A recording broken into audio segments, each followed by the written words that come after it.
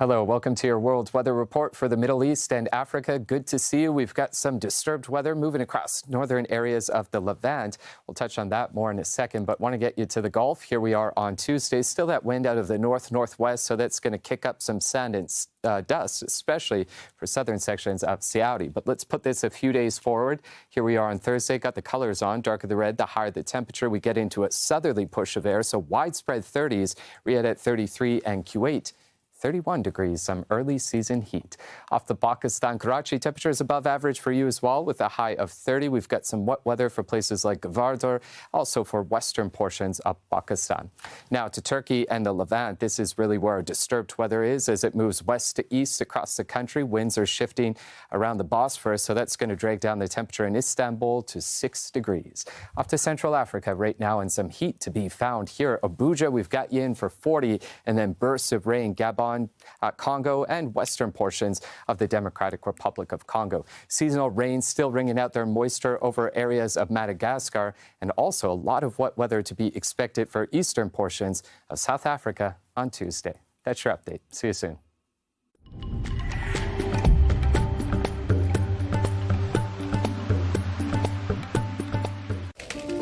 Harmful pathogens are increasingly affecting our lives with terrible consequences. A new documentary asks whether we've learned any lessons from the HIV epidemic in the fight against COVID-19. Have we ignored the global south to put profits before people?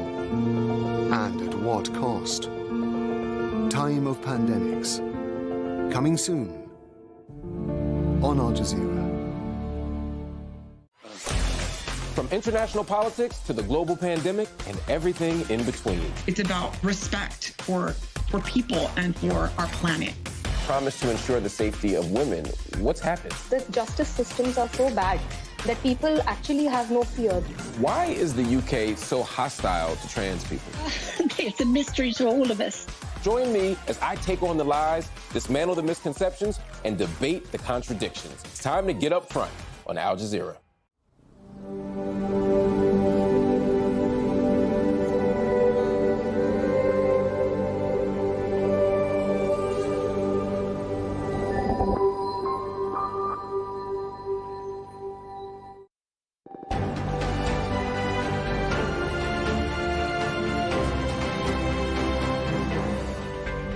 Hello again, the top stories on the Al Jazeera News Hour. Talks have been held between Russian and Ukrainian delegations for the first time since Russia invaded Ukraine last Thursday. There is the possibility of more talks to come. The UN is holding a rare emergency meeting to discuss a resolution condemning Russia's invasion after Moscow used its veto power to block the resolution at the Security Council last week. And the meetings are being held as fighting continues around Ukraine, including Kyiv. There are reports of intensified shelling in the eastern city of Donetsk, and another residential building was hit in Chernihiv. The UN estimates that more than 500,000 people have fled from their homes in Ukraine. Many are going to neighboring countries. Steph Vassen has more from a border crossing in Poland.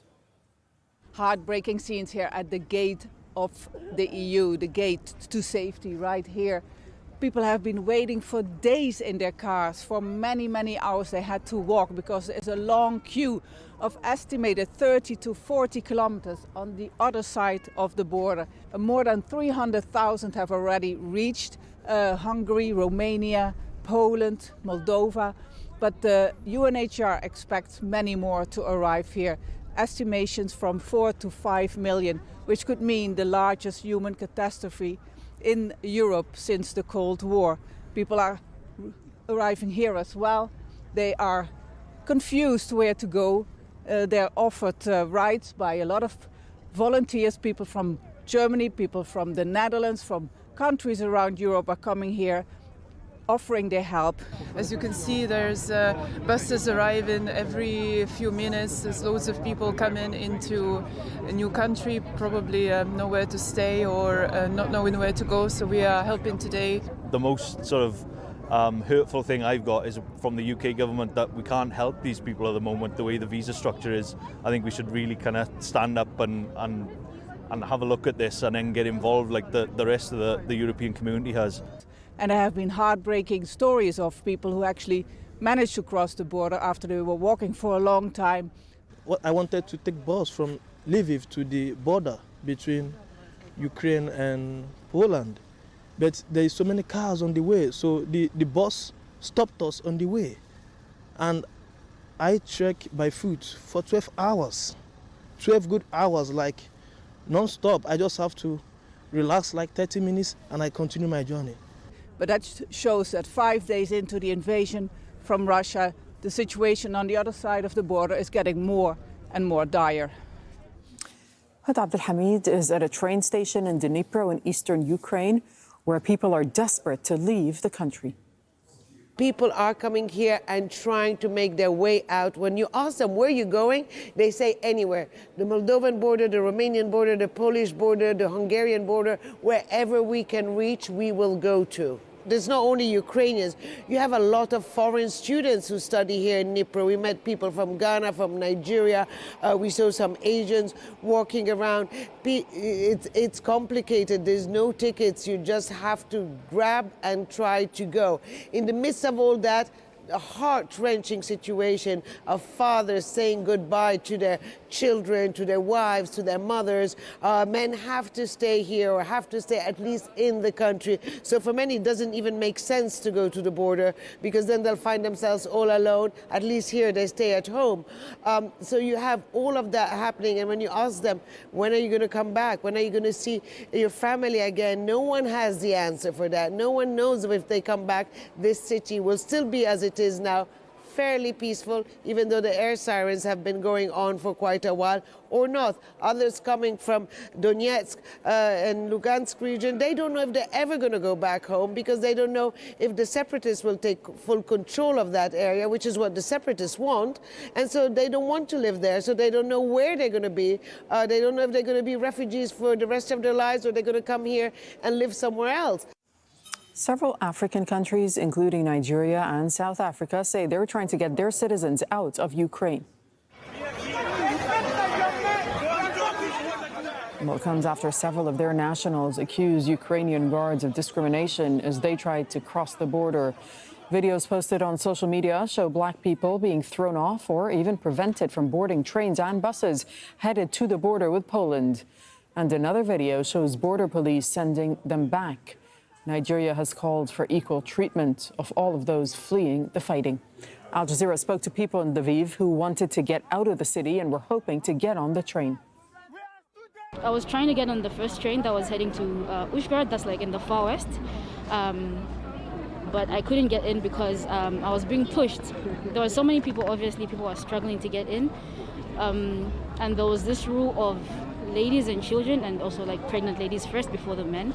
So I was like, okay, fine, I'm a lady, they might let me in. So I was right there by the steps and the guy by the train, I don't know what they're called. Yeah, this guy literally, he's a big man, he pushed me off the steps. And then I tried to get on again, he pushed me, but he kept saying ladies first, ladies first. So I looked at him and said, I'm a lady, and he just stared at me and looked away. Made way, and he let Ukrainian women pass, only Ukrainian women. There was another black lady behind me, I don't know, I do not know her, but the two of us were standing right there and watching all this happen.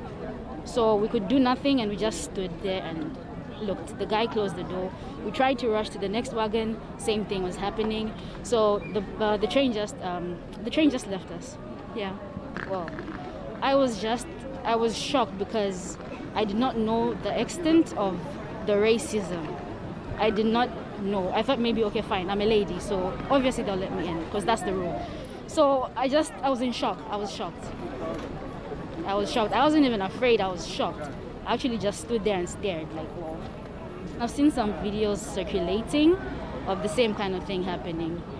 And with the guys, it's worse. And I've seen another one where they were literally being dragged out of the train. Like, they had a chance to get into the cabins, but then they were dragged out the whole way. Not just by the door, but they were dragged out. And Indian students say Ukrainian guards at the border with Poland beat them up and didn't allow them to cross. Indians make up a quarter of around 75,000 foreign students studying in Ukraine. Many are still stranded. Monica Mattis is an activist working for the NGO Grupa Granica. She says the discrimination that's happening at Poland's borders is nothing new. the Ukrainian border guards are preventing people from passing through, and then the Polish border guards are not better. In this case, they are also actually stopping people and not letting them in. We don't know why exactly. I mean, I think it's just a question of not having Ukrainian passport. We hear about students from African countries, from India, from many other Asian countries. We also hear about people from countries that, the people who actually were trying to flee the war in other countries, so Yemen and Syria. There's also people, right now we are solving the case of a Yemeni boy who is stuck at the border in Medica, who is trying to pass through, and there have been huge issues and problems to let him actually enter Poland. And so I don't know what's exactly the reason. I think it's really just an issue of not having Ukrainian passport. And I just want to add that, the racism from at least Polish government and Polish authorities has been widely known already. We criticized the fact that, the border patrol is actually still operating on the northern Polish-Belarusian border, and they are still not letting people in and apply for asylum, whereas we are rightly so allowing Ukrainians fleeing war, enter EU without any issues, without any problems. This is bluntly unfair, I think. I cannot speak for Ukrainian border guards, but the Polish border patrol, yesterday they issued a very short statement on Twitter, I think in reaction to all of those videos and news on social media, saying that we need to stop fake news because it's actually fake and they are allowing everybody in. Well, I mean, maybe it is true, maybe they are allowing everybody in, but it actually takes quite much longer time for people without Ukrainian passports to cross the border, and quite often they are moved back to the end of the queue.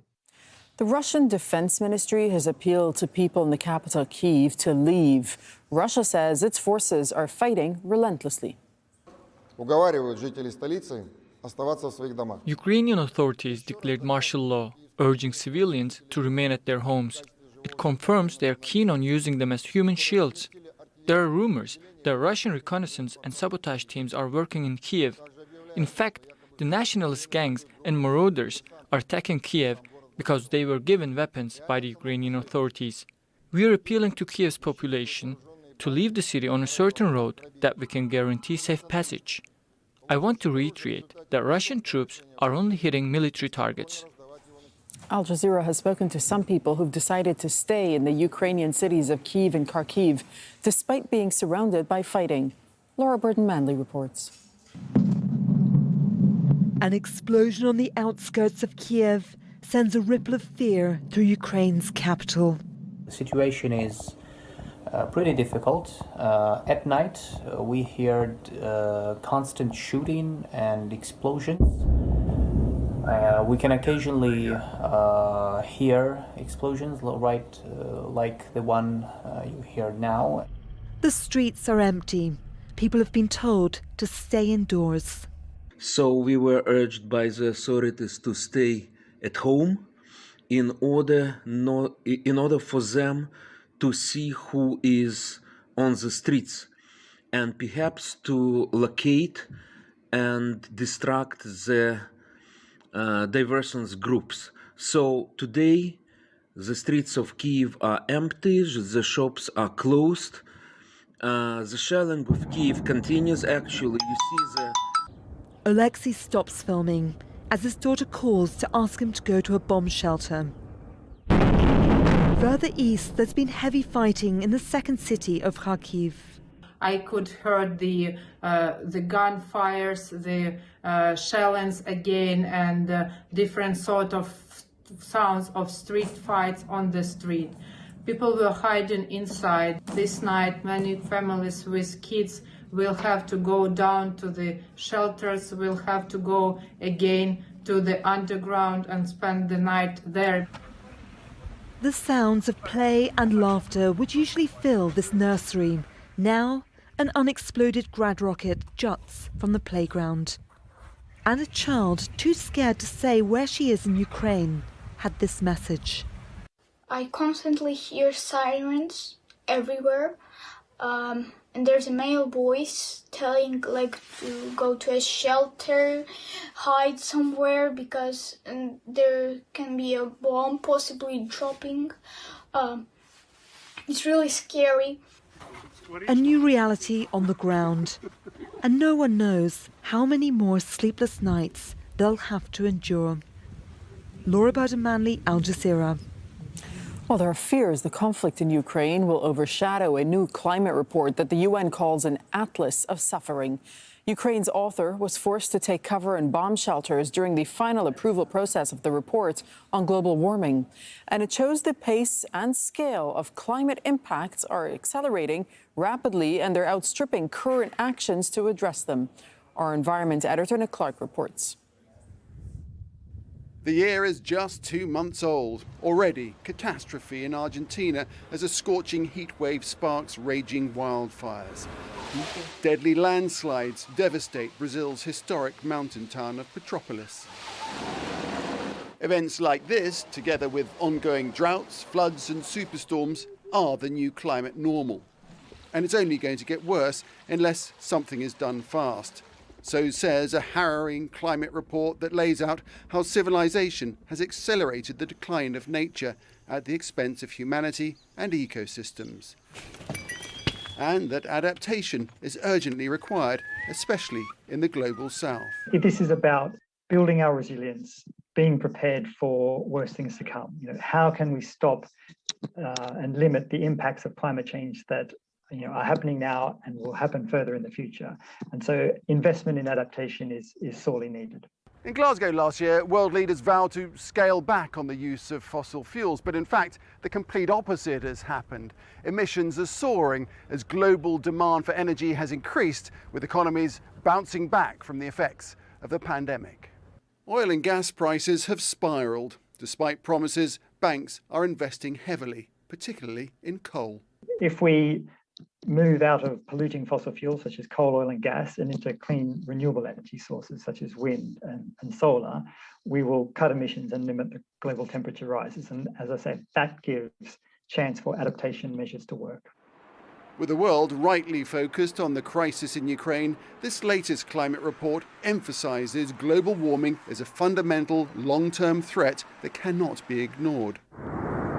But the science shows it can be stopped in its tracks if humanity cuts emissions to zero.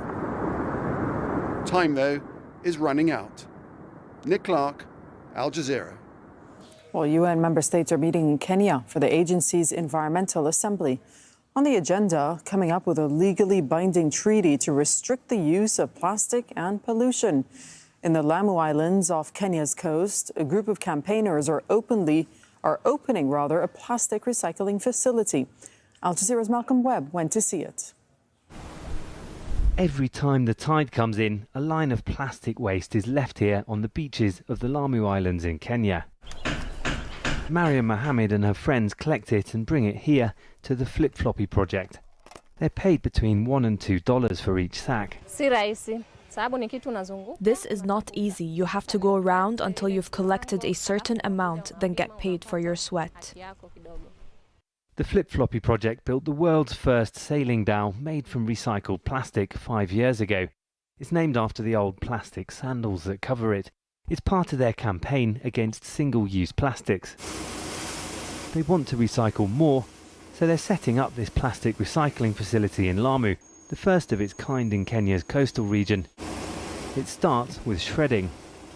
Then this machine will make plastic beams and planks, out of which they plan to make another boat, this one big enough to sail the world and show people what's possible. Can you create innovative ways to make out of the mess a message that plastic pollution is compatible?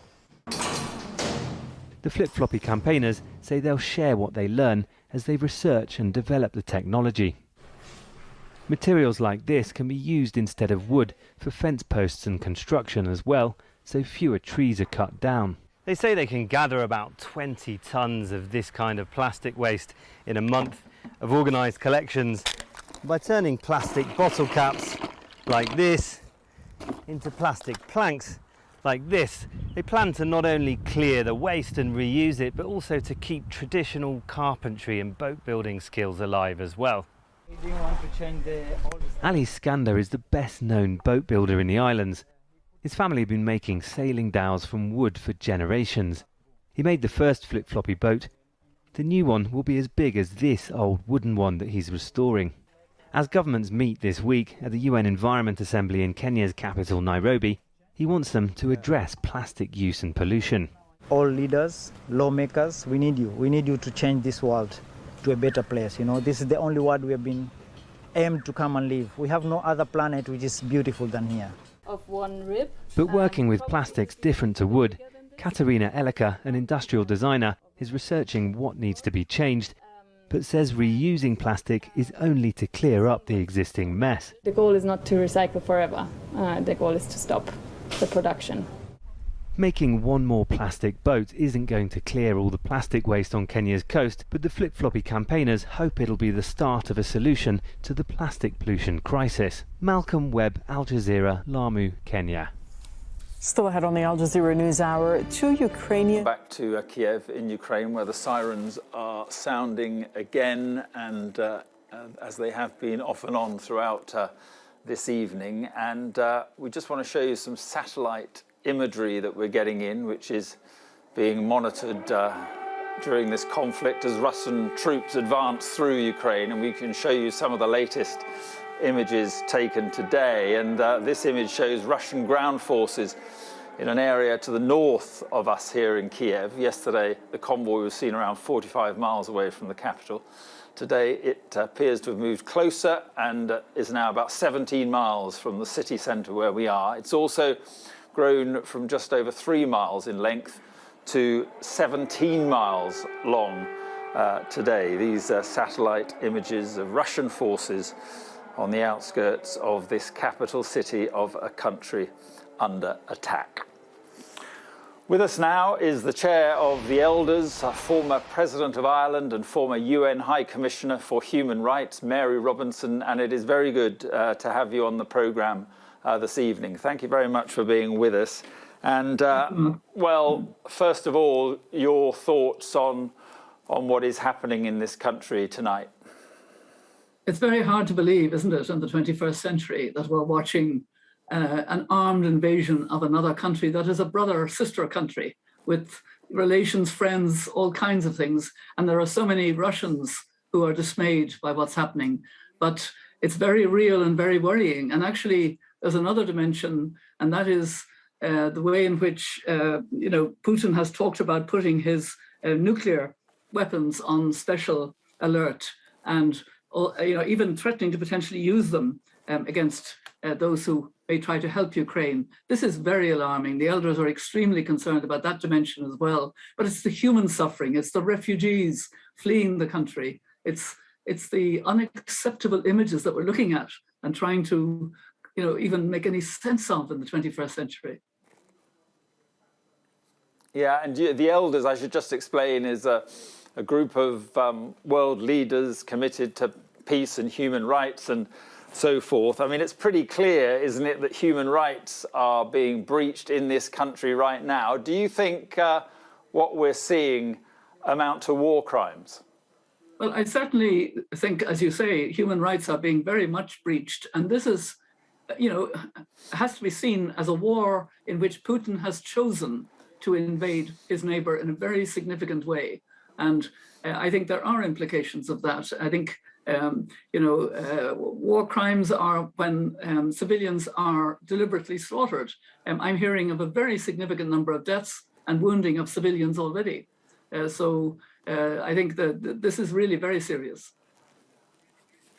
And the Elders have been particularly... Sorry. I was just going to say, how do you think Vladimir Putin could be stopped? Well, I'm glad to see there were peace talks on the border with Belarus, and that they've been now suspended to go back and have further consultation, but they seem to intend to have further talks. And it is important that we have as much diplomacy as possible to end this as soon as possible before more lives are lost, more people are displaced from their homes, more homes and buildings are destroyed, as is happening in Ukraine, all over Ukraine. So, but the nuclear issue is one that the elders are particularly concerned about, because the P5 of countries, which included Russia, actually made a statement on the 3rd of January, which the elders and others welcomed, which they said, and that is the famous saying of Reagan and Gorbachev, that a nuclear war can never be won and must never be fought. That was only on the 3rd of January. And now here is Putin putting his forces on a special alert and, you know, speaking about potentially using.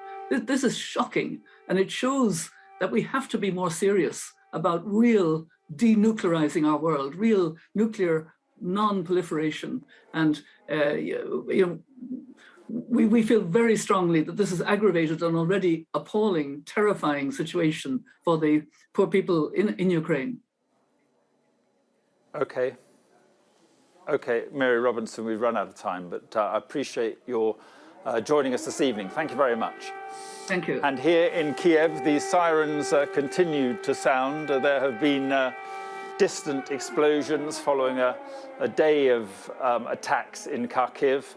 We'll have much more at the top of the hour.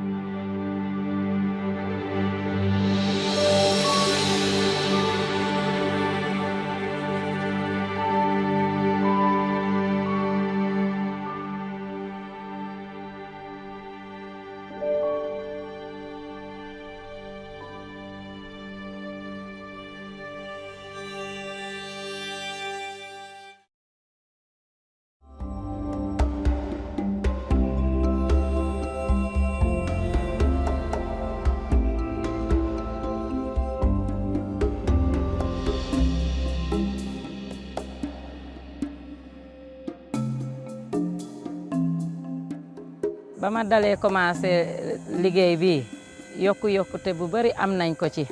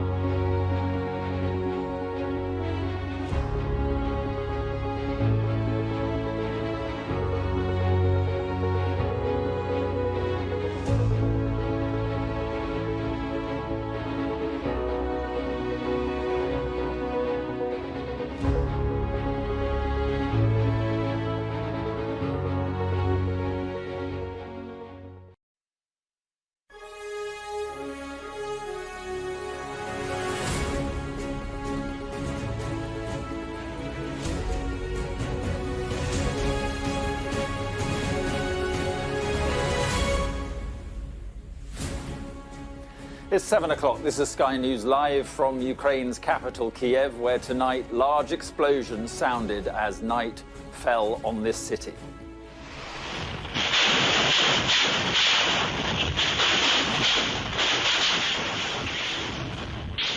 A series of blasts hit major cities in Ukraine, killing dozens as the Russian assault on this country intensifies.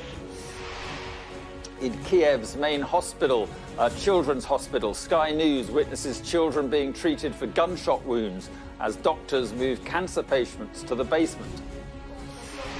Peace talks between Ukraine and Russia held on the Belarus border while a war of words erupts between them at the United Nations. Western sanctions begin to bite as the UK government ratchets up their response, directing all ports to deny access to Russian vessels. 500,000 people flee the country, but the Home Secretary rules out visa-free entry to the UK, citing security concerns. Also ahead, FIFA suspends both the Russian national and club teams from all international competition. Hello, yeah, we've come to join the Ukrainian army, or whatever they're called. And British volunteers offer themselves to Ukraine's military to join the fight here on the ground.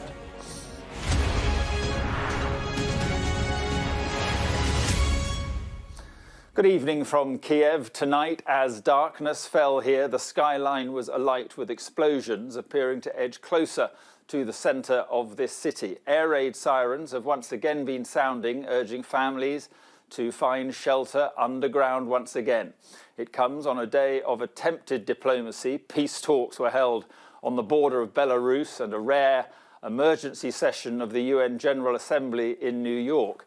Meanwhile, new economic sanctions have also been announced by the UK as Moscow begins to feel the impact of global pressure to choose peace.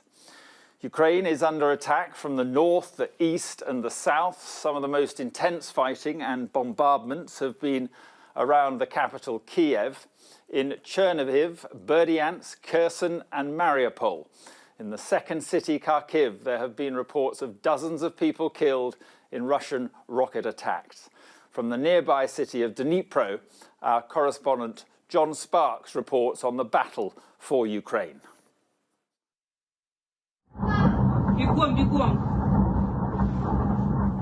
The Russian government says it's willing to negotiate, but the Russian military has decided to bomb. This is Kharkiv, Ukraine's second largest city, as filmed through the windows of its residents.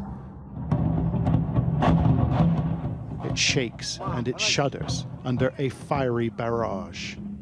The attacks seem indiscriminate.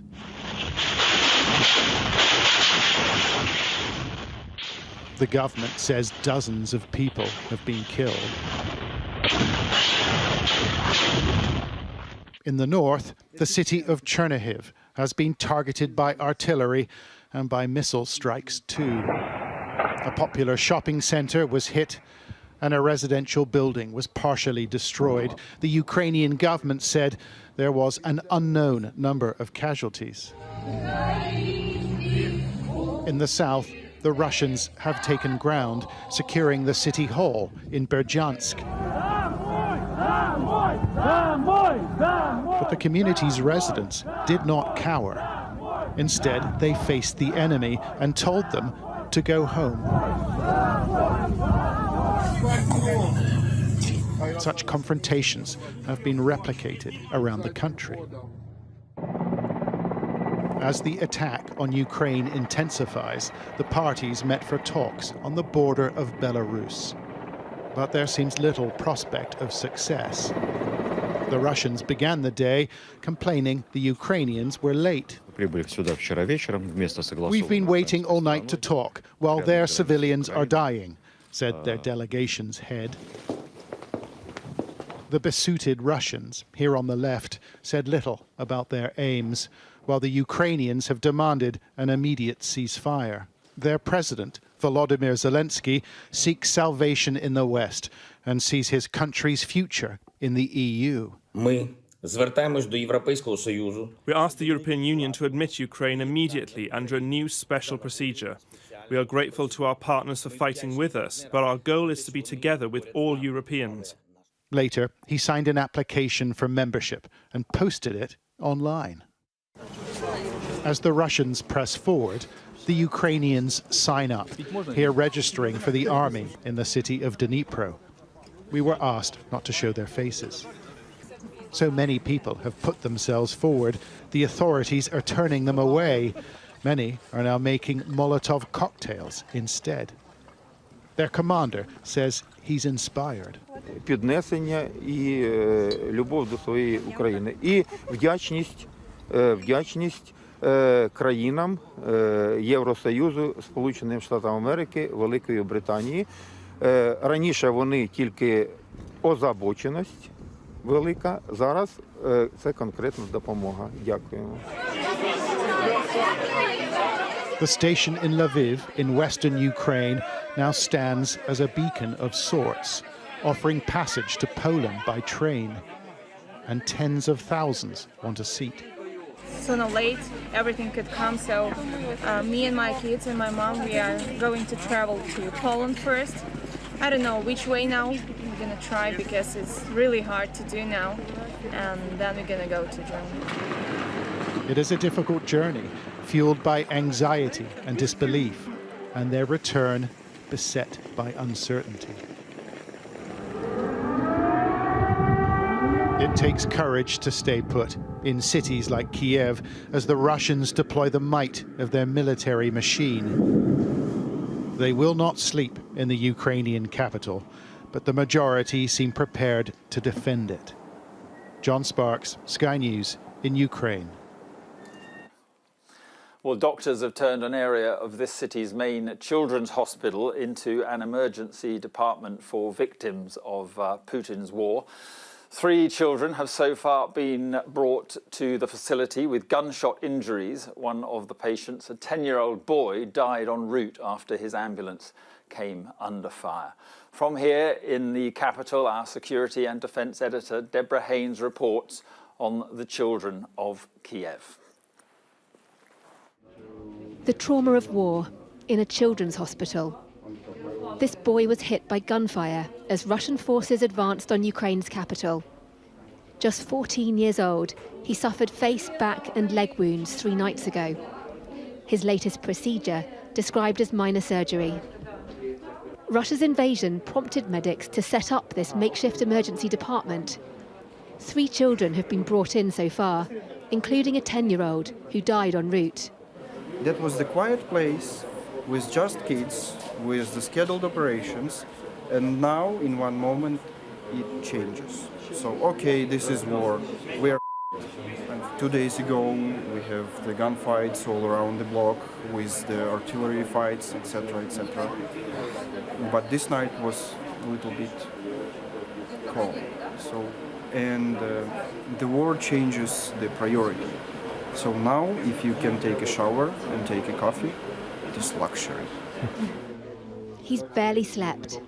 As well as preparing to treat war casualties, he and his colleagues have an equally vital job to do. Here in the emergency department, the doctors are tired, they're worried about an influx of more patients, and they're also worried about what to do with the very sick children who are being treated in this hospital before the war started. The lights are off because of we should be like, nobody should see us.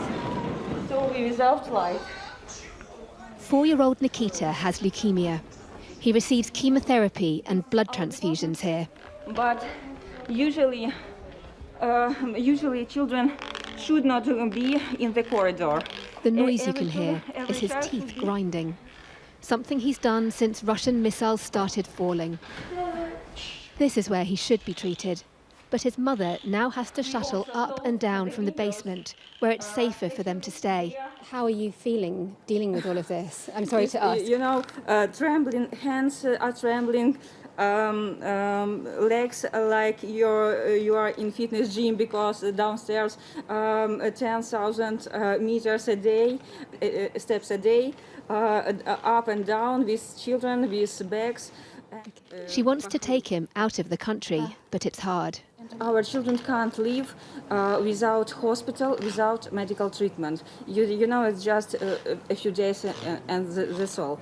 So we should, if we will go to another country, we should cross the border, but with a doctor.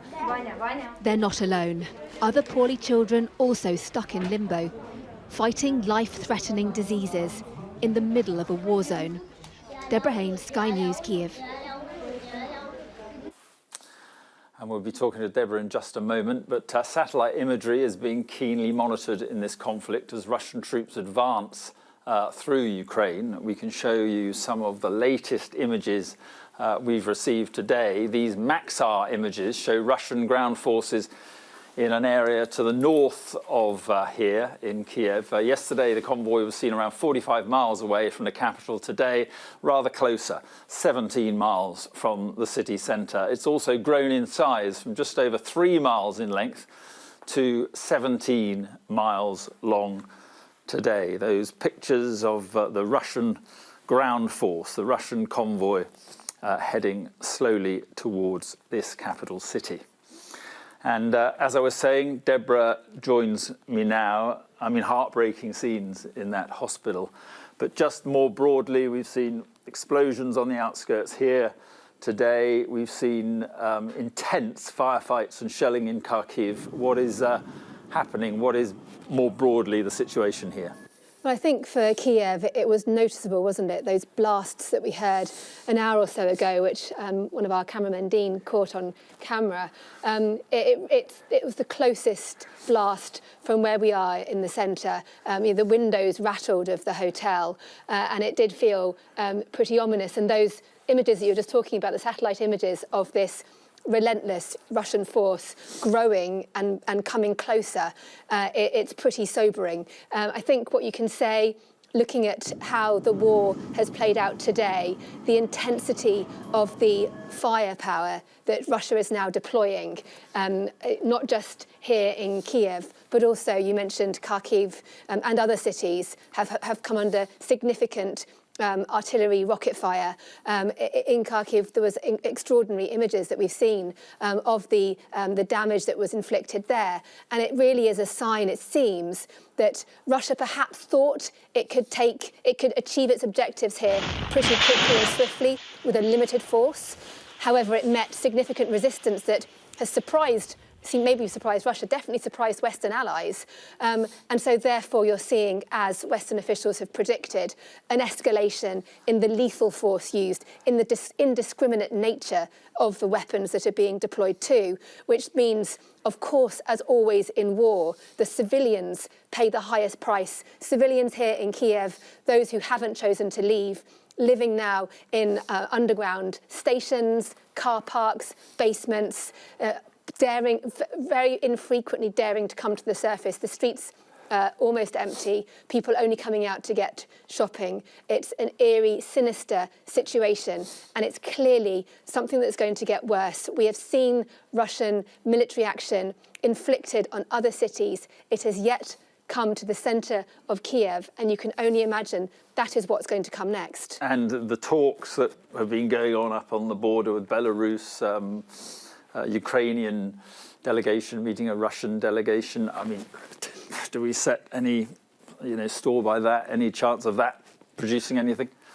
Yeah, wars always end, don't they? Ultimately, through an agreement to a ceasefire. So the fact that the two sides have agreed to talk is something. But yes, it has achieved nothing. Russia, while it clearly has the military advantage on the ground here in Ukraine in terms of the firepower that it has, it has also been left reeling by the significant Western response to its invasion here. I don't think anyone imagined, including on the West, that the EU, for example, the US, the UK, they would all come together in such a way. The fact that EU airspace is now blocked to Russian planes, the fact that Russian banks are no longer able to use international payment systems, the fact that Germany has reversed a policy for years in terms of its defence spending, and also agreeing to fund and deliver weapons to the Ukrainian armed forces. That probably will come too late. However, it's a huge pushback by the West and a signal of their absolute abhorrence to what's going on here. Yeah, huge changes in foreign policy across. And I guess on the nuclear thing, we should talk just mention that. I mean, that is it's Vladimir Putin. He has had this unprecedented response from the West to his actions here, and rather than back down, he's escalating further. It's escalate to de-escalate is the theory, but escalating further by mentioning the mere mention of nuclear weapons, putting his nuclear forces on high alert. That is, it's a very it's a serious. Worrying step, and for the West having to deal with that kind of policy move with nuclear weapons, the ultimate weapon, it's incredibly sobering. Yeah, and it's still difficult to believe it's all going on. Deborah, thank you very much indeed. Well, crisis talks on the situation stepped up today with an emergency session of the UN General Assembly taking place in New York, the first of its kind in 40 years or so. It's also been announced tonight that the Foreign Secretary, Liz Truss, will travel to Geneva tomorrow. Our correspondent Sally Lockwood is in Washington. Alistair Bunkle is in Geneva. And Sally, we'll go to you first. And well, this was a rare meeting, emergency meeting, and a powerful speech from the Ukrainian ambassador. Yes, that's right, Mark. As you say, just the 11th UN General Assembly emergency session of its kind since 1950. And we heard from the Ukrainian representative once again, who spoke very emotionally, comparing Russia's actions by invading Ukraine to World War II and calling Vladimir Putin's threat of nuclear weapons, what madness, he said. Now, we also heard from the Russian representative, who had a rather different narrative, as you would expect, and once again peddled this message that they decided to take this action by invading Ukraine to clear genocide in the Donbass region, something, of course, that very few people at this stage would believe. But, of course, talks is what the US administration is keen to focus on, along with sanctions. Joe Biden spoke to representatives from NATO, members of the EU, the UK and Canada on the phone in a call in the last few hours about how to respond to this invasion in Ukraine and to continue to coordinate its response. Now, we've since heard from the White House Press Secretary Jen Psaki, who said that the US has decided it sees no reason to change its nuclear alert levels at this time. But we also need to be very clear-eyed about his own use of threats, speaking about Vladimir Putin there to MSNBC. Now, we've also heard from the Pentagon today. Now, they've said that they're still analysing and reviewing what Putin's announcement meant. But they say they haven't actually seen anything specific as a result of the direction that he gave, at least not yet, they said, in terms of putting their nuclear forces on high alert. Of course, Joe Biden had two options when Vladimir Putin made this announcement, to do the same and put US nuclear forces on high alert, or to choose to ignore it. And that is what we have seen from the US president so far, a very calm response, a sort of just strategic silence, if you like, over the weekend, but certainly something that they are continuing to monitor very closely here on this side of the Atlantic. US security officials knowing only too well how quickly this could escalate into a standoff between two superpowers. Sally, thanks very much indeed. Alistair Bunkle is in Geneva. Alistair, Liz Truss heading there tomorrow. What do we expect from these talks? You know, not a lot, I think, to be honest. That might sound pessimistic. Liz Truss will have meetings with her Danish, Czech, Polish counterparts. You know, let's not underestimate how important those meetings can be. You were speaking to Deborah about just how staggeringly effective the EU and America have collectively come together in their response to Russia, and a lot of that kind of hard work is done behind the scenes at forums like this. But the reason for my pessimism is that originally the expectation was that the US Secretary of State Antony Blinken would be here, the UN Secretary General would be here, and the Russian Foreign Minister Sergei Lavrov would be here. Sergei Lavrov has cancelled his trip, citing the fact that Russian aircraft are banned from European airspace now. Antony Blinken won't attend in person, so I think any hopes that you might have the US Secretary of State meeting the Russian Foreign Minister behind closed doors and perhaps trying to thrash it out to get some sort of glimmer of a breakthrough, well, that isn't going to happen now. Liz Truss, yeah, she will be here, and that is part of the diplomatic push, but it doesn't have, I don't think, the key players, really, that it needs to have if we're going to find any kind of peace or breakthrough emanating from here, or at least the start of it. OK, Alistair, thank you very much indeed. Now, the Russian central bank was forced to sharply raise its key interest rate to save the ruble from collapse after it dropped 30% against the US dollar. Diana Magnay joins us now from Moscow. And Diana, I mean, how concerned is Vladimir Putin as he watches his economy virtually collapse? Well, he held an emergency economic meeting today where he called Western sanctions and what the West were doing. He described the West as the empire of lies, and essentially tried his best to look as though he will manage to mitigate, fend off these sanctions. But I'm really unsure as to whether he will. And the strange thing is that I think I've talked to you about this before. Russia has always billed itself since 2014 as really fairly sanction-proofed, and it would always point to this huge $640 billion that it has in foreign reserves.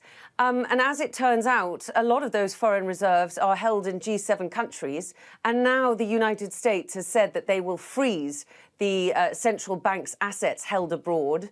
And that many other countries will follow suit, which means that the central bank can't use any of that foreign currency to prop up the ruble, which is part of the reason why we've seen this free fall in the ruble. It went down 32% at one point, climbed back up to about a loss of 15%. But I think this is just the shape of things to come. And once again, this will impact the Russian people. And I went out today and talked to people who were worried about what was going to be happening to their money. And at this stage, let me say, there are not huge queues at every cash point. You know, there are people worried. The banks are busier than normal. We have seen social media videos of long queues in certain places, but it's not universal, because I think people are only beginning to wake up and hear the news that the currency is going down. So it will take quite a long time for them to sort of recognise and feel the economic impact, but that economic impact will be huge. You'll see prices in the shops rise, especially of imported goods. People who hold, for example, cards from Sberbank, which is the bank which most Russians bank with, that is now sanctioned. That means that if they go abroad, the piece of plastic that they have will be completely worthless. Their ruble will buy them very little if they do go abroad.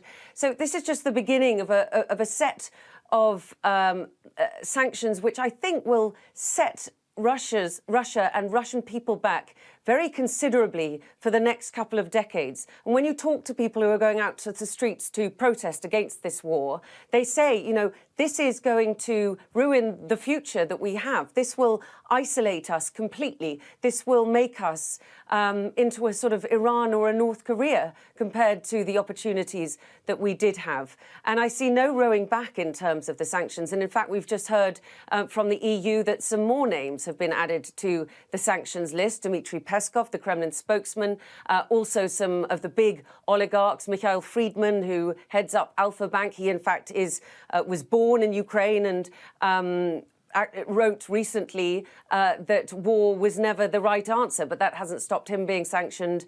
Also, Alisher Usmanov, who we know from his role at Arsenal, and various others.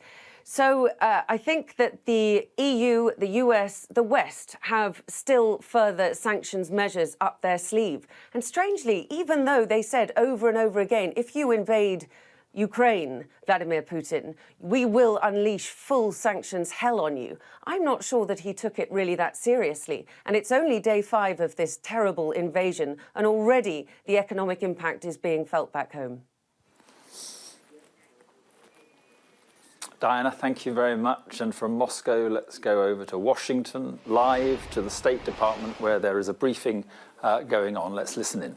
Earlier this year, in the aftermath of the summit meeting that President Putin had with President Biden in Geneva, it was in the aftermath of that engagement that our two countries again came out with a joint statement reaffirming something we have said since the Cold War, and that is that a nuclear war cannot be won and must never be fought. Right. That is something that the Russian Federation has signed on to. It is something that we certainly believe, and it is a principle that we must protect and preserve. Sure, but that was a while ago, and then they invaded.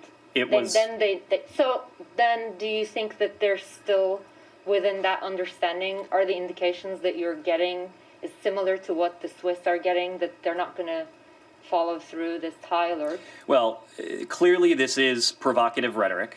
We share the opinion with our partners and allies around the world that this sort of provocative rhetoric, more than being unnecessary, it is dangerous. It adds to the risk of miscalculation. It should be avoided. We are assessing President Putin's directive at this time. As I think you have heard us say, we see no reason to change our own alert levels. This gets back to the broader point. Throughout this crisis, while Russia was manufacturing it, and now that we are in the midst of this unjustified, premeditated, unprovoked invasion, we have seen the Russian Federation, the Kremlin, President Putin himself, consistently try to turn the tables by falsely alleging that it is Russia that is under threat, that Russia faced a threat from Ukraine, that Russia faced a threat from a defensive alliance, that Russia was the one that had no choice but to wage a brutal, premeditated, unprovoked, unjustified war against its neighbor. Neither we, nor NATO, nor Ukraine, nor any other country has any desire or intention for conflict with Russia. At the same time, we are unwavering in our commitment to extended deterrence and confident in our ability to defend ourselves and our allies. As you've heard us say, our commitment to Article 5 is just as strong today as it was at NATO's founding more than 70 years ago. Yes, sir. Thank you. Mark Stone from Sky News. Thanks, Ned. First of all, can you give us any sense of what your reading is of what President Putin meant yesterday? Is he talking about battlefield nuclear weapons, or was he talking about something even more frightening? That's my first question. Look, I don't think it is wise or responsible for me to try to interpret, to try to read into what President Putin might have been signaling, trying to signal. Again, we think that this type of rhetoric is provocative, it is profoundly unhelpful, and it is at its core dangerous. We think it should be avoided. So to follow up, what is your assessment of his state of mind, and how are you accessing that assessment? I mean, are conversations like that with Naftali Bennett of Israel yesterday and Emmanuel Macron, are they helpful? What are the lines of communications to work out what's going on in his head? Well, we are going to judge the Russian Federation. We are going to judge President Putin by his actions. And clearly his actions in recent days have justified and given us cause to justify precisely what we said we would do in the run-up to this unprovoked invasion of Ukraine. President Putin, his cronies, the Kremlin, those around them, they are facing the unprecedented set of economic and financial measures, just as we promised, not based on rhetoric, not based on threats alone, but based on their actions. When it comes to our engagement, look, here clearly our relationship with Russia and the world's relationship with Russia is different today than it was last week or than it was before this unprovoked crisis began late last year. But we still believe in diplomacy. We know that diplomacy is the only responsible, sustainable means by which to end this conflict. It is precisely why we are supporting our Ukrainian partners as they engage in those talks. Other countries around the world have continued to engage with the Russian Federation. If we need to engage with the Russian Federation, we have the ability to do so ourselves, whether it is through the State Department, whether it is through the Defense Department, whether it is through any other channel we have with the Russian Federation. So the deconfliction lines are open in terms of with defense or with state, that they're there? We have maintained deconfliction channels with the Russian Federation for the better part of a decade now. Again, we think that the ability to communicate clearly is in some ways even more important during times of crisis and conflict, as we are in now, than it otherwise would be. Yes, Kylie. And just to put one more question to you on the nuclear deterrent aspect of this. What has happened to Russia's nuclear arsenal since Putin said over the weekend that they would be putting their nuclear deterrent forces on alert? Again, we are not in a position to characterize anything the Russians might have done. You'll have to ask them if President Putin's rhetoric was matched by any sort of action. We have had no change in our posture. At this time, we don't judge there is any need for a change. Okay, and then after the talks today between the Ukrainians and the Russians, they announced that they'd have another round in a few days. Do you have a response to that? And do you think that the continuation of talks is any reflection of how Russia feels about its military advances in Ukraine?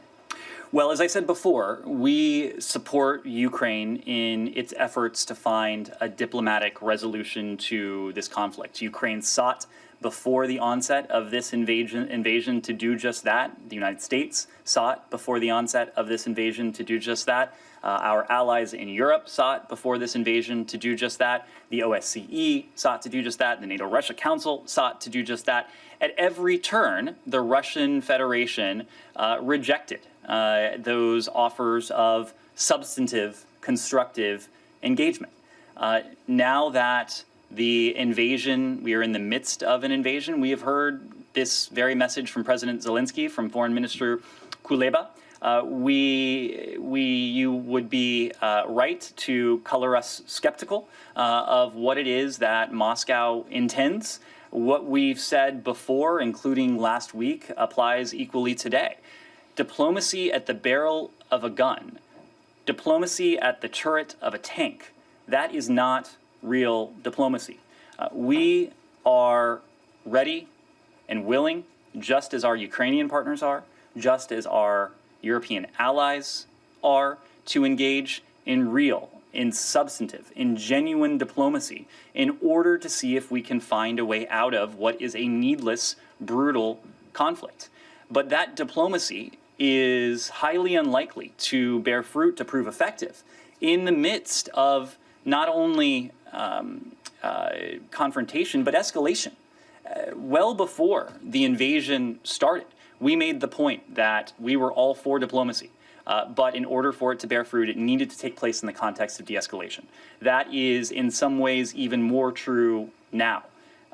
We are supportive of the Ukrainians engaging with Russian counterparts. We are offering, as you know, Foreign Minister Kuleba had an opportunity yesterday to convene with the G7 ministers. President Biden has had an opportunity in recent days to speak to President Zelensky has an opportunity in recent days to speak to President Biden. Secretary Blinken has had several conversations with Foreign Minister Kuleba on a bilateral basis in any number of days. So we are comparing notes, we are coordinating closely, and we are supportive, knowing what we all assume are the limitations on diplomacy in the present context. It is precisely what Foreign Minister Kuleba and President Zelensky have spoken to. We share a sense of skepticism, but at the same time, we want to exhaust every potentially viable diplomatic avenue.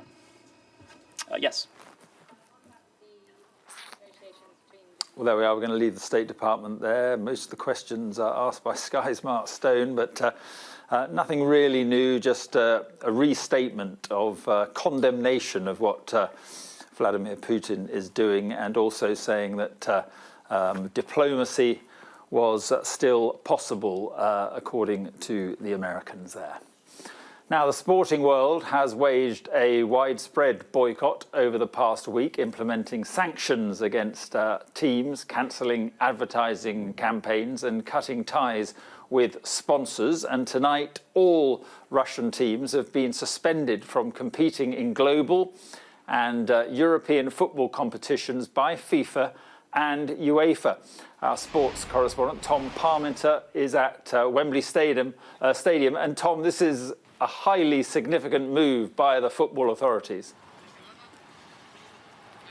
It is. These are authorities who have been very close to Vladimir Putin over the years. Indeed, Russia hosted the last World Cup in 2018. But this decision, I think, was somewhat inevitable given the backlash from so many nations who were queuing up to say that they simply would not play against any Russian sides. That FIFA, who had initially suggested that Russian teams may be able to continue playing under a different name with no national flag, well, that was just utterly unacceptable to so many people within the sport of football, and that has prompted the response tonight from UEFA and FIFA. In a joint statement, they said that FIFA and UEFA have today decided together that all Russian teams, whether national representative teams or club teams, shall be suspended from participation in both FIFA and UEFA competitions until further notice. Football is fully united here and in full solidarity with all the people affected in Ukraine.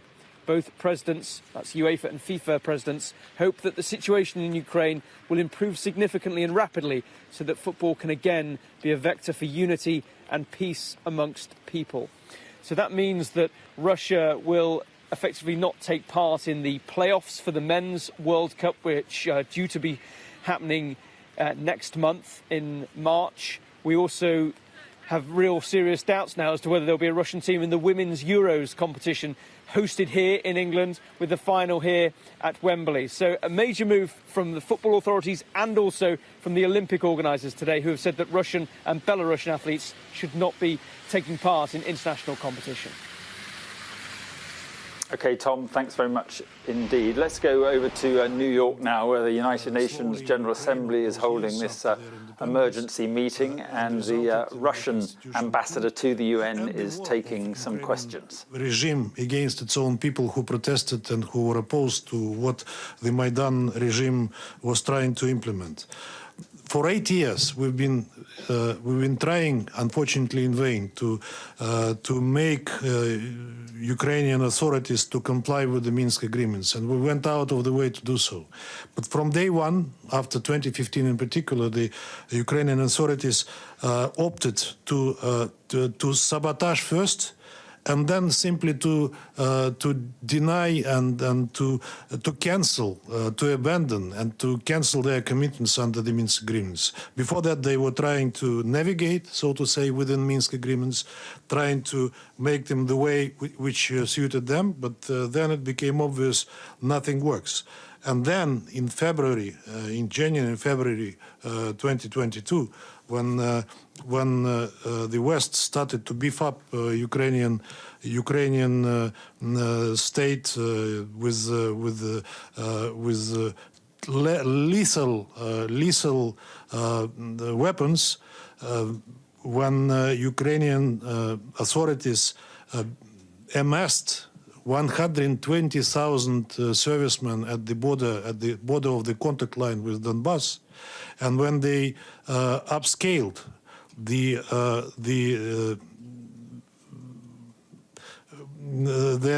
their provocations against Donbass, shelling and killing people again, we realized that that leads us nowhere, and that's why That's why President Putin took the decision to recognize Donetsk and Lugansk republics and to offer them within the treaty that we concluded with them military assistance.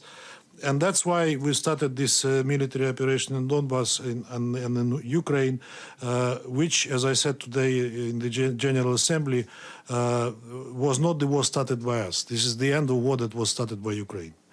I think that I think that you all know that we many times we said that we were not planning military operation in Donbass unless Ukrainian military, Ukrainian authorities and Ukrainian military would directly threat those republics, which was the case, and we have credible information that the military operation was planned, and that was a move that was inevitable in these circumstances.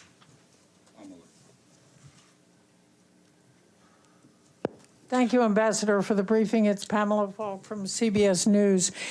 There have been some reports out of the border meeting in Belarus between Russia and Ukraine.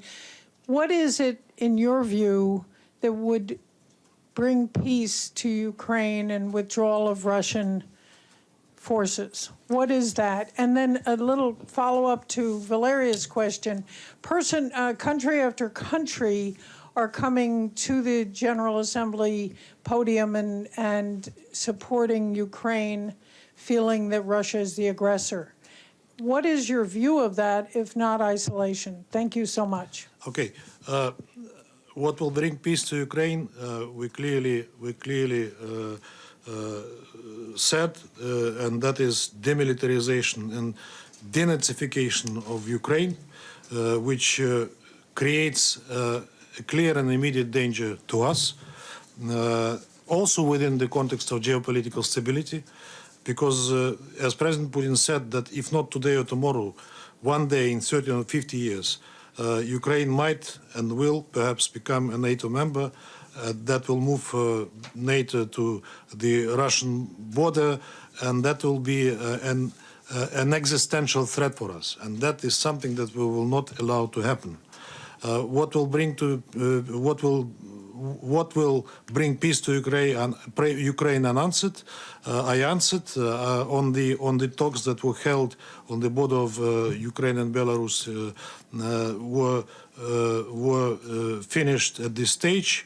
The result, the details of that are not known to me, but I know that there was a decision to continue those talks. When and where, I do not know yet. Perhaps in the same place. But there was some report that there was common ground.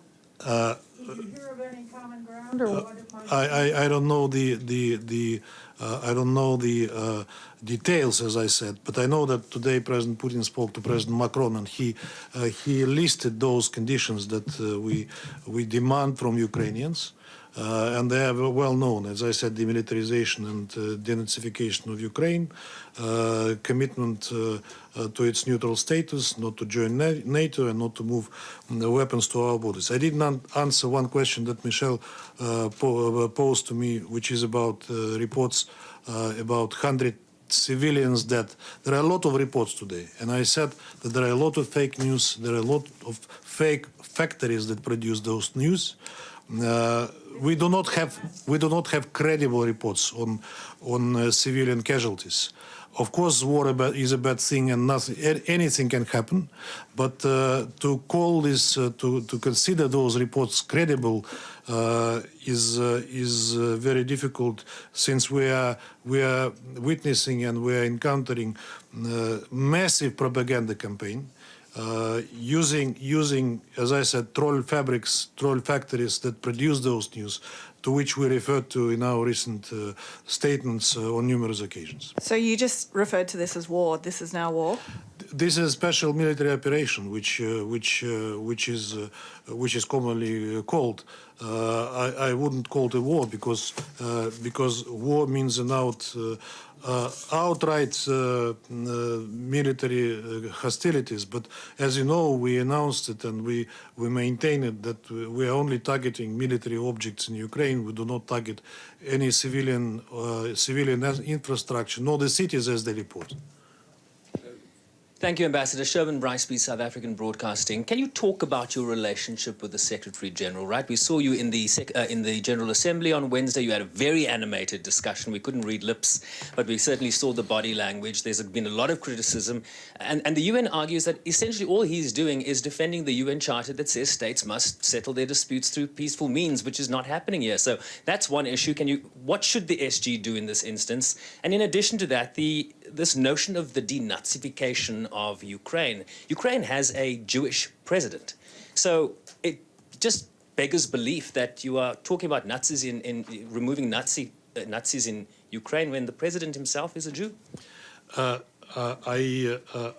There was a criticism on my part, on our part, of the Secretary General for the position he took on the crisis. I do not recall, as I said, to him directly and out loud that he took similar positions in similar cases, and there were many, in fact.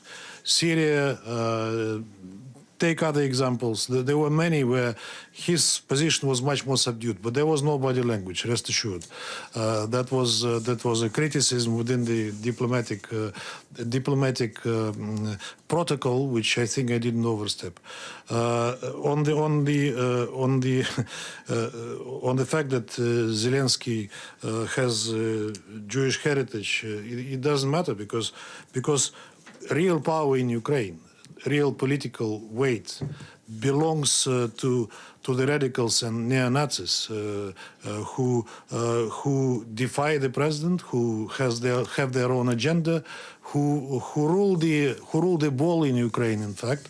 And President Zelensky, who came with a landslide victory of 74% of the population, promising to end the war.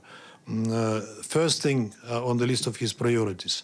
But then he was slowly backing off this, and he finished practically playing into the hands of those radical and neo-Nazi organizations, which claim that they represent the patriotic part of the Ukrainian society. He demonstrated that he's weak, that he has no political will and power in the circumstances he found himself in to resist those radicals who are the main political driving force in today's Ukraine.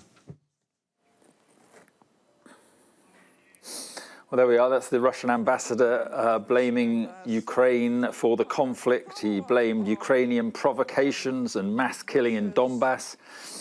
He said, this is not a war started by us, Russia. It was started by Ukraine.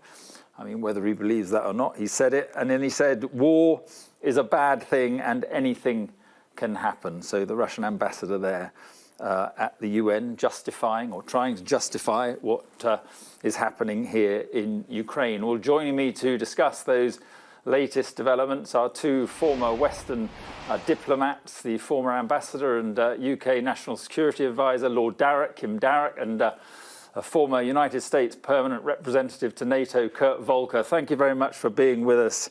And Lord Darrach, just first of all, I don't know whether you heard what the Russian ambassador was saying, but basically saying this is all Ukraine's doing.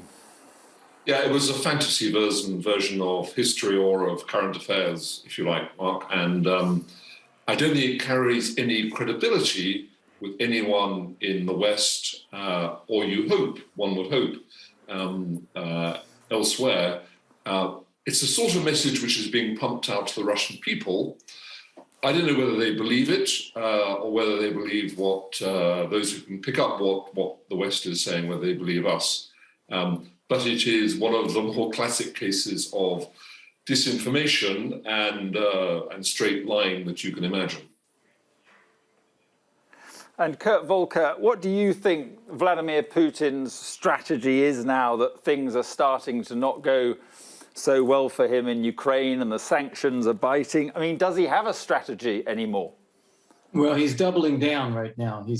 moving in additional military forces. He's laying siege to civilian populations, attacking apartment buildings and hitting civilians in Kharkiv, in Mariupol, in Kyiv. He called the Ukrainian negotiating team to Belarus today to see whether he could get them to surrender. Of course, they refused. As you say, it's not going well for him on the ground, but they are spending yesterday and today trying to repair some of their logistical supplies, their fuel supplies, and they're going to be hitting Ukraine very hard again tonight, tomorrow night. And his strategy, if you have it, is simply to try to prevail militarily. He's losing face, and the only way he doesn't lose face is if he actually wins. I think this is going, however, to turn out better for the Ukrainians, and Putin is going to look very bad at this, including in Russian eyes. And Lord Darroch, the sanctions are biting, the ruble is plummeting. Does Vladimir Putin care at all about that? Well, it cannot have been part of his plan, Mark, that after 30 years of Germany's allies trying to persuade Germany to spend 2% of GDP on defense, they've just announced they will, that the ruble is crashing, that they've had to put interest rates up to 20%, that Russian banks are being excluded from the SWIFT system. So the sanctions are certainly going to have an impact on ordinary Russians. And to the extent that there is already, and there's some evidence of this, disquiet amongst the Russian people about what is happening, when they can't get money out of ATMs and when it feels as if there's a run on Russian banks, then that will really hit home. So sanctions are certainly hurting. Just one very quick point. Britain's USP is London as one of the largest financial centres in the world. So it is crucial that we carry through what the Foreign Secretary and others have promised today, which is to try and drain the swamp of Russian money in London and hit the Russian banking community as hard as is possible, as well as Russian oligarchs who've salted away money here. And Kurt Volker, I mean, how do you think Vladimir Putin will emerge from all this? Will he be so badly damaged that his time could be up, or is that unthinkable given his sort of all-powerful position? No, I think it is quite thinkable. Lord Darroch already mentioned the Russian public showing signs of disquiet. I would not at all be surprised to learn that there is disquiet in the Russian military and Russian intelligence circles as well, because Putin is leading his country to ruin. And that is certainly not something that they want. So I think there are two possible scenarios at this stage. One of them is the Russian forces continue to get bogged down. They don't succeed. The economic sanctions bite. It hurts Russia dramatically, and people move to remove Putin. The other is that he actually manages to crush the Ukrainian military, so the Ukrainian public go into a resistance mode. This will make Russia a pariah globally for years and years to come. This will also do great damage to Russia, but under that circumstance, one can imagine the potential for Putin hanging on. And Lord Darroch, if that happens and the government here is removed, should the West and the British government, the US government, support and finance a government in exile and maybe even a military in exile planning to take it back? Well, the most worrying news in a sense today is the fact that despite heavy and extraordinarily courageous Ukrainian resistance, the Russian forces have got that bit closer to Kiev. I think they're now, is it 30 miles away? And they can bring overwhelming force to bear, including overwhelming air power. So it may be, as Kurt has just said, that ultimately they will be able to take Kiev, although advancing on the city is a different thing from taking the city, and it's extraordinarily difficult to actually take a large urban area like Kiev. If that does happen, yes, of course we should offer sanctuary to the Ukrainian government. I think, Kurt will know this, but I think the American government's already offered that, and I think we would want to make the offer if it was necessary. Yes. And just finally, Kurt Volker, I mean, do you see a kind of long, whatever happens here, if he does take over the government, topple the government, you can't really tame a people. Do you see a long, protracted, messy war of resistance? Or quite determined. The government has handed out assault rifles to the population. And I've seen pictures of friends, former government ministers, who have their assault rifles and they are ready to go fight. So I think this will be very difficult for Russia to hold, even if they're able to take. And so this will be a bloody, awful, and protracted conflict for Russia, which in the end, I believe Ukrainians will win. And that's because there is no taking away from them their sense of identity, their sense of needing to live in a democracy, their sense of being European. So they will continue to resist in every way possible. And that is essential. That's why it's essential we do everything we can to assist them right now, before any government is defeated, before any military is defeated. Get them the arms, get them the logistical support. Consider a no-fly zone. I know it's controversial, but it needs to be looked at. But everything that can be done to help them get through this. If they make it another week or so, I think the tide may begin to turn against Russia. Okay, Kurt Volker and Lord Darrett, thank you both very much indeed. So what is the picture here? It's been another day of heavy fighting, more intense bombardment of Kyiv, the second largest city. Also explosions here in Kiev on the 5th day of the Russian invasion. This is Sky News. Coming up in the next hour. We'll have much more reaction to the Russian invasion of Ukraine. We'll be talking to the envoy to the United Nations as he warns that his country may not survive.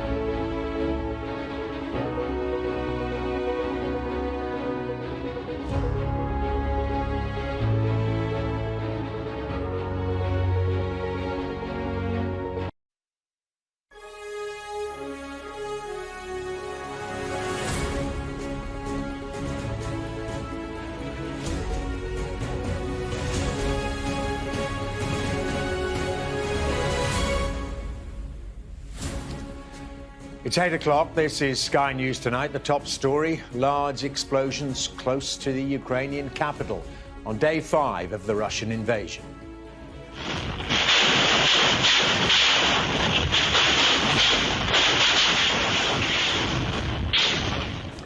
A barrage of blasts hit major cities in Ukraine, killing dozens as the Russian assault on the country intensifies. In Kiev's main children's hospital, Sky News witnesses children being treated for gunshot wounds as doctors move cancer patients to the basement. Peace talks between Ukraine and Russia held on the Belarus border while a war of words erupts between them at the United Nations. Western sanctions begin to bite in Russia as the UK government ratchet up their response, directing all ports to deny access to Russian vessels. 500,000 people flee the country, but the Home Secretary rules out visa-free entry to the UK, citing security concerns. Also ahead, FIFA suspends both the Russian national and club teams from all international competition. Hello, yeah, we've come to join the Ukrainian army or whatever they're called. And British volunteers offer themselves to Ukraine's military to join the fight on the ground.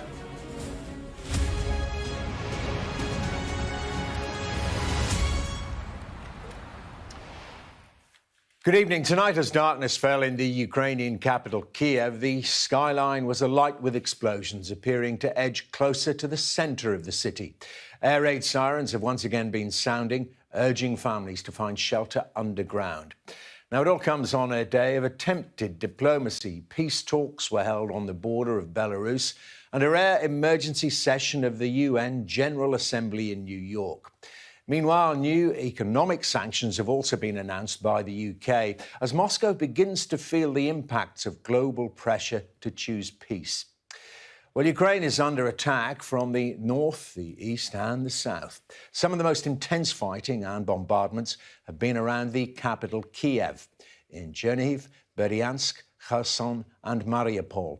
In the second city of Kyiv, there have been reports of dozens of people killed in Russian rocket attacks. From the nearby city of Dnipro, our correspondent John Sparks reports on the battle for Ukraine.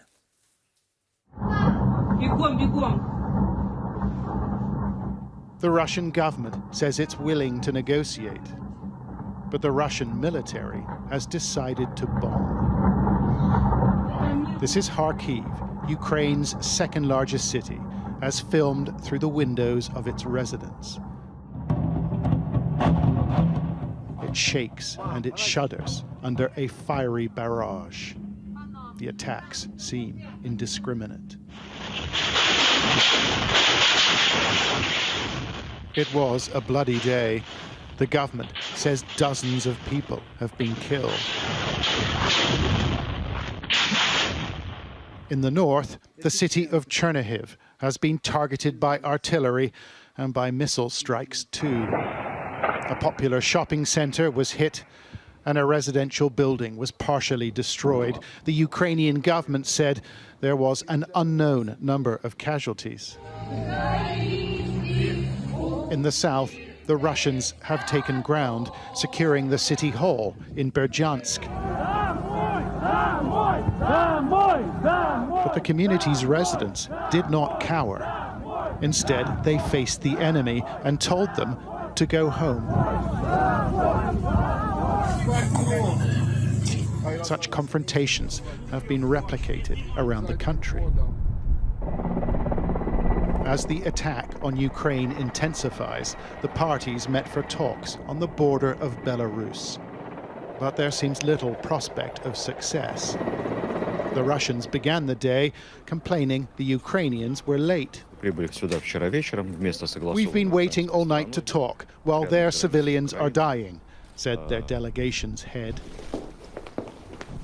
The besooted Russians, here on the left, said little about their aims, while the Ukrainians have demanded an immediate ceasefire. Their president, Volodymyr Zelensky, seeks salvation in the West and sees his country's future in the EU. Звертаємось до Європейського Союзу. We asked the European Union to admit Ukraine immediately under a new special procedure. We are grateful to our partners for fighting with us, but our goal is to be together with all Europeans. Later, he signed an application for membership and posted it online. As the Russians press forward, the Ukrainians sign up, here registering for the army in the city of Dnipro. We were asked not to show their faces. So many people have put themselves forward, the authorities are turning them away. Many are now making Molotov cocktails instead. Their commander says he's inspired. Піднесення і любов до своєї України. І вдячність країнам Євросоюзу, Сполученим Штатам Америки, Великої Британії. Раніше вони тільки озабоченість велика, зараз це конкретна допомога. Дякуємо. The station in Lviv, in western Ukraine, now stands as a beacon of sorts, offering passage to Poland by train. And tens of thousands want a seat. Sooner or late, everything could come, so me and my kids and my mom, we are going to travel to Poland first. I don't know which way now. We're gonna try because it's really hard to do now, and then we're gonna go to Germany. It is a difficult journey, fueled by anxiety and disbelief, and their return beset by uncertainty. It takes courage to stay put in cities like Kiev as the Russians deploy the might of their military machine. They will not sleep in the Ukrainian capital, but the majority seem prepared to defend it. John Sparks, Sky News in Ukraine. Well, doctors have turned an area of Kiev's main children's hospital into an emergency department for victims of Russia's war. 3 children have so far been brought to the facility with gunshot injuries. One of the patients, a 10-year-old boy, died en route after his ambulance came under fire. From the capital, our security and defence editor Deborah Haynes reports now on the children of Kiev. The trauma of war in a children's hospital. This boy was hit by gunfire as Russian forces advanced on Ukraine's capital. Just 14 years old, he suffered face, back and leg wounds 3 nights ago. His latest procedure described as minor surgery. Russia's invasion prompted medics to set up this makeshift emergency department. 3 children have been brought in so far, including a 10-year-old who died en route. That was the quiet place with just kids, with the scheduled operations, and now in one moment it changes. So okay, this is war. We are and 2 days ago we have the gunfights all around the block with the artillery fights, etc., etc. But this night was a little bit calm. So and the war changes the priority. So now if you can take a shower and take a coffee, it is luxury. He's barely slept. As well as preparing to treat war casualties, he and his colleagues have an equally vital job to do. Here in the emergency department, the doctors are tired, they're worried about an influx of more patients, and they're also worried about what to do with the very sick children who are being treated in this hospital before the war started. The lights are off because of we should be like nobody should see us. So we without light. 4-year-old Nikita has leukemia. He receives chemotherapy and blood transfusions. The little boy also has Down syndrome. But usually children should not be in the corridor. The noise you can hear is his teeth grinding. Something he's done since Russian missiles started falling. This is where he should be treated. But his mother now has to shuttle up and down from the basement, where it's safer for them to stay. How are you feeling dealing with all of this? I'm sorry to ask. You know, trembling, hands are trembling, legs like you are in fitness gym because downstairs 10,000 meters a day, steps a day, up and down with children, with bags. She wants to take him out of the country, but it's hard. Our children can't live without hospital, without medical treatment. You know, it's just a few days and that's all. So we should, if we will go to another country, we should cross the border, but with a doctor. They're not alone. Other poorly children also stuck in limbo, fighting life-threatening diseases in the middle of a war zone. Deborah Haynes, Sky News, Kiev. Well, of course, satellite imagery is being keenly monitored in this conflict as Russian troops advance through Ukraine. Now, we can show you some of the latest images received today, and these Maxar images show Russian ground forces in an area to the north of Kiev, the capital. Yesterday, the convoy was seen about 45 miles away. Today, it seems to have moved closer and now is estimated to be around 17 miles from the city centre. It's also grown in size from just over 3 miles in length to nearly 6 times. That's 17 miles long today.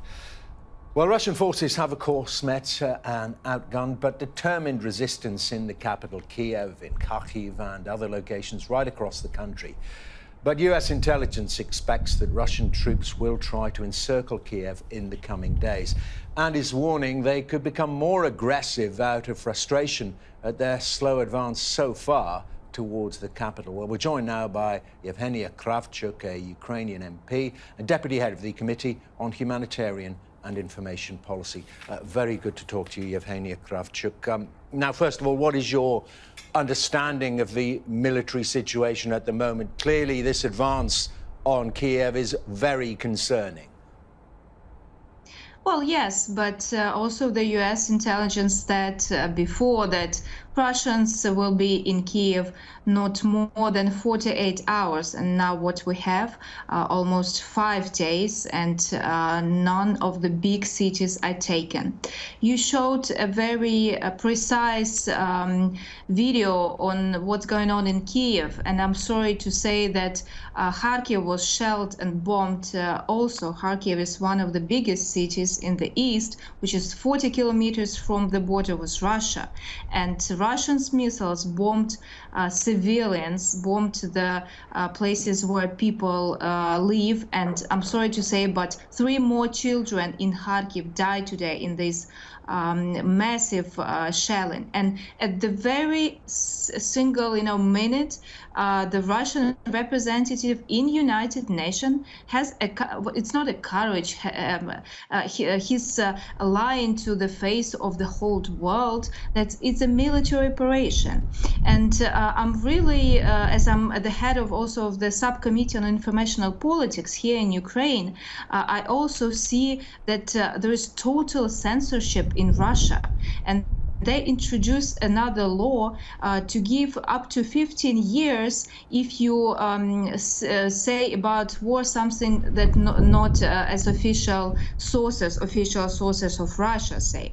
So, this is such a, double-faced policy when they say, they lie to the face of the whole world what is going on. And we counted how many missiles were shot into the Ukrainian cities, peaceful Ukrainian cities that were not invading or threatening anyone. More than 100 missiles, 113 missiles.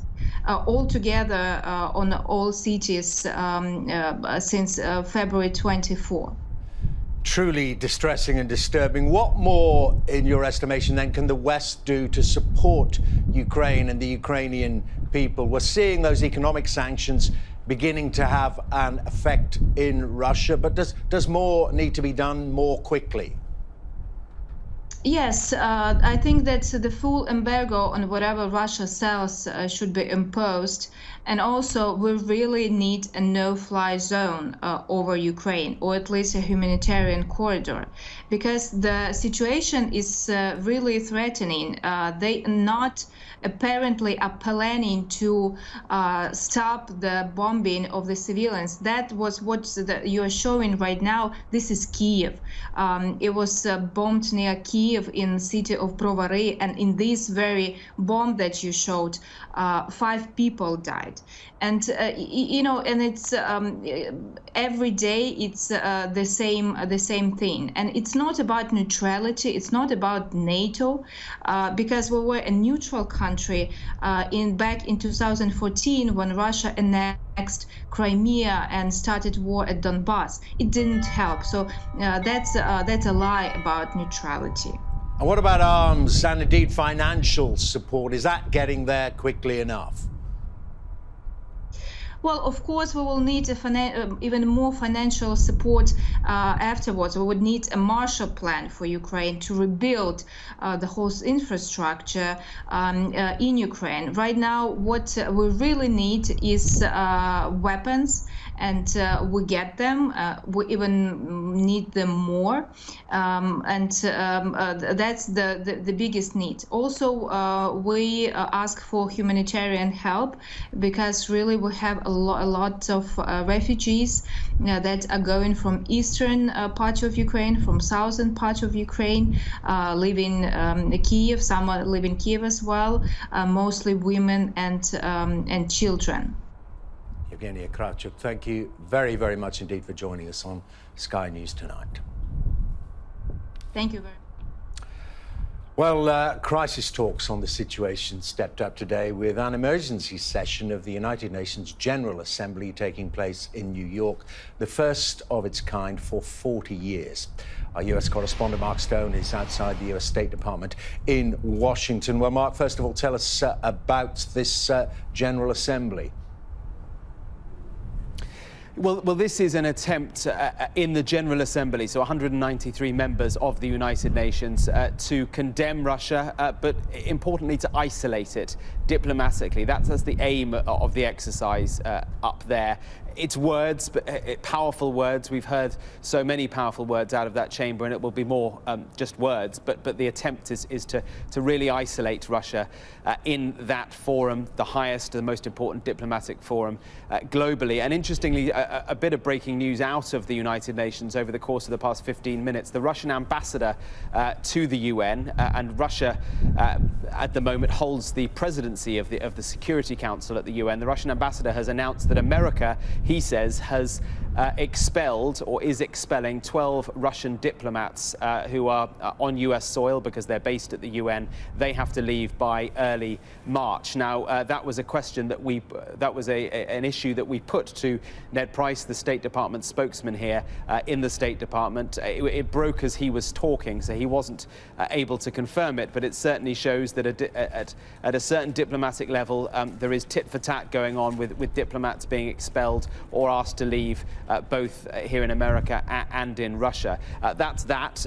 We've just, as I said, come out of a briefing with Ned Price at the State Department, and one of the questions I put to him, because it is something that I think everyone is struggling with, is the US assessment of President Putin's state of mind, and what did he mean when he talked about nuclear weapons yesterday? Can you give us any sense of what your reading is of what President Putin meant yesterday? Is he talking about battlefield nuclear weapons, or was he talking about something even more frightening? That's my first question. Look, I don't think it is wise or responsible for me to try to interpret, to try to read into what President Putin might have been signaling, trying to signal. Again, we think that this type of rhetoric is provocative, it is profoundly unhelpful, and it is at its core dangerous. We think it should be avoided. So to follow up, what is your assessment of his state of mind, and how are you accessing that assessment? I mean, are conversations like that with Naftali Bennett of Israel yesterday and Emmanuel Macron, are they helpful? What are the lines of communications to work out what's going on in his head? Well, we are going to judge the Russian Federation, we are going to judge President Putin by his actions. And clearly his actions in recent days have justified and given us cause to justify precisely what we said we would do. And in the last few minutes, President Biden has been asked, as he was addressing a meeting about something entirely different, he's been asked whether Americans should fear a nuclear strike. And his answer, one word, no. OK, Mark, many thanks. Mark Stone there live for us in Washington. Well, let's turn now to the economic sanctions by the West. They've begun to bite in Russia, with the country's currency dropping to a new record low.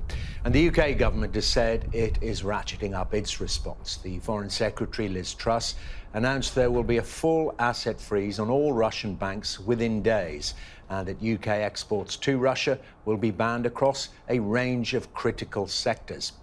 And tonight, the oil giant Shell has announced it will end all joint ventures with the Russian gas firm Gazprom, worth around £2.2 billion. Our correspondent, Paul Kelso, has been looking into these economic and financial sanctions against Russia. In the battle to defend Ukraine, the West has opened a new front, one in which the weapons are economic, the targets Russian wealth hidden abroad, and its financial system at home, all part of an economic assault on an unprecedented scale. The latest salvo, the UK joining the European Union, United States and Switzerland in hobbling Russia's central bank by cutting access to sterling and UK money markets. With over 50% of Russian trade denominated in dollars or sterling, our coordinated action with the United States will damage Russia's ability to trade with the world. And as soon as this legislation comes into force, we will apply it to Sberbank, Russia's largest bank. Russian flagged ships are now banned from UK ports too, including those carrying oil, while Shell announced it is ending a $3 billion partnership with energy giant Gazprom, days after BP was forced to sell its Russian holdings. In a globalised economy driven by oil and gas, making a financial pariah of Russia will come at a cost.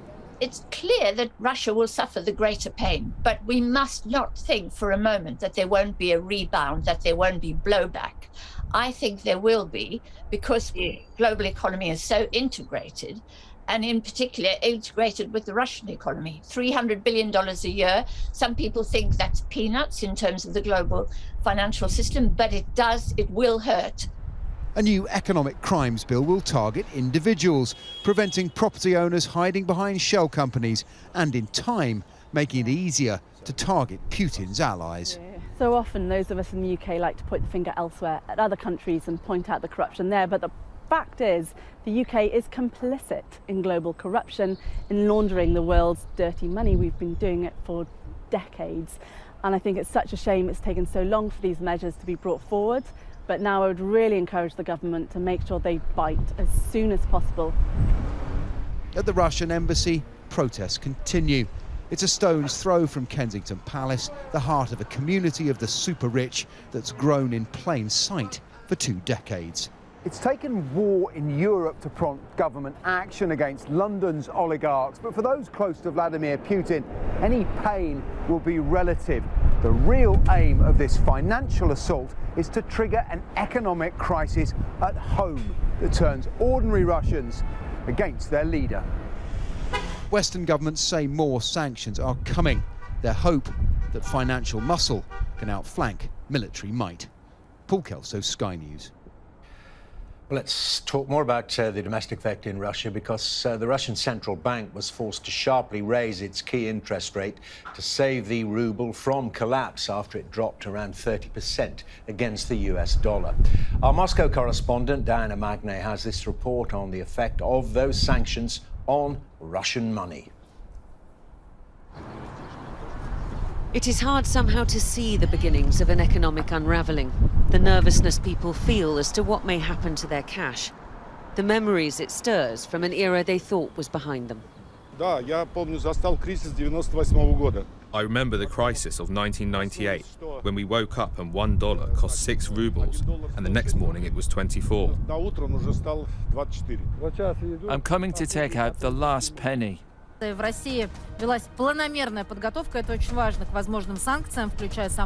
TV did its best to pass on a reassuring message. The central bank too, more than doubling interest rates to 20%, with assurances that the banking system was stable. All the funds in clients' account are preserved and all transactions are available to clients. President Putin held an emergency meeting to discuss the sanctions. His top advisors crammed around one end of a long table, the man who appears more and more to be the lone decision-maker at the other. I invited you to talk about questions related to economy and finance, talking about those sanctions which the so-called Western community, as I called it in my speech, an empire of lies, tries to realize against our country. But this heralds the start of dark times for the Russian people. Putin's long-trumpeted claim that he brought this country stability after the chaos of the 1990s, now not so clear-cut. The history of the last 20 years was rewritten in the last 5 days, and economically it's the same. You cannot say that Putin brought Russia to a different point of stability or prosperity. Okay, that's gone.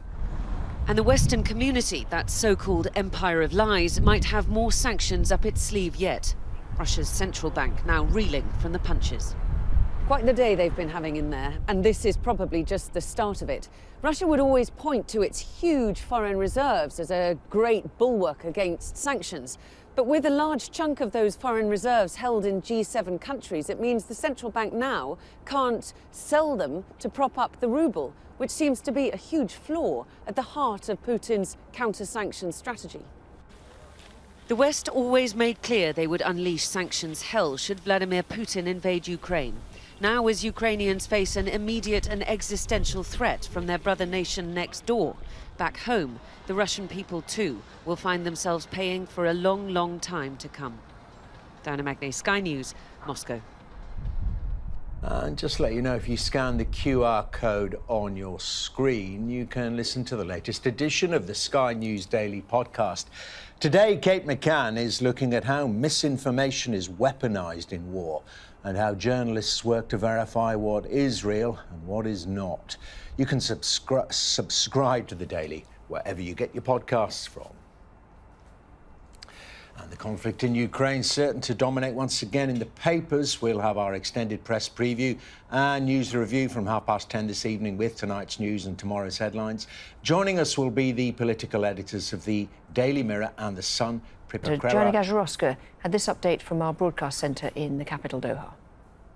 This decision by FIFA and UEFA came less than 24 hours since another decision by FIFA to sanction Russia, but it was very roundly criticised by many other football associations. So the original decision was that Russia would continue to play matches, not at home, but it would continue to play matches and not under its own name, instead as the Football Union of Russia, or RFU. It wouldn't be allowed to have its national anthem, and it wouldn't be able to play under its flag. But that really was as far as it went, and that's why it was heavily criticised by many other football associations. Now, this new decision effectively means that Russia are out of the World Cup qualifying competition for this year. Now, Russia were due to be playing Poland at the end of March in a World Cup playoff match. Then the winner of that would play another match against Sweden and the Czech Republic, and then the winner of that match would go on to represent their country at the World Cup here in Qatar. But now that Russia are out, those three other teams who'd pushed for Russia to be suspended by the likes of FIFA and UEFA, well, they've welcomed this new decision, albeit it's come later than everyone expected. The pressure was really on FIFA from those football associations, not just across Europe, but across other continents as well. And also, I think that this decision was prompted by the IOC, who'd earlier smoothed the path by saying that all sporting organisations should ban Russia and Belarus athletes from international sporting competitions. Here in London, people have been donating huge volumes of supplies for Ukrainians in need. Volunteers say they've been inundated by people trying to help. Charlie Angela sent this update from London. This Polish club in South London is being overwhelmed with donations. You can see mountains of children's clothes, thermals, shoes, bedding, medical kits, all being sorted by volunteers. There's a car queue blocking traffic down the road as Londoners come to drop off what they can. We are extremely grateful and moved by generosity and solidarity of the people who is bringing it. I think I heard every language of the world in this room in the last 24 hours. At the moment, we are looking for the transport companies that would like to sponsor shipment from London to the Polish and Ukrainian border free of charge. This is what we desperately need now. A few days ago it was Ukraine. Today it might be Poland. Next week it might be Europe. Just stop the war. There are collection points like this set up around the UK as people join the call to stand with Ukraine. But beyond the clothing and the bedding, they say what they really need is combat gear. Helmets, high-vis vests, two-way radios and drones. In the meantime, these donations will be a small comfort to those refugees stepping into uncertainty. Charlie Angela, Al Jazeera, London.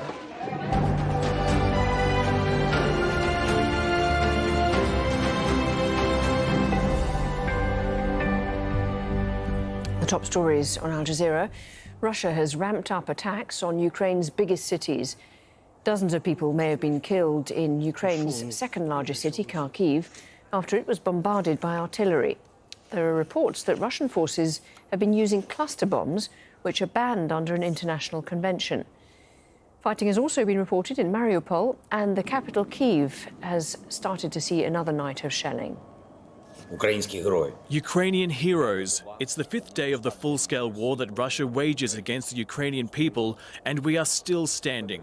We are getting something that other people can't get in their lifetime. Some say Ukrainians are not like everyone else, and we didn't know what we were capable of, and now we are showing it. This is inspiring. 4,500 Russian occupiers have been killed in Ukraine. Just take everything you got and go away. Don't believe your commanders and propagandists. Just save your lives, go away. Well, talks have been held between Russian and Ukrainian delegations, but without a breakthrough. Ukraine has demanded an immediate ceasefire and the withdrawal of all Russian troops, including from Crimea. Moscow says it's seeking an agreement that benefits both sides, and it's warned other countries that supplying Ukraine with lethal weapons will mean they will face a harsh response. Delegations will now return to their capitals for further consultations before a second round of talks are held. Western sanctions are hammering Russia's economy. The ruble plunged by as much as 30%. There have been long lines outside Russian banks and ATMs as people rush to get cash out. And Russia's central bank has more than doubled its key interest rate to 20% and introduced some capital controls. Quick reminder, you can always catch up with all our stories on our website. The address for that is aljazeera.com. Coming up next here on Al Jazeera, it's 101 East. I'll be back with more news after that. Bye for now. Compelling. We're keeping our distance because it's actually quite dangerous. Ambulances continue to arrive at the scene of the explosion. Inspired.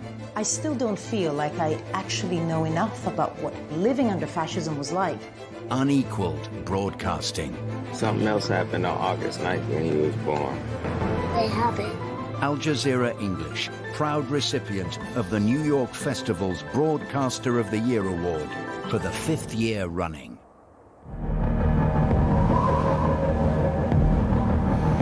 Majestic, captivating, and dangerous. Mount Everest is the ultimate mountaineering challenge.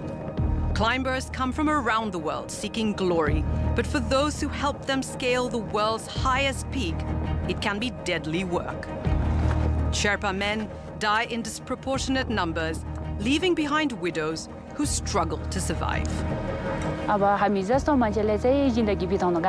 Forced to become breadwinners, some women are defying tradition by breaking into the male-dominated world of Himalayan climbing.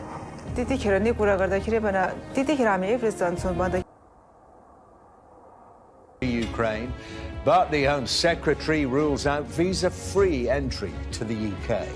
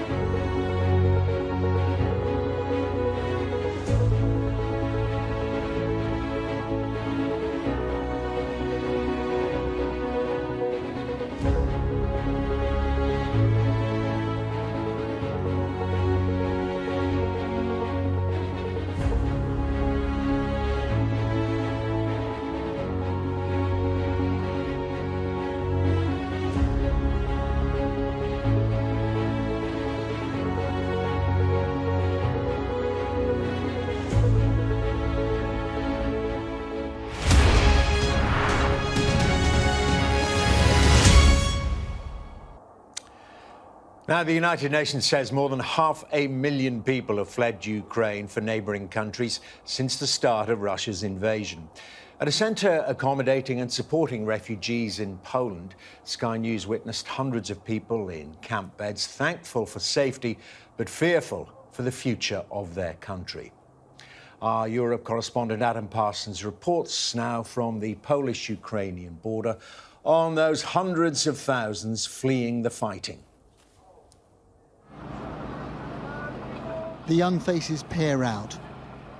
This could be a school outing, but in fact, these youngsters are now refugees.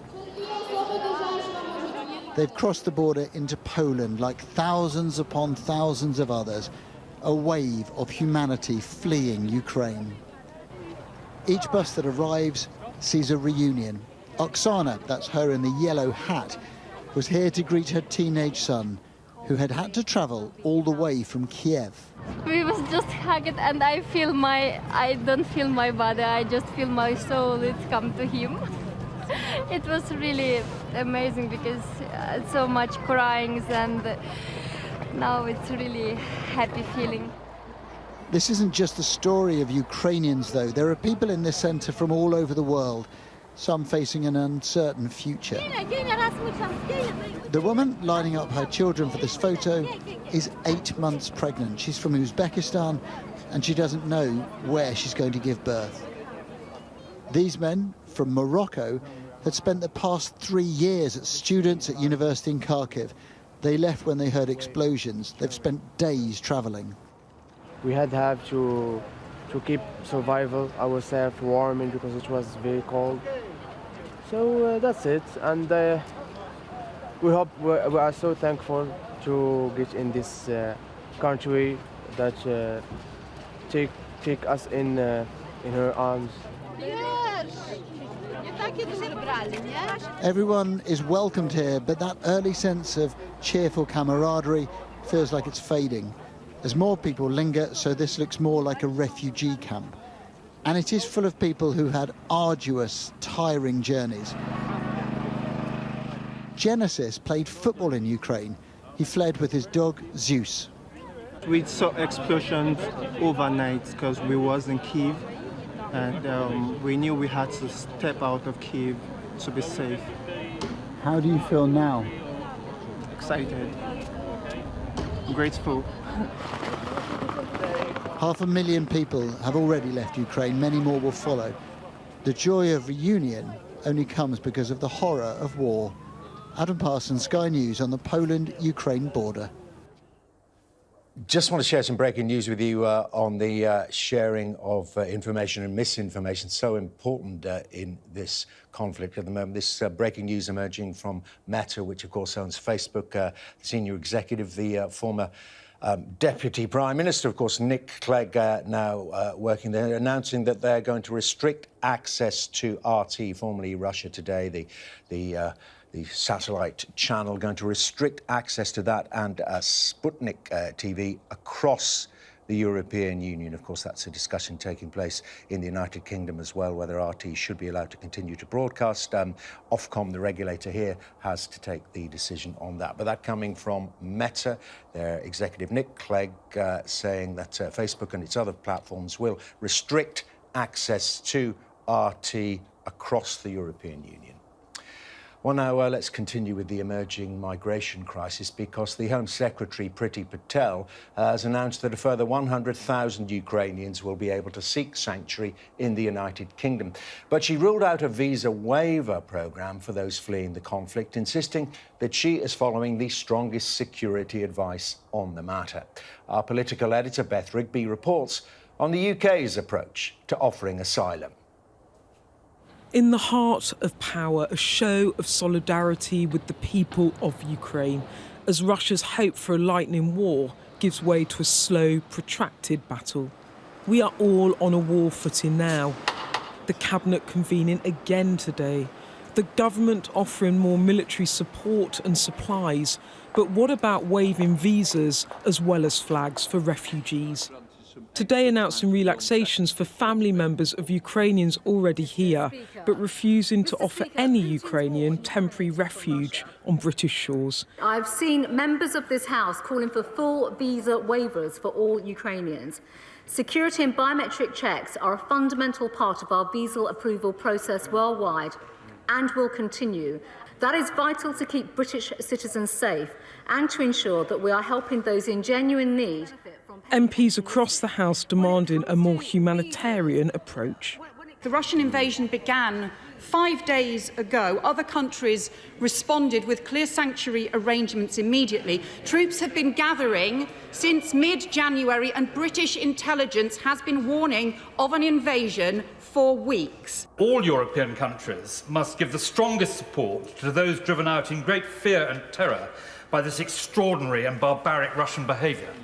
This former Justice Secretary wants the government to issue temporary visas for those fleeing war. What do you actually want them to do in concrete terms? At times of war, an extraordinary challenge requires an extraordinary response, and that's why I think that it is important that, albeit on a temporary basis with the sort of safeguards that we want to see in place, I believe that the British public would support and do support the tradition of compassion. It's that compassion that Andrei wants for his family, all in Ukraine. Here, celebrating the turn of the new year in Kyiv just weeks ago. But now his mother hides in a bomb raid shelter. His father has taken up arms on the front line. And his 19-year-old sister Anne-Marie has fled to the Romanian border, desperate to seek refuge in the UK. So I have enough funds to sustain my sister. And it's not that she will be a refugee and then the UK economy will have to pay for her being here. I can do that myself. I just want to get her to be close to me and be safe here. All together, we will win! And as the situation in Ukraine darkens, the protests and the pressure at home will only grow. Ministers won't scrap security checks, but they are planning to expand the current family scheme to let more refugees in. Beth Rigby, Sky News, Westminster. And you're watching Sky News Tonight. Coming up, as Russians and Ukrainian officials hold talks, is there any hope for a diplomatic breakthrough following President Putin's nuclear threat?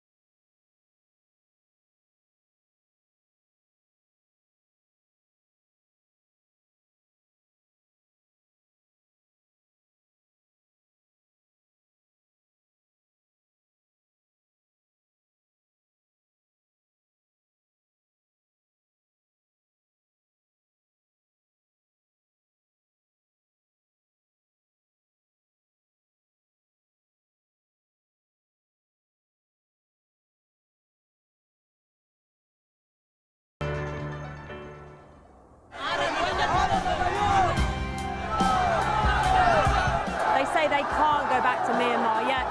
If they do, they fear they'll be killed. We take you to the heart of the stories that shape our world.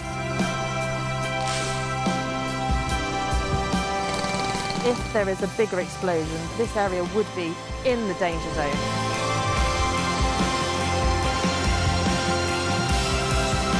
Traffic jams snake for hours up and down this hillside. It means precious aid can't access those in need. You can see the depth of the water. If you have a look in front of us, there are people wading through it. I think experiencing the 2 million person march in Hong Kong, that was a moment.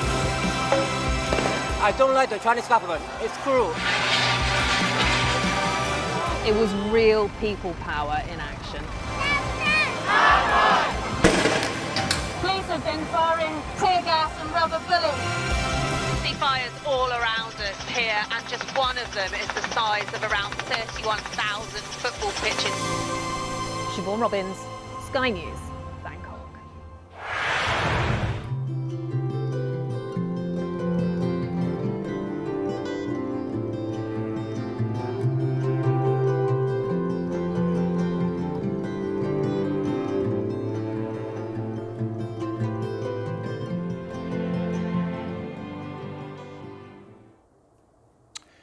Well, now, Russian and Ukrainian officials holding peace talks on the Belarus-Ukraine border are now returning to their respective capitals tonight, ahead of a further round of negotiations, they say.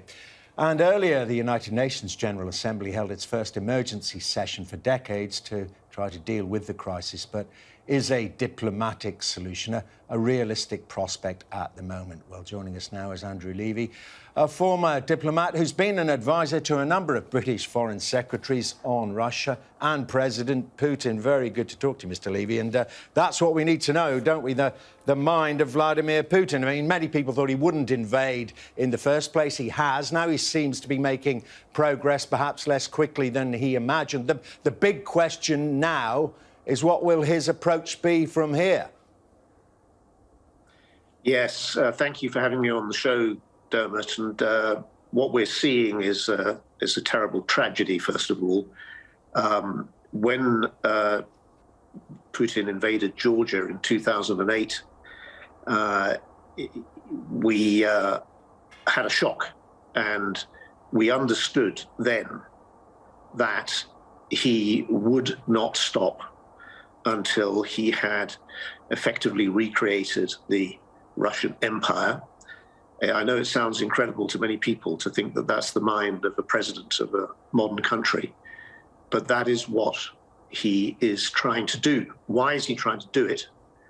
Well, part of it might be this mysticism about, Mother Russia and all that we hear something about, but a very great deal, and the driving force really is his psychopathic, kleptocratic nature and those around him. They're nothing like the kind of government that we are used to, with all the complaints we have about our governments. And it's about survival, and it's about wealth, and as a subsidiary to that, about security-dominated notions of Russian greatness. So, well, throwing that analysis into the current situation after those talks taking place between officials on the Belarus-Ukraine border, do you think at this point, given the size of the military incursion, the invasion by Russia, that they really are a bit of a sticking plaster from the Russian point of view? They're not going to seriously engage? I think it's very unlikely that Putin would settle for anything other than a totally unacceptable set of conditions on Ukraine. And when I say unacceptable, and clearly to Ukrainians and to Ukraine unacceptable, but now to us, if we had any doubts about the unity, the interconnection of Europe, how close Kiev is to us, if you want to look at it that way, those doubts are now dispelled. Today, the Ukrainian president signed an application to join the EU, symbolic, you might say. But look at how fast things are changing. Germany is now setting its defense budget at 100 billion euros a year. That's much, much larger than the UK's defence budget, much larger than the Russian defence budget. Who'd have thought that? So where are you on this analysis that the writing was on the wall? Because it's interesting, the writing was on the wall for some time about President Putin and his attitude to greater Russia, because you mentioned that 2008 in Georgia when you were advising the then Foreign Secretary. And, of course, 2 years before that, there was the killing of Litvinenko in London itself. And that method of activity has continued throughout his reign, and let's call it a reign.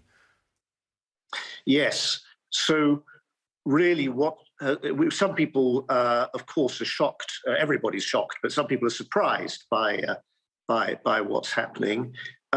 Those who've been looking at it closely for a long time know that we've been in a war with Putin in a war with us. He is doing it to us, not us to him, ever since he became president. What form has that war taken? Well, as you mentioned, one form it took in 2006 was the use of a nuclear weapon, albeit a small quantity of very deadly nuclear substance, to murder a British citizen in London.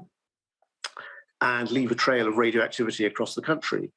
The information war, which people are now waking up to, there's been quite a lot of reporting, as you know, Dermot, from some of your colleagues on that who've dug into it deeply. That's been going on the whole time. It's a tech-enabled, you were talking about Nick Clegg before, I don't want to pick on him, but Meta, Facebook is a huge part of it. Tech-enabled, similar to what went on in the Cold War, but with this new medium for doing it, a new weapon for doing it. And that has been going on the entire time. The territorial expansion, if you like, started in 2008 with the invasion of Georgia. Then you had the various events in Ukraine in 2014. These were predicted, not the day and the exact thing, but that Crimea would be potentially invaded. That was all predicted way before. I think the problem we've had, Dermot, is that whereas in the Cold War, it was seen as the existential imperative to contain and prevent the actions of the Soviet Union. By the time we got to Putin, and by the time we got even to 2008, we didn't feel that we could pull together a coalition to properly contain. We would have wished to, but we couldn't. Why couldn't we? Because the people in charge who were saying that we couldn't felt we couldn't. It was a kind of circular argument. Yeah, there were more important things going on. Islamist so-called terrorism. Yeah, obviously, huge thing. All sorts of issues about energy security, other things going on. Afghanistan, of course, in all of that. And I suppose, in short, we took our eye off the ball. We knew we were taking our eye off the ball. We collectively, yeah. I'm part of it, but the only thing I can say in my defence is that we said so back then. Andrew Levy, very good to get your thoughts. Thank you very much indeed, Andrew Levy, who advised. Thank you, David. Appreciate it. In the past on how to deal and how to attempt to know the mind of President Vladimir Putin of Russia. We've just got time for a look at the weather now for you.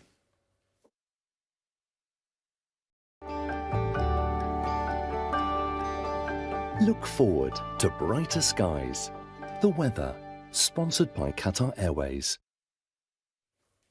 And this is the way it is looking for tomorrow. Mostly fine, but some rain and drizzle around in the south of England. England and Wales right now having a mostly wet evening, although the north and the west will be drying up. There'll be just the odd shower or two in other areas. Rain then over England and Wales will mostly clear overnight, but drizzly outbreaks will linger over parts of southeast England. There will be some fog on the coasts and hills as well. Elsewhere, showers becoming confined to the north of Scotland. It'll be milder in the south, quite frosty in actual fact elsewhere, with the odd fog patch developing as well. So tomorrow morning, mostly fine, but the south of England will be a bit dull with some patchy drizzle and hill fog. The north of Scotland will have a few wintry showers. It will be quite mild, but a bit cooler than today. Most places then seeing little change through the afternoon, but southwest England will turn wet. The weather, sponsored by Qatar Airways. And this is Sky News. Coming up at 9 o'clock, the great debate in which we're asking, of course, in the light of the Russian invasion of Ukraine, is Britain still a global power?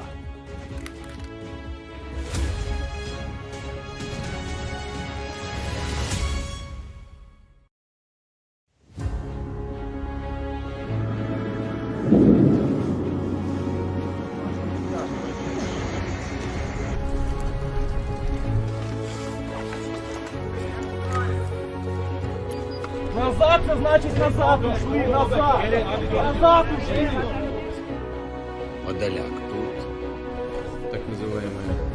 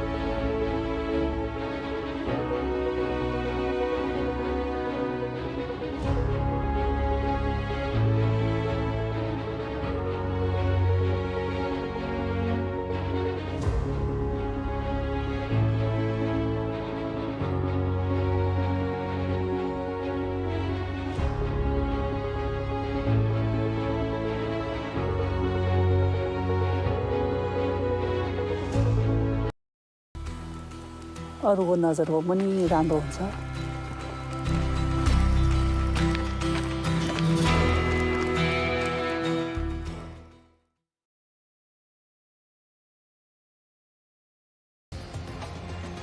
President Putin has launched an attack on Ukraine. How will the world react to his latest move? And what impact will this have on the people of Ukraine and Russia? Support Ukraine! As events unfold, stay with us for the latest news and analysis from Moscow on Al Jazeera. I'm making my own space that I can live in forever. I ran away from not home, but I ran away from the cotton field. Boxing is my get out ticket. You just gotta win. Witness award-winning documentaries on Al Jazeera. There is no channel that covers world news like we do. The scale of this camp is like nothing you've ever seen. Access to healthcare is something that what we want to know is how do these things affect people? We revisit places, we stay, even when there are no international headlines. Al Jazeera really invests in that, and that's a privilege as a journalist.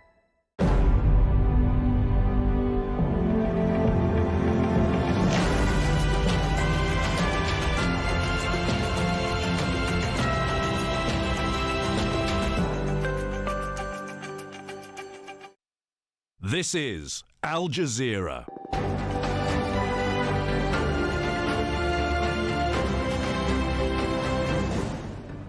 Hello, I'm Lauren Taylor. This is the Al Jazeera News Hour, live from London. Coming up, reports of cluster bombs being used in the Ukrainian city of Kyiv, where dozens of people may have been killed in a day of heavy shelling. On the border with Belarus, no breakthrough as delegates from Ukraine and Russia hold talks to end the conflict. And the exodus from Ukraine. 500,000 people have now fled the country, seeking safety in neighbouring states. Plus a rush on the ruble. Queues in Russia as Western sanctions see the currency plunge to a record low. I'm Joanna Gash-Roscoe with the sport as FIFA suspend Russian teams from all international football competitions over the country's invasion of Ukraine, including this year's World Cup.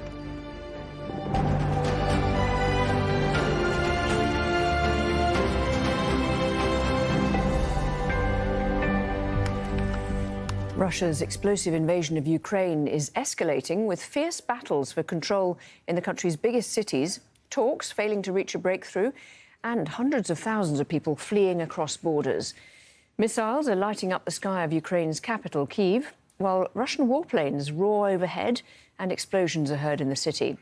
Farther east, dozens of people have been killed in Ukraine's second-largest city, Kyiv, after it was bombarded by artillery. There are reports that Russian forces have been using cluster bombs, which are banned in 100 countries. Fighting has also been reported in Mariupol.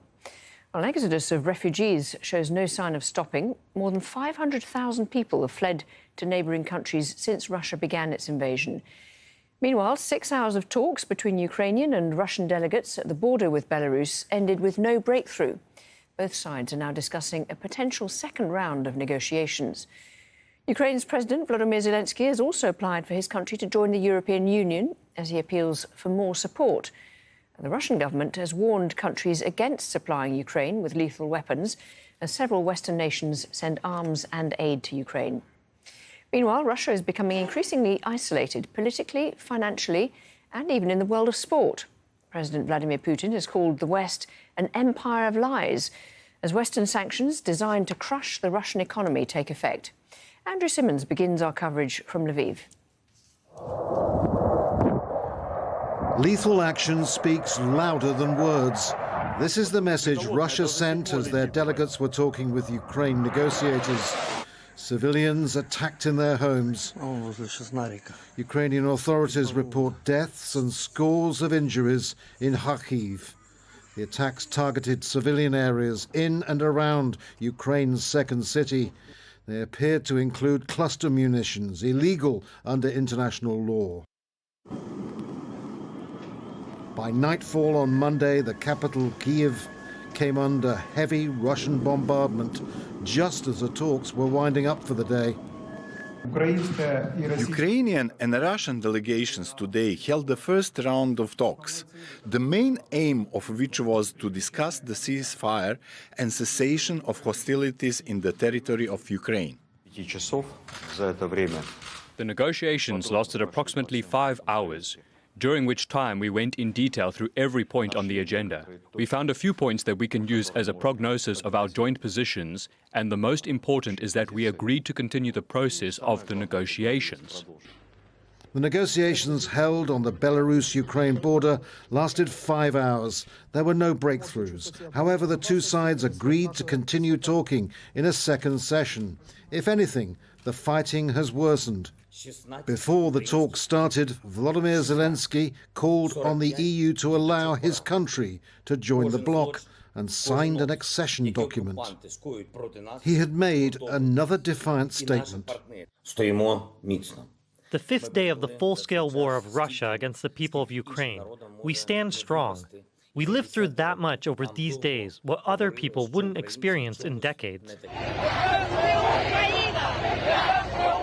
In the south of Ukraine, where Russian forces have advanced and taken the city of Berdyansk, these are civilians surrounding Russian military vehicles. They shouted, "Go home," to the troops. Such defiance and solidarity is seen all over Ukraine.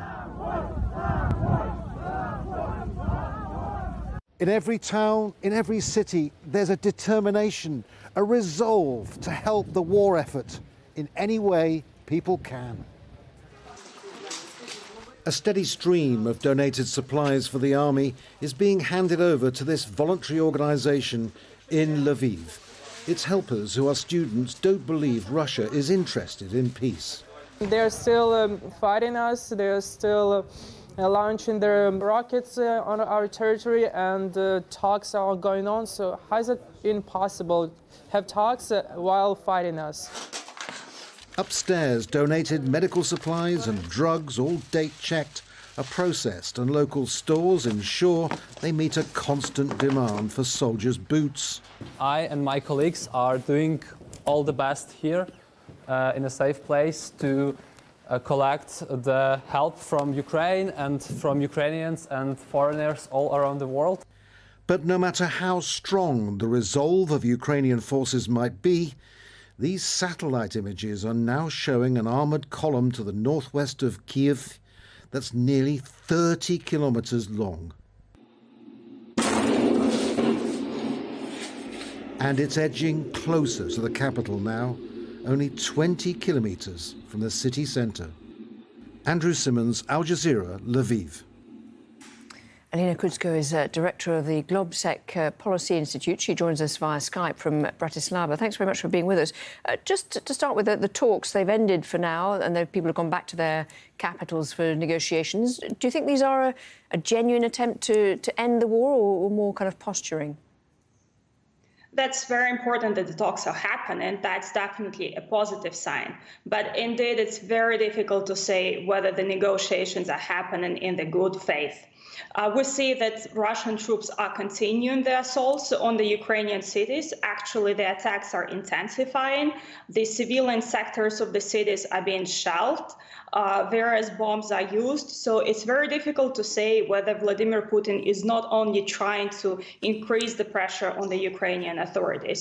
Also, he might be trying just to improve his image, both domestically and with the rest of the international community. If he still has any support at all, he might be still trying to demonstrate that, see, I'm looking for some peaceful resolution, but the negotiations are not going well. Also, Russia is definitely trying to win some extra time.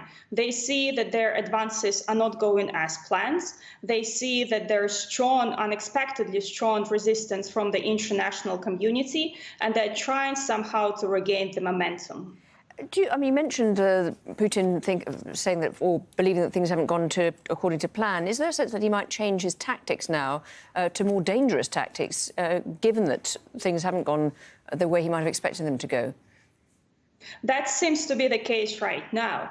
Before, it seems that the Russian troops were under order not to target civilians, not to target the civilian sectors of the cities. But now we see more and more that the shelling becomes indiscriminate, that the troops are given orders to do whatever it takes to make way forward. So there is definitely concern that even more troops will be directed to Russia, to Ukraine from Russia. We see that more and more troops are arriving to Belarus, waiting and being being ready to be sent further to Ukraine. So likely the fighting will intensify further. Does anyone in Putin's inner circle have any kind of influence on him at this stage that might make him change course, do you think? It's very difficult to say. What seems to be the case is that Putin is increasingly isolating. He's been isolating himself during the past 2 years for COVID reasons, but it's visible that even the inner circle of his advisors are not having such a good access to him, and their opinions are increasingly discarded. Even the opinions of the oligarchs, who are now under severe economic pressure, do not seem to be taken very seriously. And that's exactly why the international community is worried that Putin might have the mind of his own and might be increasingly irrational. Talk to us a little bit about Belarus. I know it's in one of your areas of expertise, that they've approved the constitutional change that allows them to host Russian nuclear weapons on their territory. How important a move would you say that is?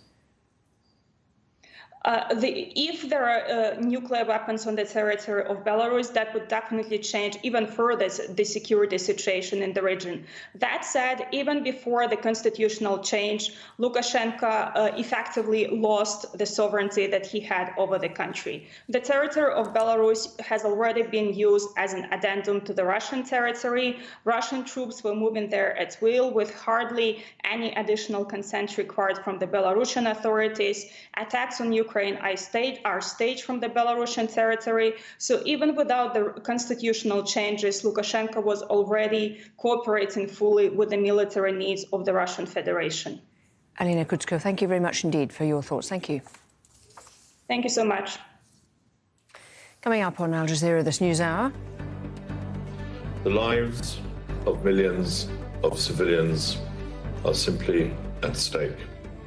The UN Security Council is told a humanitarian disaster in Ukraine must be stopped. Ukraine's president appeals for immediate EU membership.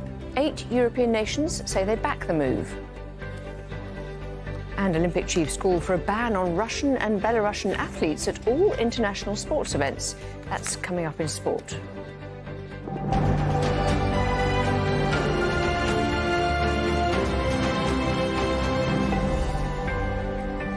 The UN estimates more than 500,000 people have already fled Ukraine, and thousands more are continuing to seek refuge. Sheltering more than 320,000 people, Poland is taking the bulk of the burden. But many migrants from Africa and Asia who are trying to leave Ukraine say they're being turned away from the border. Zain Basravi met with some of them at a reception centre in Koryowa in eastern Poland. A refugee crisis on an industrial scale.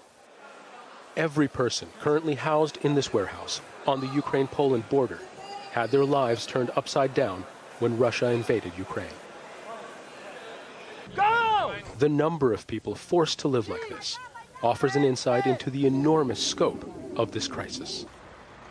And still they keep coming, bust in from the border. Away from the war, but now in limbo. We're here at one of the many reception centers set up on the Ukraine-Poland border, where people have been telling us how happy and relieved they are to finally be inside Poland, to have crossed over the border from Ukraine. But many people have also been telling us of the indignities that they have suffered on the Ukrainian side of the border. People from countries in Asia, Africa, and the Middle East were living and working in Ukraine when the war began. Weapons of war do not discriminate, so everyone ran for their lives, foreign citizens, hoping to reach Poland to contact diplomatic missions evacuated to Warsaw. We were always the last people to get on anything. It was always like that. So they will firstly put their people first, and us. I would say for me it was discriminating, but I think for them it's normal because it's their country. They need to save their people first. Some of the people we spoke with said a country at war could be forgiven for putting their own people first. But for others, some with Ukrainian families of their own, the contrast of how they were treated was too stark. We understand that they need to save their citizens, but we have been loyal to Ukraine. We have been in their country. We have been lawful in their country. We have shown them love. I believe that the least they could do was to evacuate us. Well, my thought is that a refugee is a refugee, and a refugee is a human being, and it doesn't matter what skin color, religion, political attitude, or whatever that is. If a refugee needs help, then we need to help the refugee. The non-European refugees coming into Poland tell stories of generous strangers giving help, shelter, food and transport. But they also tell stories of guns being pointed at them by Ukrainian troops, being forced back to make way for Ukrainians to get to safe havens first. And even in Poland, tempers run high. Wait, no, you can't tell us the same way that we went out of war, even Ukrainians went out of war. Only you're taking just Ukrainians. I'm so sorry. I respect you as a police officer, but what you guys are doing here, this is not the job of a country that is showing itself that they are helping refugees coming from Ukraine. Okay. I'm sorry. War, as always it seems, brings out the best and worst in people. And even if the fighting stops soon, repairing the damage done to all the lives touched by this crisis will take much longer. Zain Basravi, Al Jazeera, Korchova, Eastern Poland. Earlier I spoke to Ewan Watson, the head of media for the International Committee of the Red Cross. I began by asking him what his colleagues on the ground are seeing. Well, they're painting a very disturbing picture. People are scared, suffering at this point, wondering what is going to become of them, and in need of really some basics. A safe haven. People just don't know which way to turn. We know that people have fled both inside the country and beyond its borders, looking for that safe haven. But of course, there's active fighting. And so that's just a very difficult situation for people. And of course, it triggers other needs beyond food, medical care, shelter, which are, of course, key. There are other needs as well, such as, well, families get separated from each other in a conflict. You may be detained. You may simply have to leave loved ones behind because they may be not able to travel. Just spare a thought for people who are in shelters tonight with health problems, unable to really move. What is to become of them? So the situation is extremely difficult, and it triggers things like, well, how do I stay in touch with my family when the phone lines are down? I don't have any electricity. And in all that, the mental health implications for the population are just vast and very, very concerning. You touched on the issue of supply of food and other basic goods and medical and so on. How much is the ICRC able to help with that within Ukraine itself? And obviously there's, I suppose, another issue of supplying help to people who are refugees in neighbouring countries. Well, we are, of course, doing what we can, but we are frustrated because it's not enough. So we have distributed some kits to hospitals via our partner, the Ukrainian Red Cross, that will help medical workers treat trauma and burn injuries and gunshot wounds. So we're happy about that. But on the other side, we are often blocked. So, for example, truck drivers who are trying today to bring in aid into the country are blocked for days on end because they simply can't get through with the insecurity, with the curfews that have been happening. So it is a frustrating situation for us. We're not able to do as much as we can. And that's why one of the things we're calling for is greater humanitarian access. We need safe spaces to do our work today. We've been calling right from the start of the conflict for parties to that conflict to respect international humanitarian law. And what that really means in basic terms is respect civilian life, don't target and attack civilian infrastructure. And that really is critical, actually, that last point, because once you take out water plants, electricity plants, those core components for civilian life, then homes are knocked out, hospital facilities don't work, schools can't function. So it has a tremendous knock-on impact for the civilian population. And of course, that's what we're seeing today with shelling and the escalating conflict. So that is an urgent call for the parties to the conflict that we have, because we see the brunt it bears on the civilian population. The UN's humanitarian coordinator has been briefing the Security Council on the situation on the ground. Martin Griffiths told members that at least 102 civilians are known to have died, but the figure could be much higher. The lives of millions of civilians are simply at stake. We know from other recent conflicts how brutal, deadly and protracted urban warfare can be. We know how countries' economies can be devastated. Infrastructure, investment, and development gains set back an entire generation. And we know enough to know that we do not yet know what it will be the consequences of the events that we observe today. These things should never happen in any country, anywhere. Every effort, of course, must be made to de-escalate the conflict. Shihab Ratanzi is live for us at the United Nations. And Shihab, Griffith's comments follow a special emergency session of the UN General Assembly. Why was that convened?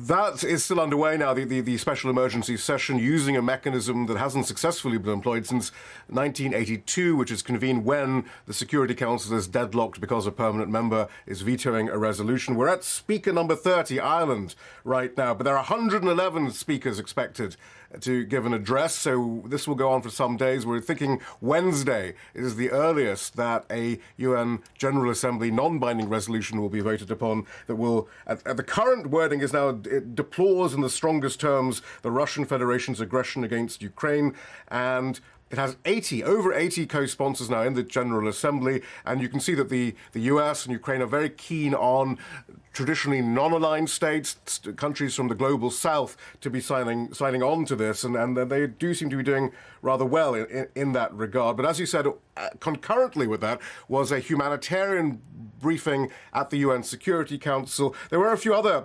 striking bits of information from the humanitarian coordinator and the UNHCR refugee coordinator that some 160,000 people, the UN thinks, are internally displaced, and 500,000 have fled Ukraine in the past few days. But this is very striking. The UNHCR says they're planning for 4 million refugees, up to 4 million refugees in the coming days and weeks. And in the meantime, we understand that several Russian diplomats have been expelled from the UN. What more can you tell us about that? Yes, this is at the instigation of the United States. It's interesting because the US says they've been working on this for several weeks, in fact, but they say that these 12 Russian diplomats are being declared persona non grata, and the US alleges that they abused their privileges by engaging in espionage activities. So the US saying that they were working on this for some time, for several months, in fact, they've been working on this, and that these are Russian spies that are being expelled from the Russian mission to the United Nations. The Russians say, however, that this is a gross violation of the UN Charter and the Vienna Convention by the host country of the United Nations, the US. Shihab Ratanzi, thank you very much indeed. Western sanctions are beginning to hammer Russia's finances. The ruble plunged by 30%, a record low, at one point trading at 120 against the US dollar. There are long lines outside Russian banks and ATMs as people rush to get cash out. In an emergency move, Russia's central bank has more than doubled its key interest rate to 20% and introduced some capital controls. Bernard Smith looks at the effect the sanctions are having on ordinary people. Nervous about whether debit and credit cards might stop working as sanctions bite, some Russians are stocking up on cash. Soon they'll begin to feel the financial pain of their president's decision to invade Ukraine, with interest rates more than doubled to 20% and the ruble plunging 30% against the dollar. We are planning to buy a flat, so for us it is very important. We were hoping to have a certain interest rate, now it will be totally different. Of course, I'm worried. First of all, the situation with the dollar is unclear. And what about food prices? We are in a dead-end situation. There is no way out for people. Russians have been promised that central bank reserves of more than $630 billion will help cushion the economy from sanctions. But much of this money is in foreign banks. Sanctions will make it very difficult to get any of it back to Moscow. One Russian economist told Al Jazeera it's a completely unprecedented situation for the central bank. On Friday, central bank had enormous reserves. Today, half of these reserves are frozen and the other half is likely to be unusable as well. So this is something where nobody really can imagine what's going on. The central bank says external conditions for the Russian economy have drastically changed. In a meeting about sanctions with government ministers, Vladimir Putin described the Western community as an empire of lies. Russia's economy is also taking a hit from Western firms running for the exit. BP, the biggest foreign investor here, is abandoning its stake in oil firm Rosneft. UPS and FedEx have stopped shipping services. Half the passenger jets used here are leased, and those contracts are being cancelled. Russia's political, economic and physical isolation from the rest of the world is rapidly gathering pace. Bernard Smith, Al Jazeera, Moscow.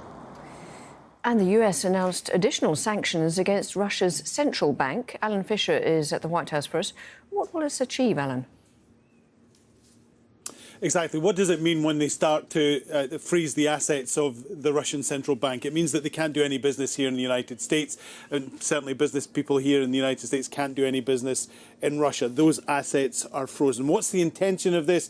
Well, you remember that on Friday, Joe Biden announced that there was going to be more sanctions against the Russian leadership, including Sergei Lavrov and also Vladimir Putin. Said there were more tools in the toolbox, and these are the tools that they've taken out over the weekend. Essentially, one senior White House official says that they want to drive the Russian economy backwards, while Vladimir Putin is driving his tanks forwards towards Ukraine. They want to make sure that inflation goes up, that investment opportunities are down, and essentially destroys the purchasing power of the Kremlin, so that if this war goes on, they will not be able to rebuild their military by going out into the international marketplace and buying any bullets, any tanks, any aircraft, anything like that, essentially now off limits. Now, Joe Biden has had a talk with his closest allies. He had a 90-minute chat this morning here in the United States. They discussed usual matters of concern, but no doubt they were plotting what the next steps would be if they were to take further action against the Russians. The United States has been very keen to make sure that any sanctions are coordinated so that the countries act together, and also that any sanctions are sustainable, so that one country after 2 or 3 weeks says, no, we can't do this anymore, we're reining it back in. So he wants to make sure that they're sustainable and that they can continue for some period of time. They're also talking about the possibility of opening up the strategic oil reserves, because of course there's going to be real pressure on world oil supplies. That will drive up prices at the pump for ordinary people, so that's a concern. So they're talking about the possibility of doing that. And of course the US is looking at Vladimir Putin over the weekend, heightening the alert for his nuclear forces. Jen Psaki, the press secretary, has just had a briefing in the White House briefing room. She says that there's no intention for the US to change their status. Joe Biden was at an event celebrating the end of Black History Month in the White House just a couple of hours ago. At the end of that event, he was asked, should Americans be scared about the prospect of nuclear war? He shut that down very quickly with one word answer, which was no. Alan Fisher, thank you very much. Still to come this news hour, sending money, weapons and even food from McDonald's. The civilians joining forces with Ukrainian soldiers to defend their country. Rallying to help refugees, volunteers in London say they've been overwhelmed by donations. And billions of lives already at risk, billions more on the path to danger. A UN report says the consequences of climate change will soon be irreversible.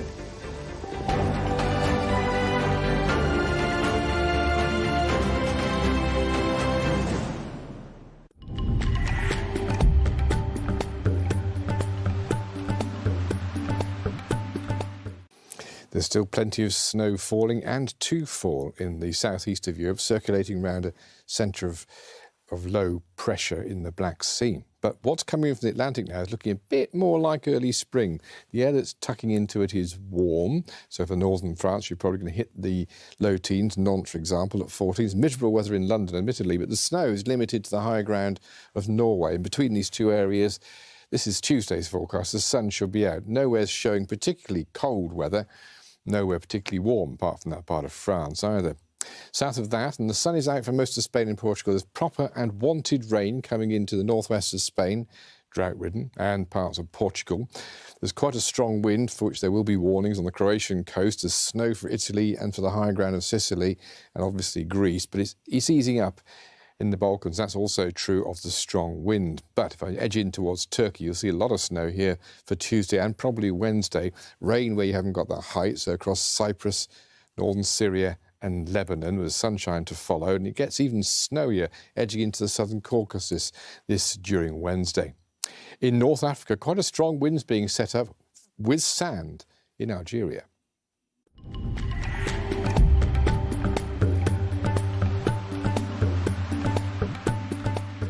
Examining the impact of today's headlines. There are threats to peace and security that don't appear on the TV screens. Setting the agenda for tomorrow's discussions. Thousands of Palestinians being displaced and having their homes destroyed and their land annexed from them. International filmmakers and world-class journalists bring programs to inform and inspire you. Climate has to become part of the way we tell stories. On Al Jazeera. Dictatorships to democracies, activists to corporations, control of the message is crucial. Oil companies have become very good at recognizing ways to phrase what they want you to hear. We care about the environment, you do too, you should buy our oil. Be it for public opinion or profit. Once you make people afraid, you can use that to justify stripping away basic civil liberties. The Listening Post examines the vested interests behind the content you consume on Al Jazeera.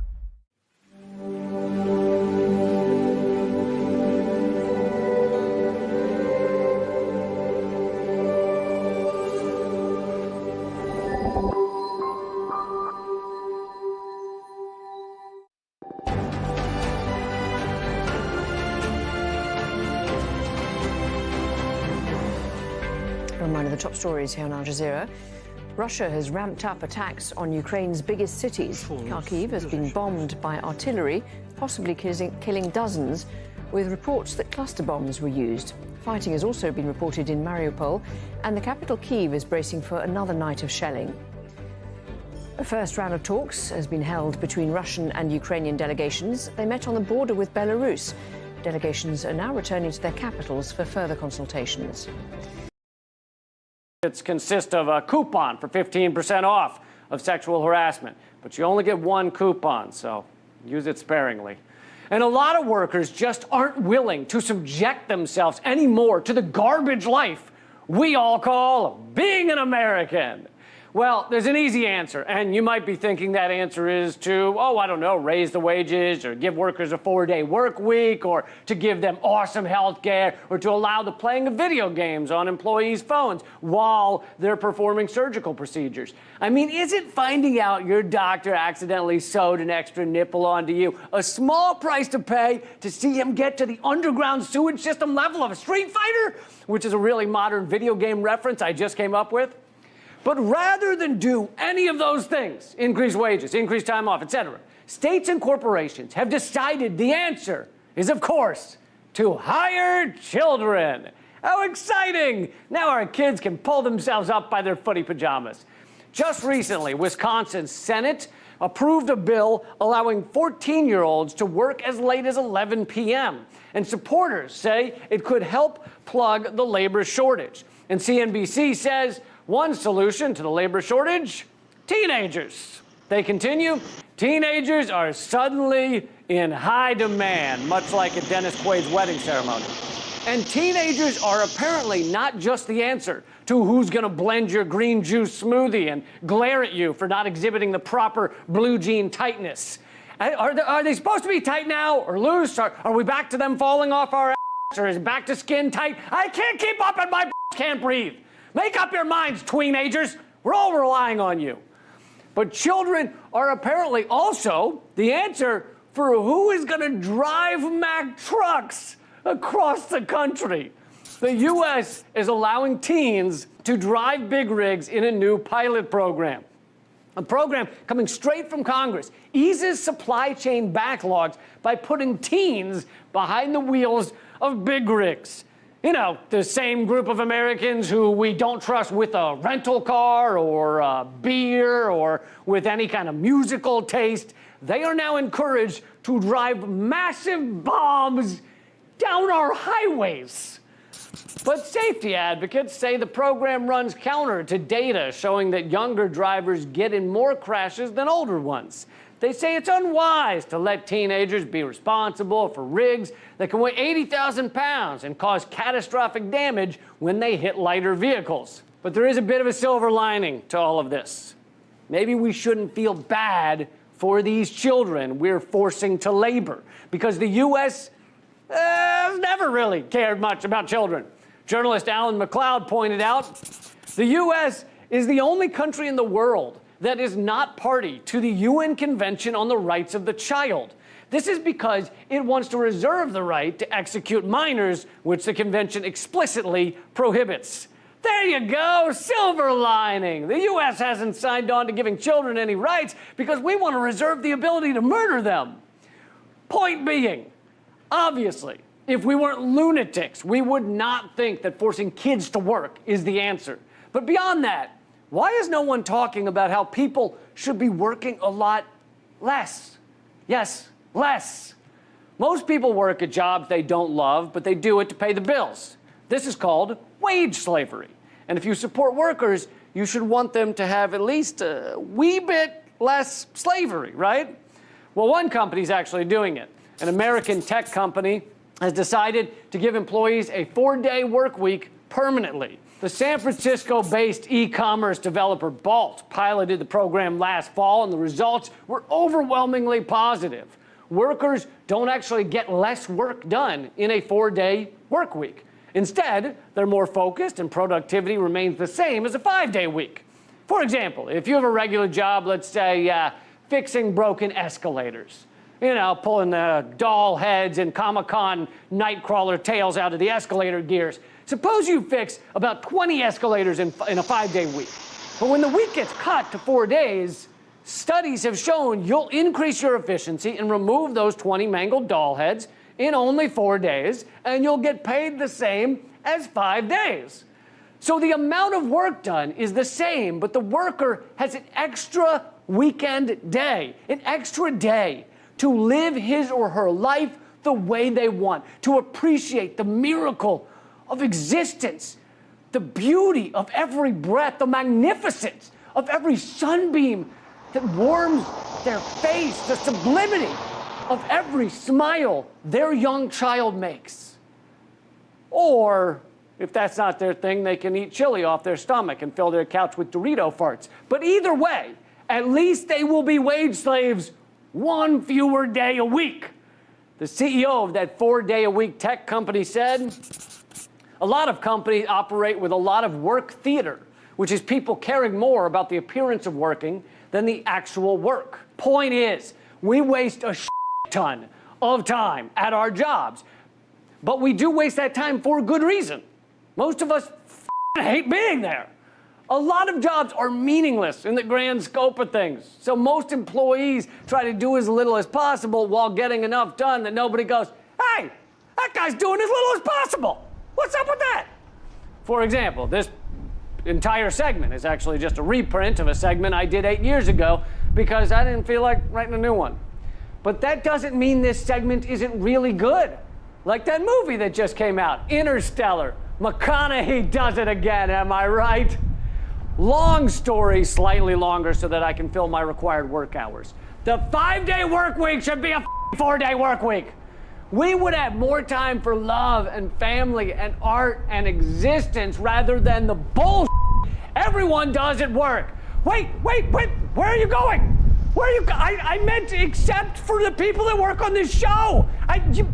You should totally fine. Who's gonna film the part about comedy from Washington, D.C., the Belly of the Beast, the redacted height? Someone, come on. Let's roll, never get their control. They got their money, but we got our soul. Let's roll, never get their control. They got their money, but we got our soul. Welcome, I'm Lee Camp. Let's break some news. As you know, I'm a devout member of the Evangelical Church. As you also know, devout means unvout, and I am the least vout member of the church, meaning I've never been in one, but I've heard good things about their brunch options. They give you free crackers, and they have a dude actually place it on your tongue, which I've always found is the most labor-intensive part of eating things. Although the crackers are not actually free. In exchange, you have to hate gays and think women are the property of men, which kinda, it's a lot to ask for a cracker and like a little bit of wine, you know? But I did once tell a guy I agreed that albinos were the work of the devil in order to score an Egg McMuffin. I regret that now. I regret that. Anyway, I do realize there are plenty of churches out there that embrace LGBTQ folks. However, Project Censored revealed recently that major Christian organizations, including the Billy Graham Evangelistic Association and the Fellowship Foundation, have together spent close to $250 million over the past 13 years campaigning against LGBTQ and abortion rights, according to a report by Open Democracy. Over $250 million trying to make sure 2 to 4 people who love each other very much get punished for that love. This is seriously f***ed up. Some churches are using those donations people give them to oppress other people a world away. If I wanted to do that, I would pay my taxes. And these hateful maniacs with their holy hair gel leaching into their brains claim they're just trying to protect the sacred institution of marriage. What? Sacred?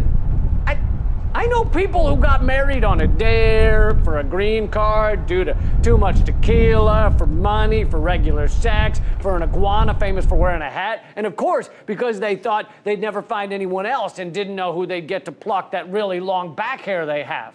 These are all common reasons people get married. As far as sacred institutions go, I would rank Dunkin' Donuts maple syrup pickled yam donut holes just above it. And this story has been ignored by the mainstream media. Unless, of course, you count Dave Chappelle's 35-minute bit on how he has it tougher than trans people who've been attacked in the streets because his stretched Hummer doesn't have enough room for the double masseuse rubdown he's accustomed to, so he and his entourage have to pull over and rent out the cigar room of a high-end hotel. See? Dave is just like you and me. I hear the servant boy who puts Dave's pants on him does it one leg at a time, just like regular people. Anyway, this story is completely ignored by mainstream media. And it's not just about how one views marriage. Peter Tatchell, a well-known British gay activist, described this movement as Christian imperialism, menacing the well-being and human rights of millions of LGBTQ people. Christian imperialism, using the insane wealth of the church to persecute people. It's basically modern-day crusades, except instead of maces, spears, and the rarely used foul-smelling donkey catapults, their weapons are millions upon millions of dollars. And instead of trying to crush pagans and Moors, they're chasing after people who don't have the same sexual orientation as them. Wow, how far the church has come since 1,000 years ago. There's even rumors they might start allowing unmarried women to speak out loud in public. Progress. Next up, in the big bucket of stories, Google has just admitted they will continue to heavily track and profile users until at least 2023, which is roughly 3 months after humanity will cease to exist. So that's interesting.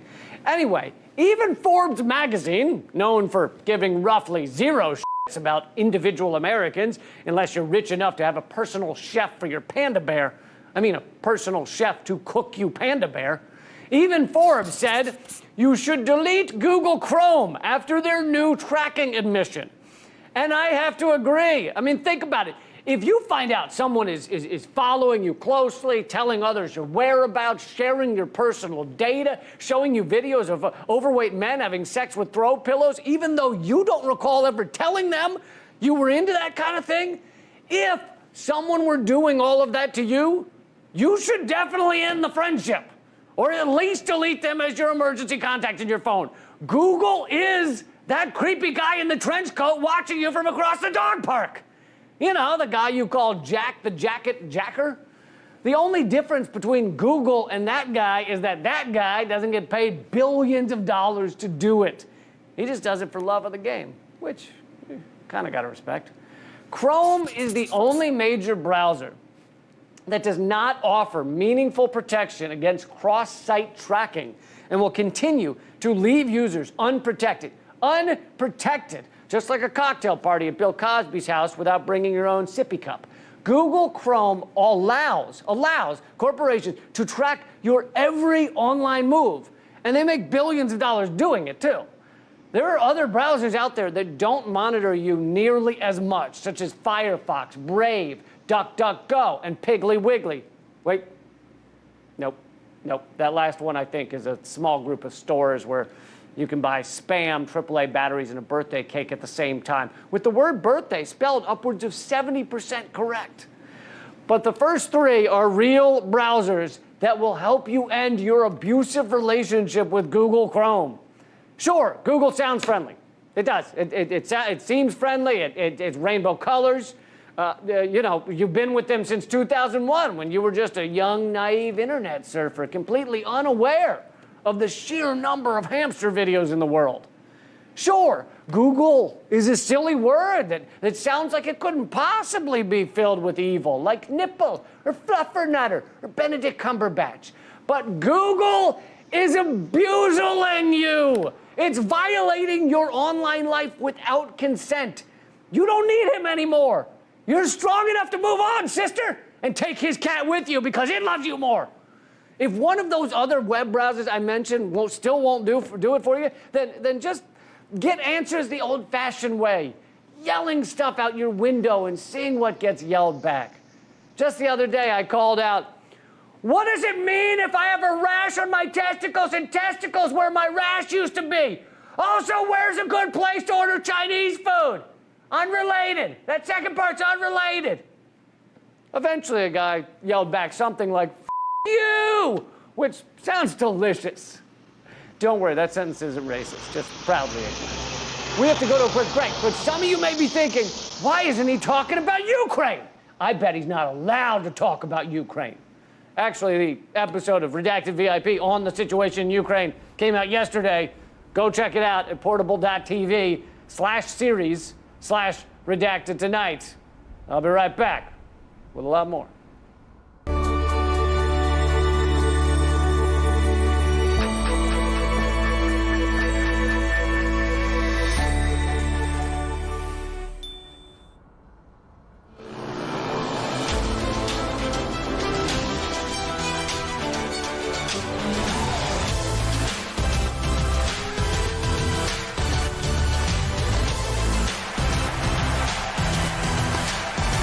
There's something for you on your Sports HQ. The American farm and the American farmer are facing more challenges today than at any time in my lifetime, and probably yours. Imports from places like Peru, and Canada, and Mexico are forcing the American farmer into a place they can't compete. 10,000 American farmers go bankrupt every year as a result. We're going to talk about that and so much more coming up on Steve Gruber's Forgotten America, right here on RT America. Welcome back. I'm still Lee Camp. Recently, the FDA did the reasonable thing and allowed the abortion pill, which is extremely safe and effective, to be ordered by mail.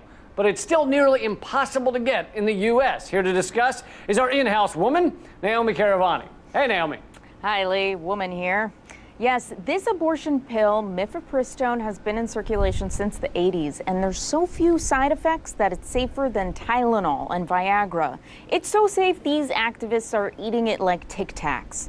But it's still harder to get than other drugs from the 80s, like cocaine, which does not get rid of a pregnancy. I've tried. Though it did get rid of every speck of dust in my house, my Roth IRA, and about 3 friends. Sounds about right. Can we get back to the abortion pill, though? Yes, we can. Well, in 1993, Time magazine called it the pill that changes everything, but then it disappeared from public knowledge. 2 out of 3 women don't even know about it. It was Pill of the Year. Now it's like the Andrew Grove of pills. Who's that? Exactly. He was on the cover of Time magazine in 1997. Now a nobody. He's the mifepristone of people. So if the pill is so safe, why aren't women getting it? There's been so many barriers to getting this medication that most abortions in the U.S. are still done by surgical procedure, even though the majority of people ending their pregnancy do so early enough to take the pill instead. We're still getting antique abortions out here. That's something that you don't want vintage, unlike a couch or an IUD. You have a vintage IUD? Yeah, a copper one. it actually looks like the Statue of Liberty welcomes all the poor, huddled masses of sperm. You know, it really doesn't work at all. What? Even now that the FDA allowed the abortion pill to be mailed, 19 states have mandated in-person abortion treatment. Many women still have to make 3 trips to the doctor's office in order to get this pill that they could take at home. The doctor first advises the few risks of taking it. You sign a form, get an ultrasound, watch The Miracle of Life, get mobbed by evangelicals reciting psalms strapped with AR-15s in the parking lot, then drive 150 miles back to your home because you're probably one of the 90% of women in America who don't have an abortion clinic in their counties. Jesus! Yeah, they yell about them too. Then you have to go back, do it all over, then another round trip for a checkup, just so you can swallow a pill in front of a doctor. That's more supervision than birthing a baby. I know. Can you imagine taking other medications that way? Every day I would have to go to a clinic and have an internist watch me drink Pedialyte for my daily hangovers. Yeah, women should be able to take the pill at home, I think. But they don't know about it. Somehow, instead, we all know about 60 different erectile dysfunction medications. And now I know about Zeoflex that apparently fixes bent peni. Peni? Yeah, the plural for penis. Don't think so. Well, I'm not a doctor, but I have read patients reported side effects of Zeoflex, such as losing inches off of their. But isn't that like every guy's excuse? Like, it's too cold, I drank too much, or this FDA-approved medication had serious side effects, but since I saw it in a Super Bowl ad, I was convinced it was safe. I mean, I've heard it all. These were the poor, huddled masses you've been with? Well, they weren't all poor. The added layers of so-called protection for the abortion pill are not because of medical necessity, but politics that are inconveniencing women. So I suggest that we need a political solution. Force erectile dysfunction patients to go to their doctor, to take their pills, and then the doctor must examine their erection to see if there's a bend. Okay, and TMI. Then they would have to get Zeoflex. That's enough. Thanks, Naomi.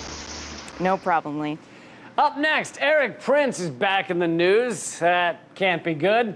For more on our national security state's increasingly visible influence in American politics, we turn to our top secret correspondent, Jafar Khan.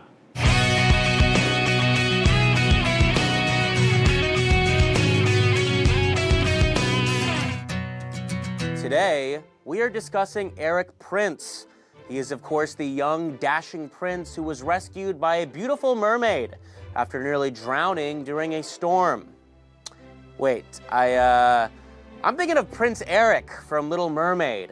Eric Prince is the founder of Blackwater, the private military firm that murdered 17 Iraqi civilians in Baghdad. I always get them confused. He's in the news again thanks to a New York Times article that reveals his involvement in raising money for a conservative spying operation targeting opponents of Donald Trump.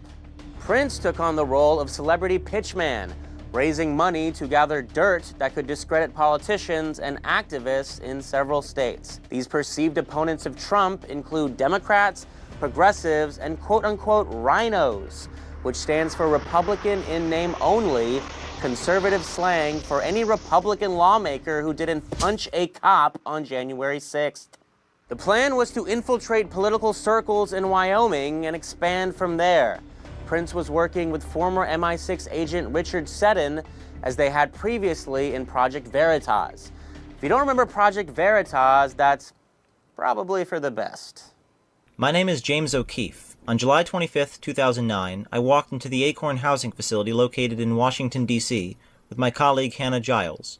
I played the role of a pimp with the intention of running for Congress. Hannah played the role of a prostitute. Okay. So, what's the big deal with Eric Prince, Richard Seddon, and this new and improved Project Veritas? Well, it reflects a larger problem of national security officials meddling in U.S. media and politics. Let's go back to the 2016 election. Sorry in advance. Former high-ranking intelligence officials like ex-CIA Director John Brennan and others used cable news posts to spread lies about Trump. We don't want the CIA on cable news shows. It's bad enough they're in the Middle East, Latin America, Africa, Central Asia. Okay, we don't have time for this list. The point is, We can't have our national security establishment attempting to sway domestic politics. And the lies they were peddling grew out of the fraudulent Steele dossier, a document full of damning but made-up details about Trump named for its author, Christopher Steele, the former MI6 spy. Then there was the case of Hunter Biden's laptop, with former spies labeling the disclosures a Russian information operation with no evidence, delegitimizing the reporting and leading to news outlets to call it Russian disinformation. And of course, it turned out the laptop's contents were legit and had nothing to do with Russian disinformation. Who would have thought a group of professional spies could be so disingenuous? Now, let me be clear. Am I defending Donald Trump? No! It's not like the CIA had been conspiring against Trump because they just couldn't stand his hurtful rhetoric. They viewed him as a threat to the security establishment. This was about their self-preservation. The CIA should not be involved in our politics. Erik Prince should not be infiltrating political parties. I am so sick of hearing that guy's name. He should be in jail for war crimes, not out here free on the streets trying to stick it to the libs. The CIA and MI6 have always been secretly involved in politics, but now it's open and accepted because liberals love it when John Brennan discredits Trump and conservatives love it when Erik Prince supports Trump. We shouldn't be listening to their opinions on politics. We should be trying them for their crimes. From the Blackwater headquarters in Herndon, Virginia, this is Joffrey Khan with Redacted Tonight.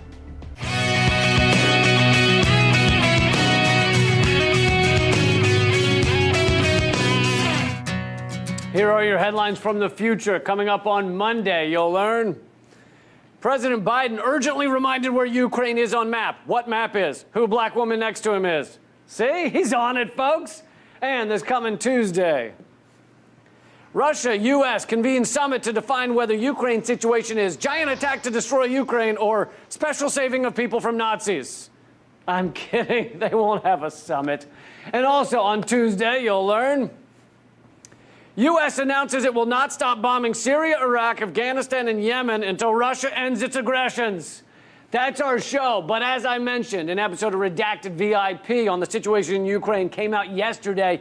Go check it out at portable.tv/series/redacted tonight. You can also get it all with the Redacted Tonight podcast. It's called Moment of Clarity. It's free on Stitcher, Spotify, and iTunes. Till next time, good night and keep fighting.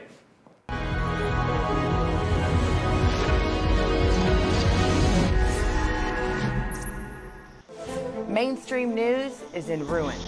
I should know, because I saw it from the inside, and I know how they operate. Stop falling for exaggerations, distractions, and fictions. For news that tells you what's really going on, tune in to RT America, where we always question more.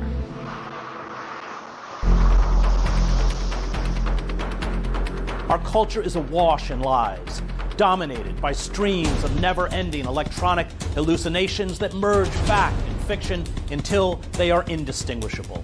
We have become the most illusioned society on earth. Politics is a species of endless and meaningless political theater. Politicians have morphed into celebrities.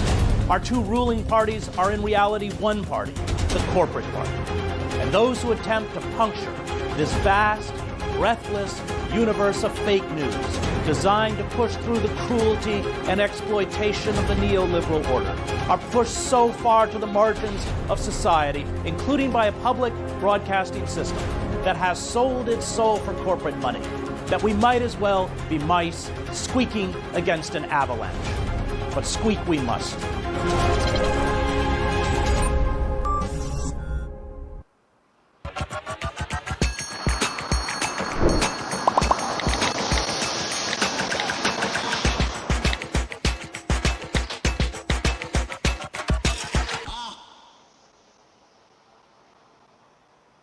May your questions birth new questions, numberless as stars, and endless as the sea, and bring you all insight, distance, depth, and more. Lift your eyes to all that remains in question. like it when the host asks a question to the guest and then actually listens to the guest's answer and then reacts to that answer. Hey, folks, Dennis Miller here. I've got a new show.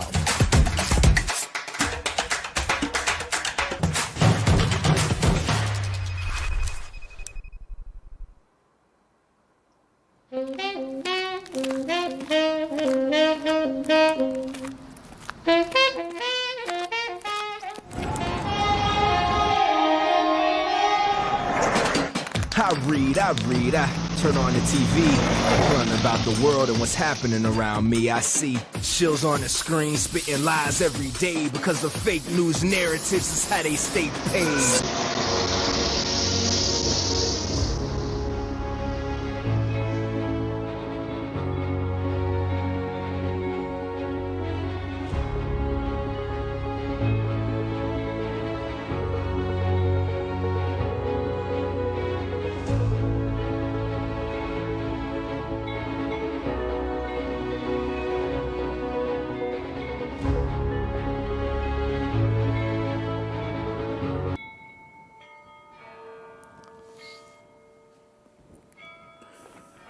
It's 10 o'clock. This is Sky News at 10, live from Kiev, a city enduring more bombs and mounting agony. Tonight, the helpless victims inside Kiev's main children's hospital.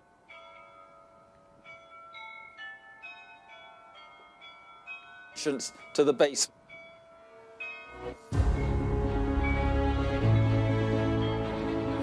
Dozens are killed in a barrage of blasts. Major cities are targeted across Ukraine as the Russian assault on this country intensifies.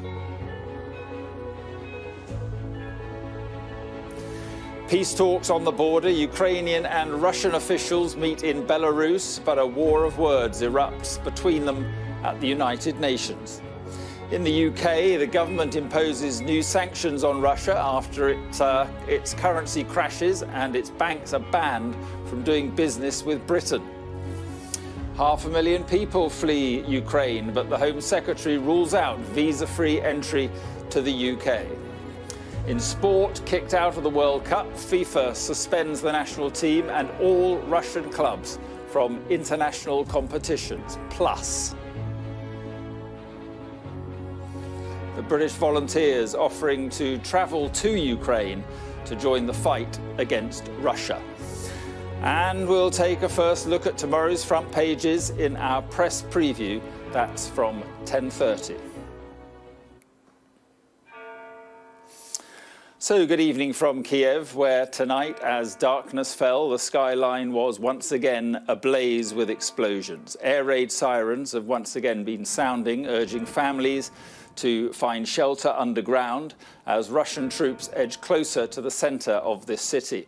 Dozens of people died in similar attacks across the country, even as the first peace talks were held between Russia and Ukraine, and the United Nations appealed for calm. Hundreds of thousands of people are fleeing the fighting, but among those staying are the weakest and the most vulnerable, the sick and the young, like the 10-year-old boy who died after the ambulance he was in came under fire. Our security and defence editor, Deborah Haynes, has tonight's first report from this city's main paediatric hospital on the children of Kiev. The trauma of war in a children's hospital. This boy was hit by gunfire as Russian forces advanced on Ukraine's capital. Just 14 years old, he suffered face, back and leg wounds 3 nights ago. His latest procedure described as minor surgery. Russia's invasion prompted medics to set up this makeshift emergency department. 3 children have been brought in so far, including a 10-year-old who died en route. That was the quiet place with just kids, with the scheduled operations, and now in one moment it changes. So, okay, this is war. We are and 2 days ago we have the gunfights all around the block with the artillery fights, etc., etc. But this night was a little bit calm. So, and the war changes the priority. So now, if you can take a shower and take a coffee, it is luxury. he's barely slept.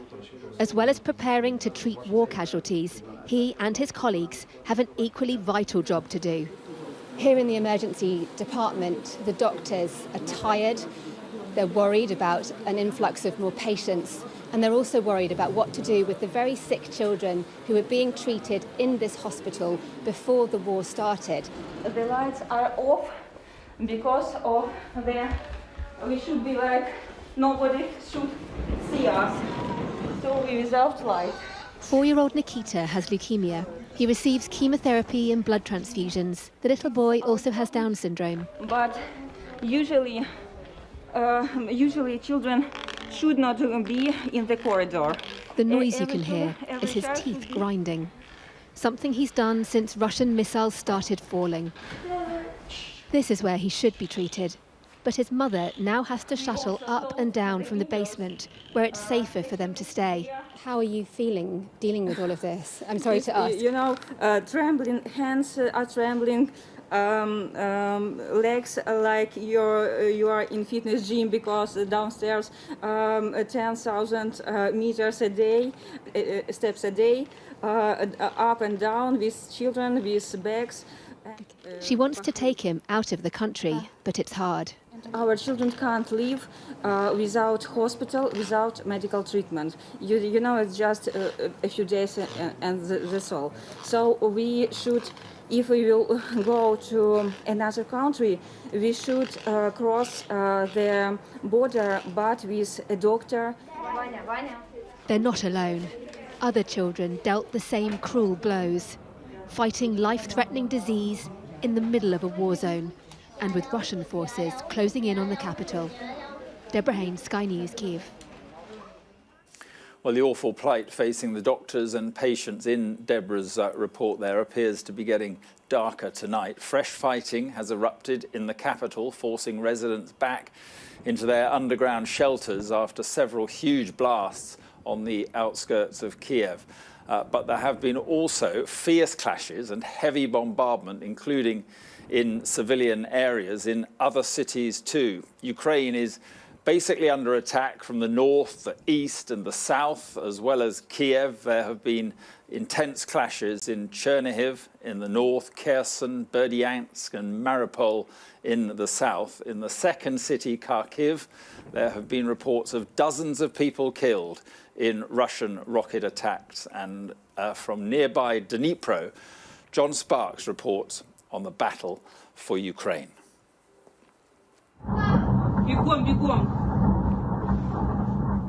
The Russian government says it's willing to negotiate, but the Russian military has decided to bomb. This is Kharkiv, Ukraine's second largest city, as filmed through the windows of its residents. It shakes and it shudders under a fiery barrage. The attacks seem indiscriminate. It was a bloody day. The government says dozens of people have been killed. In the north, the city of Chernihiv has been targeted by artillery and by missile strikes too. A popular shopping center was hit and a residential building was partially destroyed. The Ukrainian government said there was an unknown number of casualties. In the south, the Russians have taken ground, securing the city hall in Berdyansk. But the community's residents did not cower. Instead, they faced the enemy and told them to go home. Such confrontations have been replicated around the country. The Ukrainian president has reiterated their message. 4,500 Russian occupants were killed. Leave your weaponry and leave. Do not believe your commanders. Do not believe your propagandists, but simply save your lives. Leave. As the attack on Ukraine intensifies, the parties met for talks on the border of Belarus. But there seems little prospect of success. The Russians began the day complaining the Ukrainians were late. We've been waiting all night to talk while their civilians are dying, said their delegation's head. The besooted Russians, here on the left, said little about their aims, while the Ukrainians have demanded an immediate ceasefire. Their president seeks salvation in the arms of the West, today signing Ukraine's application for membership in the European Union. As the Russians press forward, the Ukrainians sign up, here registering for the army in the city of Dnipro. We were asked not to show their faces. So many people have put themselves forward, the authorities are turning them away. Many are now making Molotov cocktails instead. Their commander says he's inspired. Піднесення і любов до своєї України. І вдячність країнам Євросоюзу, Сполученим Штатам Америки, Великої Британії. Раніше вони тільки озабоченість велика, зараз це конкретна допомога. Дякуємо. The station in Lviv, in western Ukraine, now stands as a beacon of sorts, offering passage to Poland by train. And tens of thousands want a seat. Sooner or late, everything could come, so me and my kids and my mom, we are going to travel to Poland first. I don't know which way now. We're gonna try because it's really hard to do now, and then we're gonna go to Germany. It is a difficult journey, fueled by anxiety and disbelief, and their return beset by uncertainty. It takes courage to stay put in cities like Kiev as the Russians deploy the might of their military machine. They will not sleep in the Ukrainian capital, but the majority seem prepared to defend it. John Sparks, Sky News in Ukraine. Well, this then is the situation on the ground across Ukraine, with the country's leaders warning that Russia could launch new offensives over the next 24 hours. Ukraine is facing incursions on many fronts. This is the most recent estimate of the areas controlled by Russian forces. They've reached the outskirts of Kiev, where we are, and Kyiv. Heavy fighting has been reported in and around both these cities. Kyiv has been under heavy attack, as John was reporting there, with reports today of dozens of people killed by Russian rockets. Sky News has verified footage of shelling from various locations across the city, including what appear to be cluster munitions in the northeast. As we've seen, Kiev itself has come under renewed attack. Satellite images yesterday showed a 3-mile-long convoy of Russian tanks near Ivanka, some 40 miles from the capital. Well, today that changed. That convoy of Russian military hardware has reached the edge of Hostomel airport and stretches along some 17 miles of road. The Russians have set an oil depot alight as they wrestle for control of an airbase to the south of Kiev, and the city of Chernihiv, about 90 miles from the capital, has also been attacked. In southern Ukraine, officials say Russian troops have made advances towards Kherson and had taken Berdyansk, a city of around 100,000 people, by late last night. That's according to an advisor to President Zelensky. But the major port city of Mariupol is said to be hanging on under Ukrainian control despite heavy ongoing fighting. In a moment, we will be speaking to Deborah Haynes, and we'll get the latest from her. But the conflict here in Ukraine is, of course, dominating tomorrow's newspapers. Here's the Eye, their headline, Putin bombs civilians.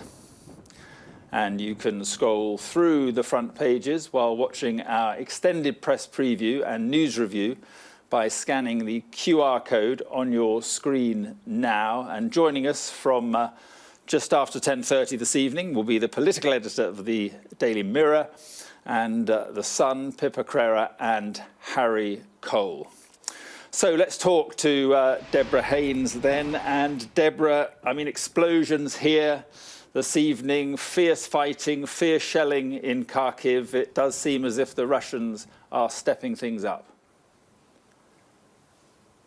It certainly does, and the movement of the Russian forces towards Kiev, the fact that they are moving, they're moving forwards, their forces are getting closer, is an ominous sign. It would seem that perhaps President Putin miscalculated when he began this operation, thinking that his forces would have an easier run at the capital. That wasn't the case, given the significant resistance by the Ukrainian military across the country. This was an attack from the north, the east, and the south by the Russians, but they have got more troops on the ground now. They are moving closer, and also the tactics they're using with this increased use of artillery and rocket fire, more indiscriminate weapons than the precision-guided missiles that we'd seen at the beginning, does suggest an escalation in the lethality of the conflict. And I've spoken to 3 separate experts today, and all 3 of them said that they suspected that some of the munitions that have been used appeared to show the signs of having been cluster munitions, which are an indiscriminate weapon. Many countries have signed up to a convention that prohibits them. Russia isn't a signatory to that, but it still could potentially be a violation of the Geneva Conventions, for example. Deborah, thank you very much. Well, crisis talks on the situation stepped up today with an emergency session of the UN General Assembly taking place in New York, the first of its kind in about 40 years. But while the hope might have been to calm tensions between the two sides, Russia and Ukraine instead traded bitter words. The goal of the special operation is to protect the people of Donbass, who for 8 years were subject to torment and genocide by the Kiev regime. To that end, there is a need to demilitarize and denazify Ukraine. If he wants to kill himself, he doesn't need to use nuclear arsenal. He has to do what the guy in Berlin did in a bunker in May 1945. Well, our US correspondent Mark Stone is in Washington this evening. And Mark, judging from the UN today, Russia's giving no ground on their warped justification for this war. No, and to that end, Mark, the United States announced within the last hour that 12 Russian diplomats who work at the UN, who are part of the Russian mission there, are to be expelled for being undiplomatic. That's the phrase that they're using. They are kicking them out. They are persona non grata. They will have to leave by the end of this week. That's one development of many that have come out of Washington and New York over the course of today. At the State Department, we asked the spokesperson there about these extraordinary threats by Vladimir Putin of nuclear war, effectively. They wouldn't be drawn on what Vladimir Putin might have meant. Was he talking about smaller nuclear weapons to be used on the battlefield or something even more frightening? They wouldn't be drawn on his state of mind either. They're choosing their language very, very carefully. They are trying to calm tensions. At the State Department, at least, they are saying that the diplomatic channels are still open. That's really important. It's important to try and lower the tension. It is also important to try and ensure that there are no miscalculations. The military communication channels between the United States and the Russians, well, they say that they are still open. Here at the White House, the spokesperson for the president was asked about this idea of a no-fly zone. Of course, given what we have just been reporting over the past 10 minutes, a no-fly zone would perhaps help. Well, yes, maybe, but the White House spokesperson said a no-fly zone would be a step towards sending US troops to fight a war with Russia. The president was asked today whether American citizens should be concerned about a nuclear war. His answer, no.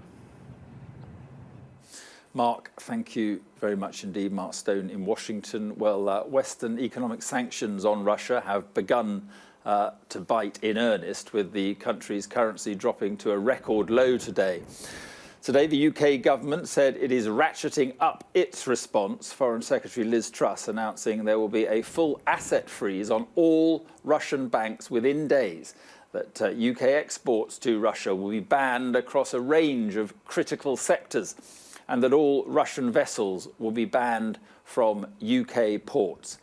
Our business correspondent Paul Kelso reports now on what amounts to the strongest ever package of economic sanctions against a major economy. In the battle to defend Ukraine, the West has opened a new front, one in which the weapons are economic, the targets Russian wealth hidden abroad, and its financial system at home, all part of an economic assault on an unprecedented scale.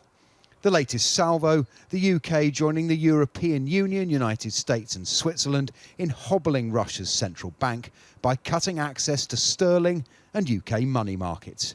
With over 50% of Russian trade denominated in dollars or sterling, our coordinated action with the United States will damage Russia's ability to trade with the world. And as soon as this legislation comes into force, we will apply it to Sberbank, Russia's largest bank. Russian flagged ships are now banned from UK ports too, including those carrying oil, while Shell announced it is ending a $3 billion partnership with energy giant Gazprom, days after BP was forced to sell its Russian holdings. In a globalised economy driven by oil and gas, making a financial pariah of Russia will come at a cost. It's clear that Russia will suffer the greater pain, but we must not think for a moment that there won't be a rebound, that there won't be blowback. I think there will be, because the global economy is so integrated, and in particular integrated with the Russian economy. $300 billion a year. Some people think that's peanuts in terms of the global financial system, but it will hurt. A new economic crimes bill will target individuals, preventing property owners hiding behind shell companies and, in time, making it easier to target Putin's allies. So often those of us in the UK like to point the finger elsewhere at other countries and point out the corruption there, but the fact is the UK is complicit in global corruption, in laundering the world's dirty money. We've been doing it for decades, and I think it's such a shame it's taken so long for these measures to be brought forward. But now I would really encourage the government to make sure they bite as soon as possible. At the Russian embassy, protests continue. It's a stone's throw from Kensington Palace, the heart of a community of the super rich that's grown in plain sight for 2 decades. It's taken war in Europe to prompt government action against London's oligarchs, but for those close to Vladimir Putin, any pain will be relative.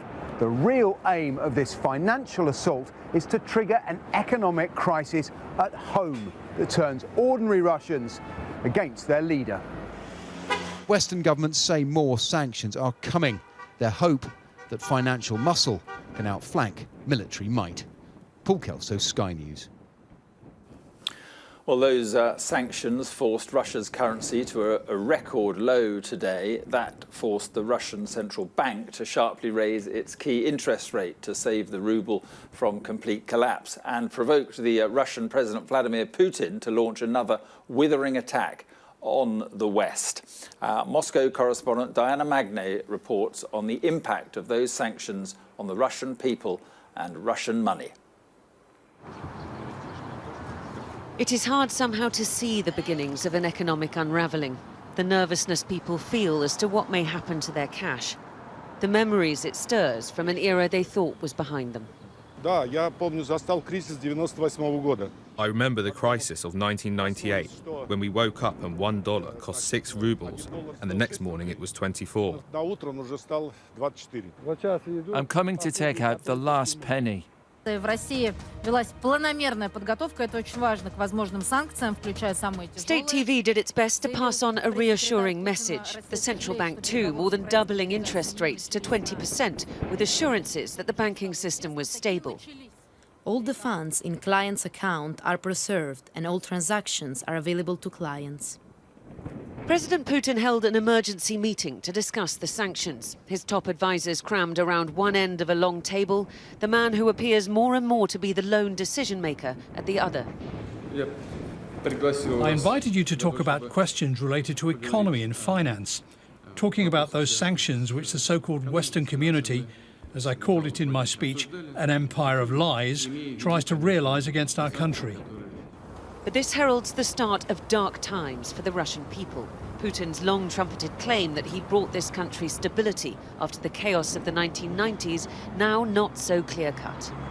The history of the last 20 years was rewritten in the last 5 days, and economically it's the same. You cannot say that Putin brought Russia to a different point of stability or prosperity. Okay, that's gone.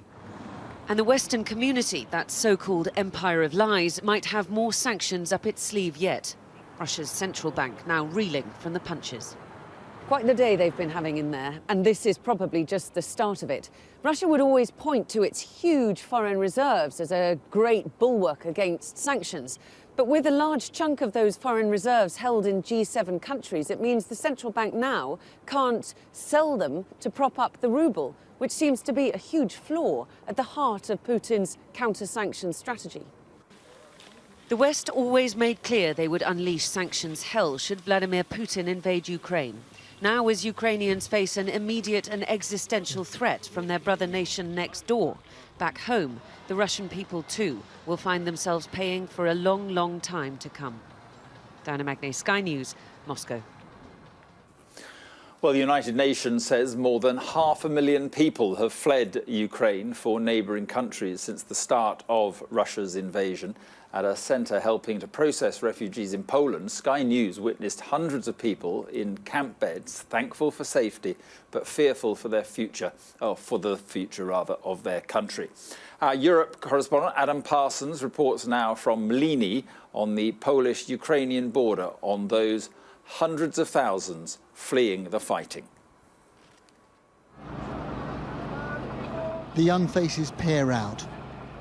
This could be a school outing, but in fact, these youngsters are now refugees. They've crossed the border into Poland like thousands upon thousands of others, a wave of humanity fleeing Ukraine. Each bus that arrives sees a reunion. Oksana, that's her in the yellow hat, was here to greet her teenage son, who had to travel all the way from Kiev. We was just hugged, and I don't feel my body, I just feel my soul, it's come to him. It was really amazing because so much crying, and now it's really happy feeling. This isn't just the story of Ukrainians, though. There are people in this centre from all over the world, some facing an uncertain future. The woman lining up her children for this photo is 8 months pregnant. She's from Uzbekistan, and she doesn't know where she's going to give birth. These men from Morocco had spent the past 3 years as students at university in Kharkiv. They left when they heard explosions. They've spent days travelling. We had to keep survival ourselves warm because it was very cold. So that's it, and we are so thankful to get in this country that take us in her arms. Everyone is welcomed here, but that early sense of cheerful camaraderie feels like it's fading. As more people linger, so this looks more like a refugee camp. And it is full of people who had arduous, tiring journeys. Genesis played football in Ukraine. He fled with his dog, Zeus. We saw explosions overnight because we was in Kyiv, and we knew we had to step out of Kyiv to be safe. How do you feel now? Excited, grateful. 500,000 people have already left Ukraine, many more will follow. The joy of reunion only comes because of the horror of war. Adam Parsons, Sky News, on the Poland-Ukraine border. Well, under increasing pressure from the opposition and leading backbenchers on her own side that the government has not done enough to help those refugees, the Home Secretary today announced that a further 100,000 Ukrainians will be able to seek sanctuary in the UK. But Priti Patel ruled out a visa waiver for those fleeing the conflict, insisting that she is following the strongest security advice. Our political editor Beth Rigby reports on criticism of the UK's approach to offering asylum. In the heart of power, a show of solidarity with the people of Ukraine, as Russia's hope for a lightning war gives way to a slow, protracted battle. We are all on a war footing now. The cabinet convening again today. The government offering more military support and supplies. But what about waiving visas as well as flags for refugees?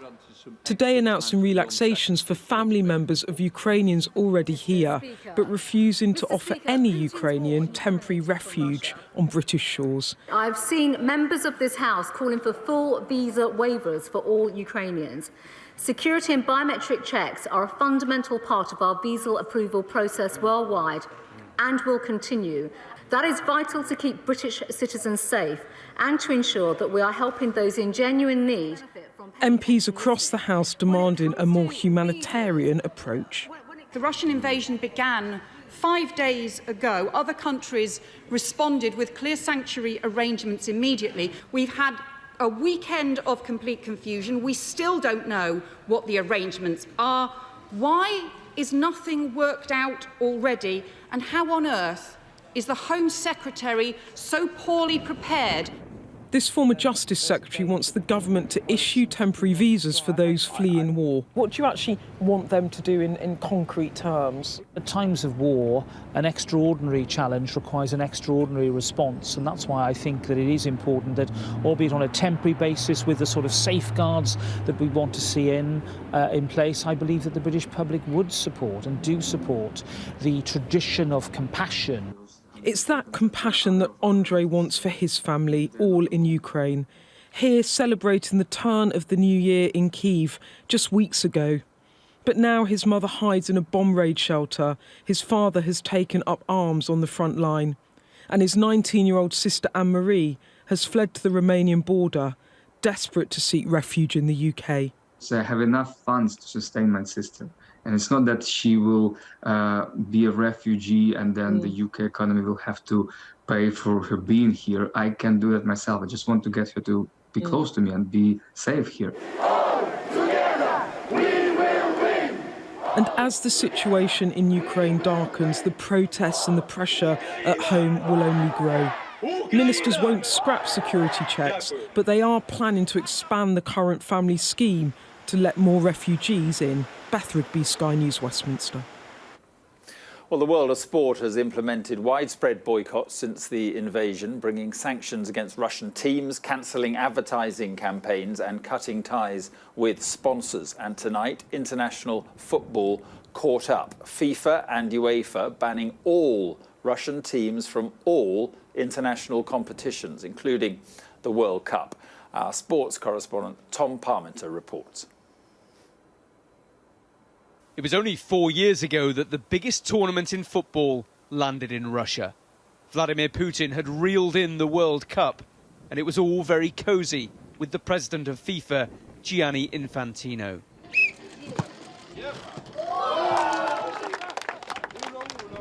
Now, with nations lining up to refuse to play Russian teams, FIFA and UEFA have suspended them until further notice. No, there was no other option. I mean, they should have done it 4 days ago, but they've finally seen sense, and the poodle has learned how to bark. It means Russia's World Cup qualifiers are off next month.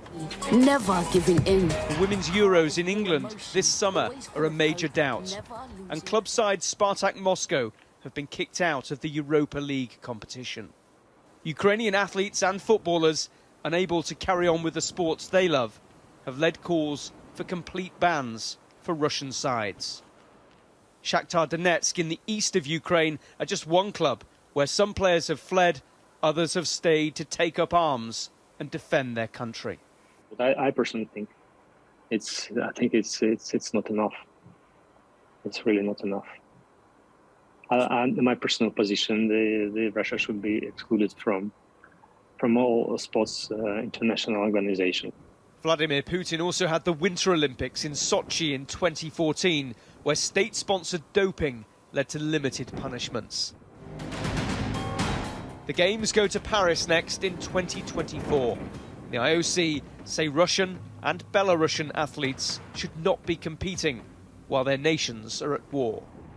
There's no doubt that Vladimir Putin has used and sometimes abused sport in his own interests. But even those who have feted him over the years, like FIFA and like the Olympic organisers, the outrage of the international sporting community has proved impossible to ignore. Slava! Slava! Slava! Players, fans, national associations and now governing bodies have called it. There is no place for Russian sport when Ukrainian lives are being lost. Tom Parmenter, Sky News, Wembley. Well, the Ukrainian government has said it would welcome anyone who chooses to travel to the country to join their fight against Russian troops. But despite official advice from the government here that people should not go to Ukraine for any reason, today Sky News spoke to a number of British people who have been turning up at the Ukrainian embassy in London hoping to do just that. Lisa Holland has been speaking to those planning on volunteering to fight. Hello, yeah, we've come to join the Ukrainian army or whatever they're called. They're not even sure of the army's name, but they're utterly convinced of the cause. This is Leon from Surrey. They look like they need help. We're young, strong, fit men, we can help, so why not? Outside Ukraine's embassy in London, a steady stream of men come to find out how they can join up to fight. You can send email, a letter for this address, and he contact with you and said what you must do. Okay. Brian from Kent used to be in the Territorial Army. And you're prepared to go to Ukraine and fight? Yeah, I can get on a flight tomorrow. And if you don't mind asking, how old are you? I'm 60, which means I'm just about within the age range they'll accept.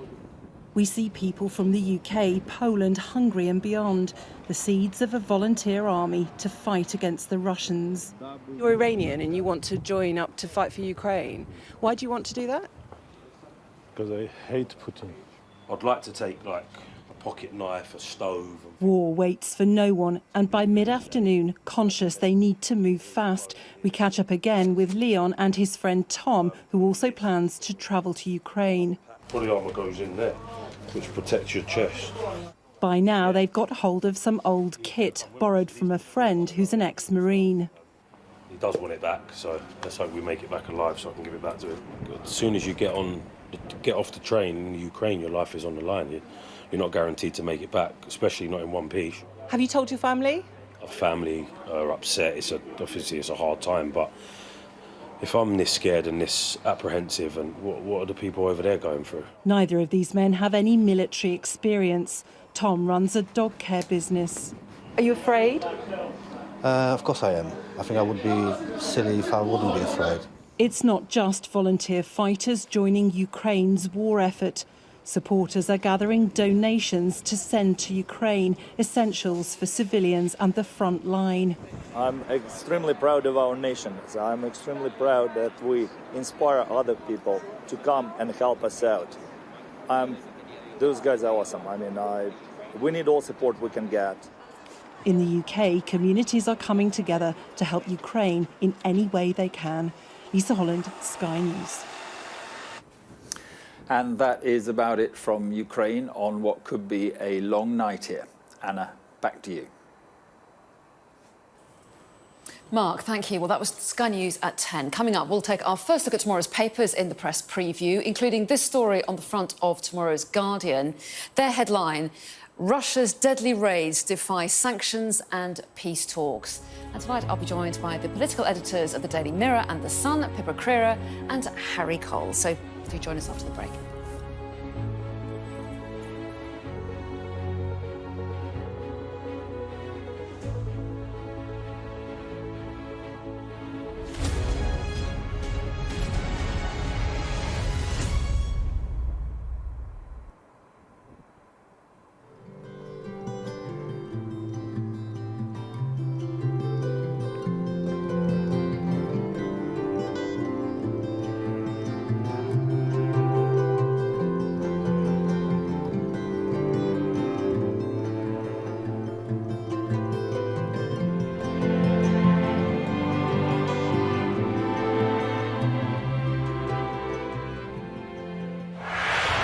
Inzamam Rashid, and I'm Sky's North of England correspondent, telling stories from this culturally rich region I call home. it's going to become very similar to other places and lose its unique qualities. It's steeped in history. If the Taliban found your family, what would happen? I think they're just going to straight away execute them. There are issues of racism in all levels of cricket. I was on the balcony a couple of times. I was nearly gone. Football is a joy to watch, and when people are disappointed, you can feel the hate. I just felt physically sick because I was like, that's really in my system. We take you to the heart of the stories that shape our world. Even before the pandemic, GPs were pleading for help. Government expects more face-to-face contact with patients in return. Men, they want to force you doing something which you don't want to do. Just because you're homeless and you're looking for a warm place to sleep. We give a voice to communities often unheard and unserved from a region with a distinct history and global impact.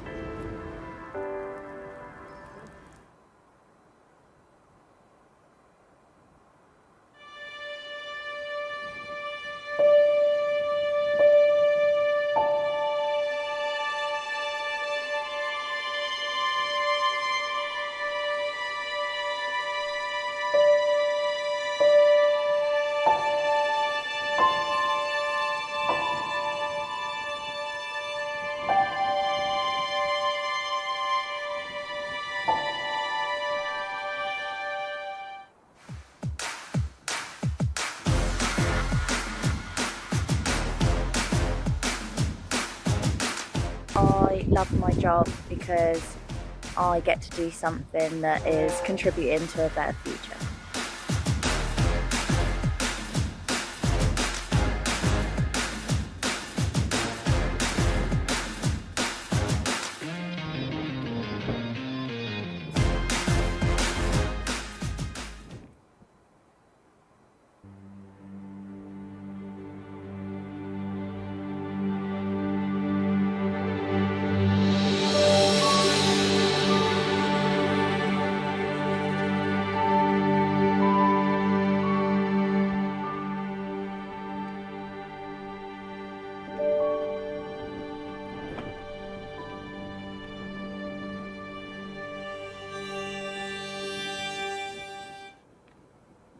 You're watching Sky News. In just a moment, the press preview. Our first look at what's on the front pages as they arrive. First, though, our top stories here tonight. And there have been a series of large explosions tonight close to the Ukrainian capital on day 5 of the Russian invasion. Ukrainian and Russian officials have met for peace talks on the border with Belarus. A second round of talks will be held in the coming days. And the United Nations says more than 500,000 people have fled Ukraine for neighbouring countries since the start of Russia's invasion.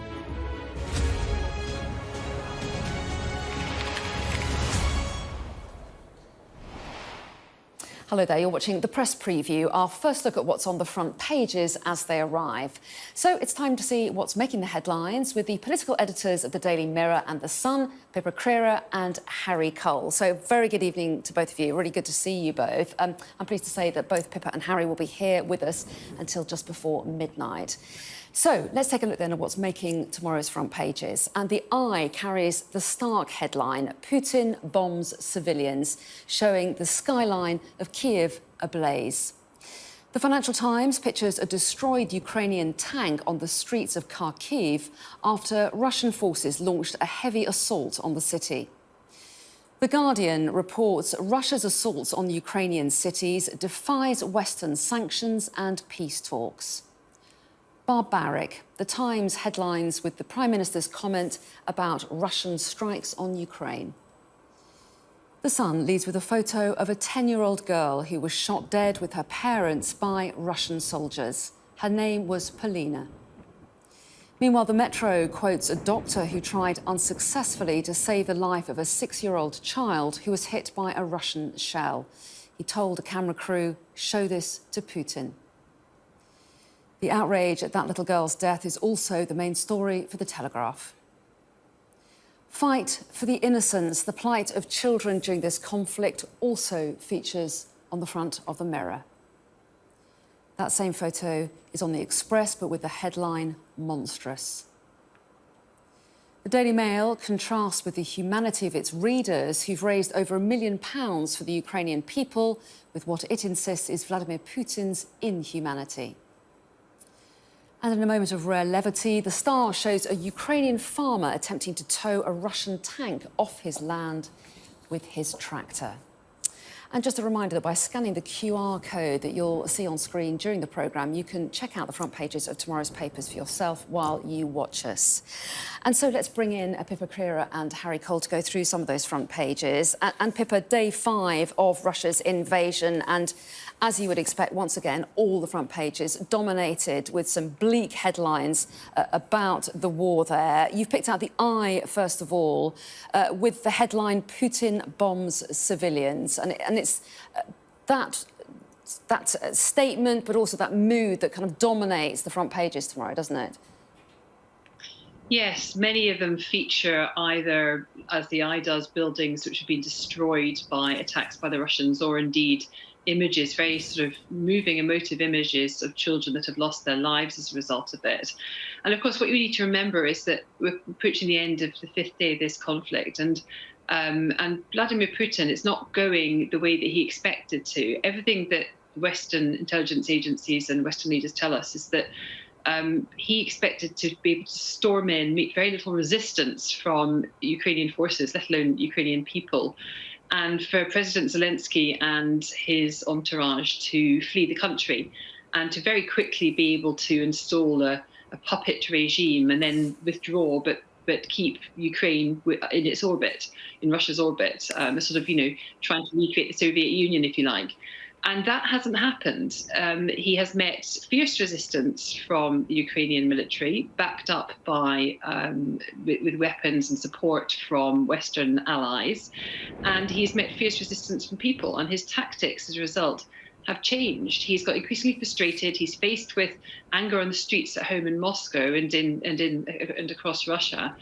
And that is only likely to intensify as the West steps up its sanction regime.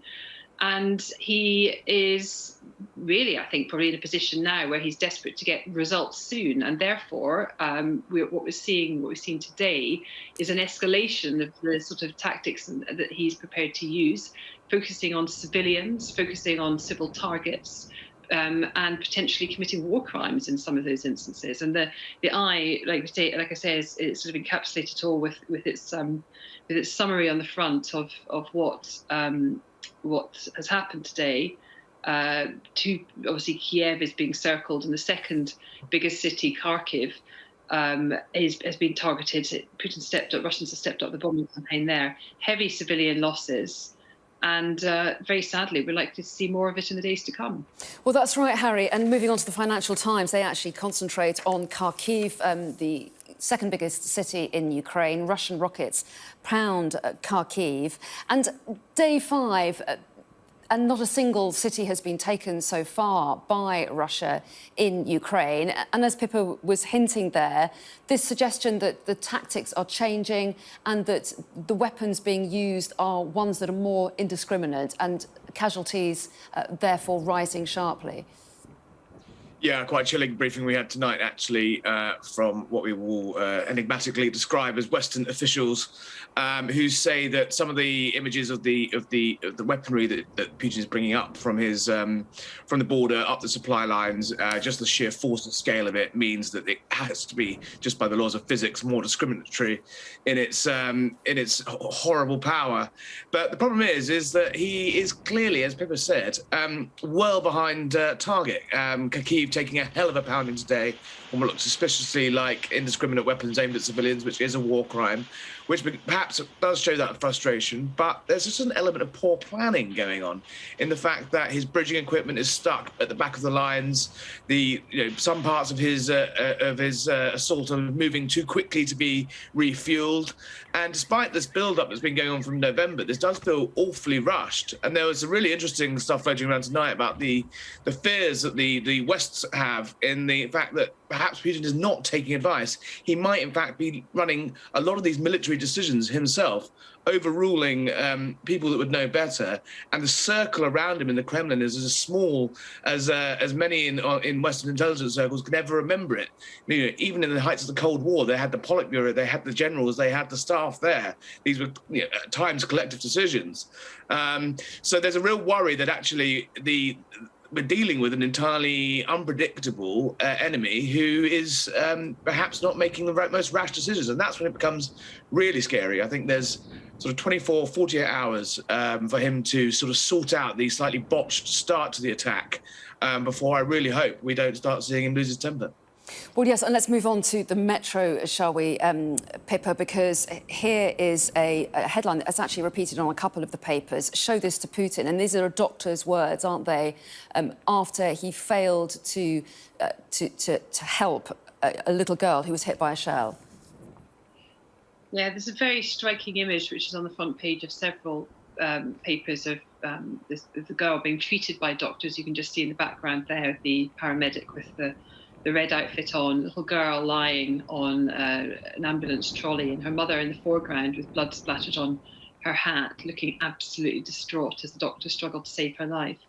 And there was video footage which showed a doctor who'd been aiming to save the life of this 6-year-old, turning to the camera and angrily saying to Putin, when they realised, the medics, that this was not going to be successful and that the little girl had lost her life, show this to Putin. The anger and the heartbreak of the medics that were trying so hard to save an innocent.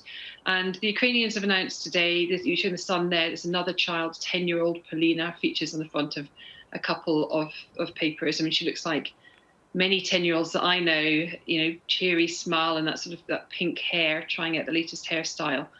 The Ukrainians have said that 16 children were killed in Ukraine in the first 4 days. That will have inevitably risen in the last 24 hours as the attacks have become more focused on civilian areas, on blocks of flats, on cars. There's a terrible reportage about a car which was attacked, which had 3 children in it who were effectively incinerated alive.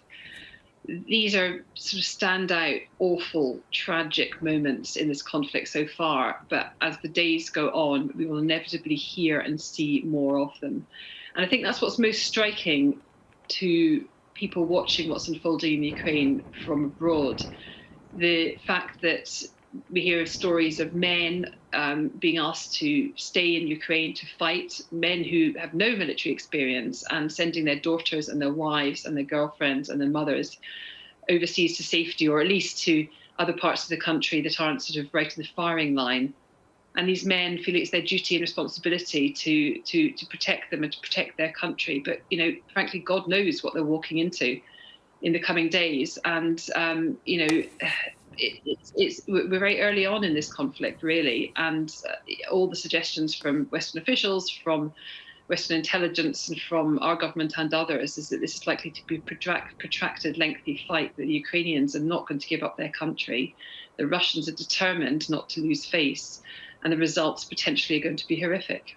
And I just want to show the front page of the Daily Telegraph next, because, again, show this to Putin is their headline as well. And in the copy, it does talk about Russia being accused of war crimes. It quotes the chief prosecutor of the International Criminal Court saying he would soon begin a war crimes investigation into the Russian invasion. But, Harry, I want to move on to The Guardian, if that's OK. Their main headline says Russia's deadly raids defy sanctions and peace talks. So let's talk a little bit about both of those elements. Peace talks, first of all. While these raids were going on, there were also peace talks underway in Belarus. They didn't come up with any conclusions. We understand that there will be talks again in the next few days. But should we be encouraged at all that there is some diplomacy happening? Yes, of course. They're always, it's better to keep those lines of communication open. But the absurdity of the Russian demands of a demilitarization of the Ukraine and a permanent neutrality and a permanent signing up not to join NATO, they're going through the motions, but these are not serious. These are not serious talks. I don't think they will become serious talks until the man in the Kremlin starts to feel the heat. Now, we had the first day of that today. I think one of the most striking images wasn't, gazillionaire yachts being sort of sunk or people trying to shift their assets out of Moscow, in bank accounts from Switzerland and various things like that. I thought it was a really striking image of people queuing up at the underground station in Moscow, and their Apple Pay and their Google Pay and their smartphone Apple wallets or whatever it is they use on the metro isn't working because of those restrictions. And that's, I think, where it's going to be really interesting if you can turn the public against Putin, not forget the oligarch class, turn the public against him. I think it could move quite quickly. OK, and I think we should leave it there. Plenty of other issues across the papers. A lot of them we will actually be dealing with at 11 o'clock, where I'm pleased to say that you will both be back to go through our top stories then. But Pippa and Harry, thank you both very much indeed for now. So let's take a look now at what the weather's doing.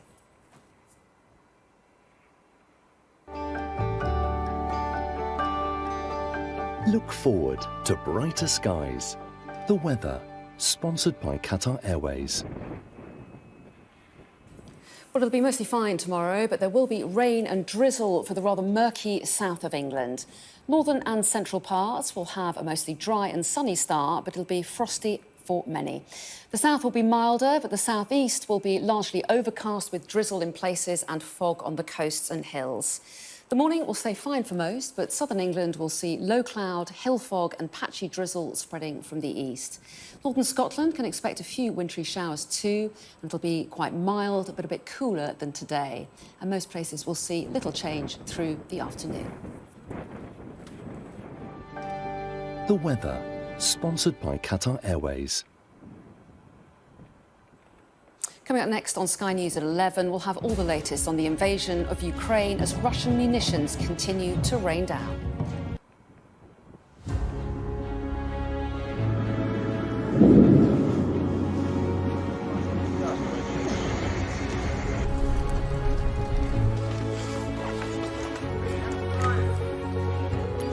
Назад, це значить назад ушли, назад!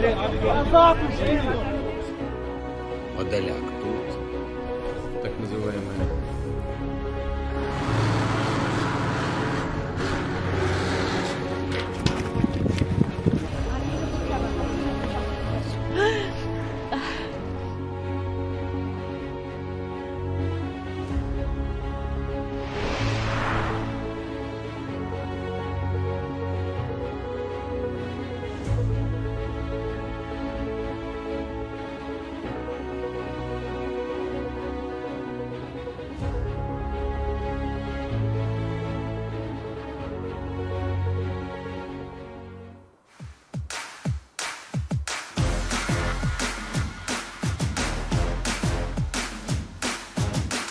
I love my job because I get to do something that is contributing to a better future.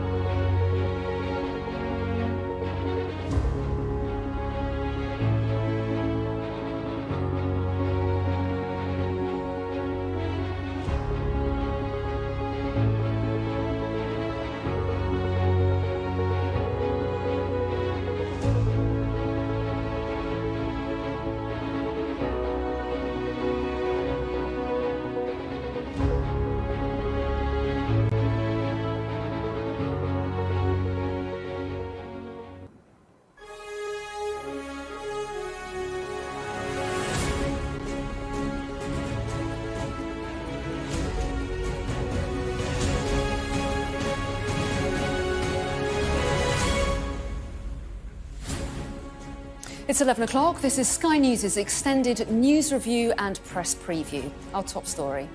The helpless victims inside Kiev's main children's hospital, where toddlers are being treated for gunshot wounds and doctors are forced to move cancer patients to the basement. The doctors are tired, they're worried about an influx of more patients, and they're also worried about what to do with the very sick children who were being treated in this hospital before the war started.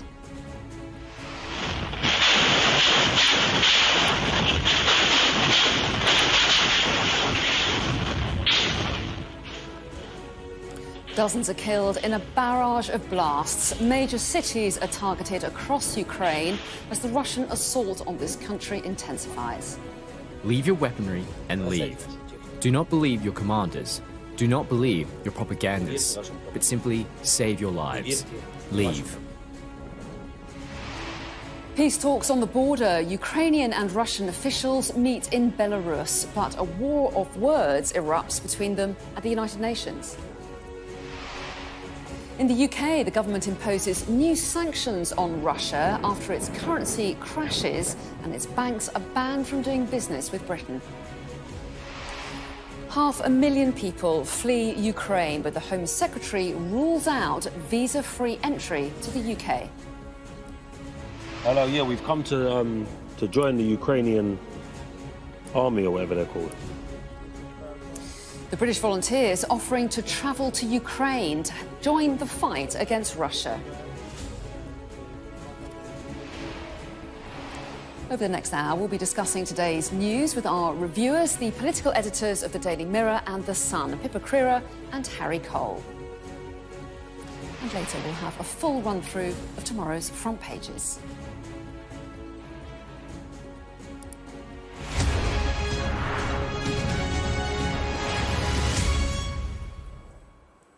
Hello, good evening. The Kyiv skyline has been lit up by explosions once again this evening. Air raid sirens have been sounding, urging families to find shelter underground as Russian troops edge closer to the centre of the city. Dozens of people died in similar attacks across the country, even as the first peace talks were held between Russia and Ukraine, and the United Nations appealed for calm. Hundreds of thousands of people are fleeing the fighting. But among those staying are the weakest and most vulnerable, the sick and the young, like the 10-year-old boy who died after the ambulance he was in came under fire. Well, over the next hour, we'll bring you tonight's headlines, tomorrow's front pages and the views of our paper reviewers, Pippa Crerar and Harry Cole. But first, our security and defence editor, Deborah Haynes, has tonight's first report from Kiev's main paediatric hospital. The trauma of war in a children's hospital. This boy was hit by gunfire as Russian forces advanced on Ukraine's capital. Just 14 years old, he suffered face, back and leg wounds 3 nights ago. His latest procedure described as minor surgery. Russia's invasion prompted medics to set up this makeshift emergency department. 3 children have been brought in so far, including a 10-year-old who died en route. That was the quiet place with just kids, with the scheduled operations, and now in one moment it changes. So okay, this is war. We are and 2 days ago we have the gunfights all around the block with the artillery fights, etc., etc. But this night was a little bit calm. So and the war changes the priority. So now if you can take a shower and take a coffee, it is luxury. He's barely slept. As well as preparing to treat war casualties, he and his colleagues have an equally vital job to do. Here in the emergency department, the doctors are tired, they're worried about an influx of more patients, and they're also worried about what to do with the very sick children who were being treated in this hospital before the war started. The lights are off because of we should be like nobody should see us. So we're without light. 4-year-old Nikita has leukemia. He receives chemotherapy and blood transfusions. The little boy also has Down syndrome. But usually children should not be in the corridor. The noise you can hear is his teeth grinding, something he's done since Russian missiles started falling. This is where he should be treated, but his mother now has to shuttle up and down from the basement, where it's safer for them to stay. How are you feeling dealing with all of this? I'm sorry to ask. You know, trembling, hands are trembling, legs like you are in fitness gym, because downstairs 10,000 meters a day, steps a day, up and down with children, with bags. She wants to take him out of the country, but it's hard.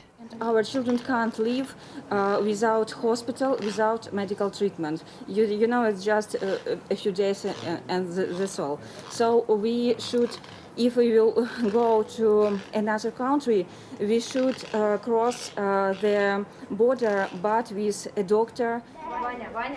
They're not alone. Other children dealt the same cruel blows, fighting life-threatening disease in the middle of a war zone, and with Russian forces closing in on the capital. Deborah Haines, Sky News, Kyiv. Well, here's how tomorrow's papers are covering the human toll of the conflict. The Sun leads with a photo of a 10-year-old girl who was shot dead with her parents by Russian soldiers. Her name was Polina. Meanwhile, the Metro quotes a doctor who tried unsuccessfully to save the life of a 6-year-old child who was hit by a Russian shell. He told a camera crew, "Show this to Putin."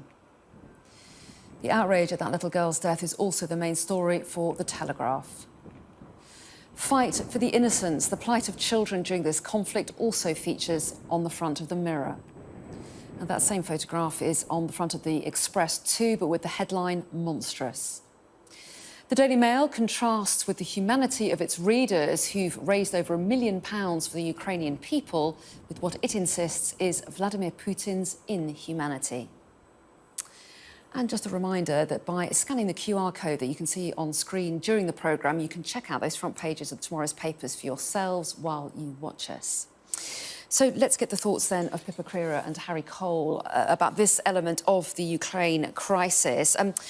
Harry, your newspaper, The Sun, puts the picture of a 10-year-old victim on its front page.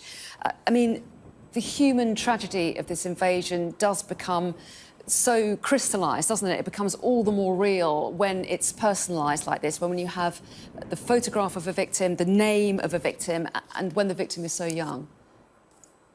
Yeah, that's obviously, I think, one of the grimmest set of headlines I can ever imagine, having done this on Monday night for many, many months with Pippa. I can't remember seeing anything quite so horrific.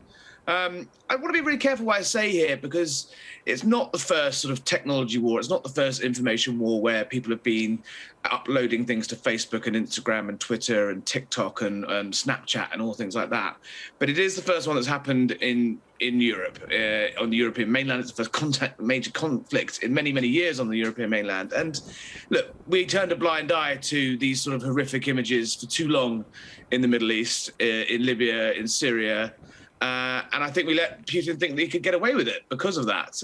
However, I think it's going to be significantly harder for the Russian government to keep a lid on the sort of information bubble. You know, you watch Russian television, they were showing, how to fix up your Dasher DIY shows all weekend, and they're not really talking about the conflict. But bubbling underneath the surface, for the first time in many years, you're seeing people on the streets of Russia. You're seeing a petition signed by more than 1 million people.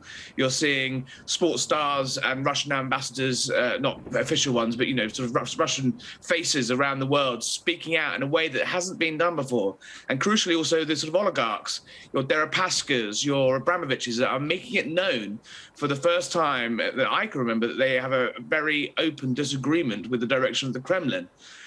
So I think that's going to be a tougher war for Putin to fight if he thought that the world was going to turn a blind eye this time, because those images are so stark, they are so horrific. And it's not that they weren't horrific when they happened elsewhere, but I think they will be horrific to readers, to internet users back in Russia, because don't forget, this is a war between essentially kin. You've got two very close neighbours and countries, people with families across those borders killing each other. Well, yes, and Pippa, will there be some who are hoping that images like this will manage to get through to people in Russia itself? I mean, to what extent are they likely to have access to these stories of civilians being killed in Ukraine? And could it change minds? And could that be trouble for Putin in future, do you think? I think it already is changing minds. I mean, there are international news organisations, including the BBC, which still have access or are still accessible to people in Russia. And that's actually one of the arguments about whether or not we ban Russia today. The state broadcaster here in Britain, Ofcom, is looking into multiple breaches of impartiality in broadcasting rules in the UK. And it could end up being banned. But sort of the flip side of that argument is that in retaliation, Moscow would almost certainly decide to kick the BBC out. And that is one information stream that the Russians would then have to do without. There's also the internet, of course, and Facebook's actually made a similar message. Nick Clegg has been in touch with the Ukrainian government, or rather the Ukrainian government got in touch with Facebook, and had a list of demands or a list of requests which they have, it looks like for the most part, fulfilled in Ukraine, such as taking down sort of disinformation sites and so on. And one of the requests was that Facebook should be shut down in Russia. But the point that Facebook's made is that actually many people use it as a source of news, as an alternative source of news to the state propaganda that is pushed out by the Kremlin. So, there are external media operations. There are, of course, still media operations within Russia that are independent. One main newspaper, Novaya Gazeta, the editor of which won the Nobel Peace Prize last year for his work, and incredibly brave individuals, really. I mean, we sort of have it easy as the press holding the government to account in this country when you compare it to what the Free Russian press is doing. But they do have their sources of information, and I think it's really important that those remain open so that people can see what's going on in the outside world. The combination of that sort of information war, if you like, the fact that there's been a very deliberate campaign by President Zelensky and the Ukrainians to address Russians directly. I mean, Zelensky's a fluent Russian speaker, and he's appealed directly to Russian mothers whose sons have been sent to Ukraine, saying to them, look, your children are being sent to war. Your children are being sent to kill my country's children. They're attacking civilians. And, we had, for example, this afternoon at the UN, the Ukrainian ambassador to the UN reading out a text message exchange, which he claimed was from a Russian soldier that had been killed on the front in Ukraine, with his mother, saying, I've been sent here and this is not what I expected. We are effectively being asked to kill our kin. So that information campaign, both from Ukraine directed at Russia, the sort of Russian media, which is still open, is very important. That's before you even get to the impact of sanctions on people's lives in Russia and how they may feel and how angry they may become when they realise the economic hit that they're going to face. OK, and let's take a look now a little bit more at the offensive itself and what's happening on the ground, because fresh fighting has erupted in Kiev tonight, forcing residents back into their underground shelters after several huge blasts on the outskirts of the city. But there's also been fierce clashes and heavy bombardment, including in civilian areas in other cities too. Ukraine is under attack from the north, east and south.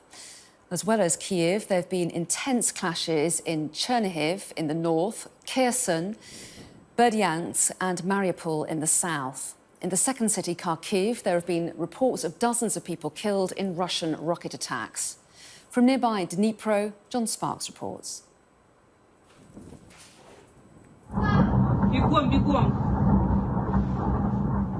The Russian government says it's willing to negotiate, but the Russian military has decided to bomb. This is Kharkiv, Ukraine's second largest city, as filmed through the windows of its residents. It shakes and it shudders under a fiery barrage. The attacks seem indiscriminate.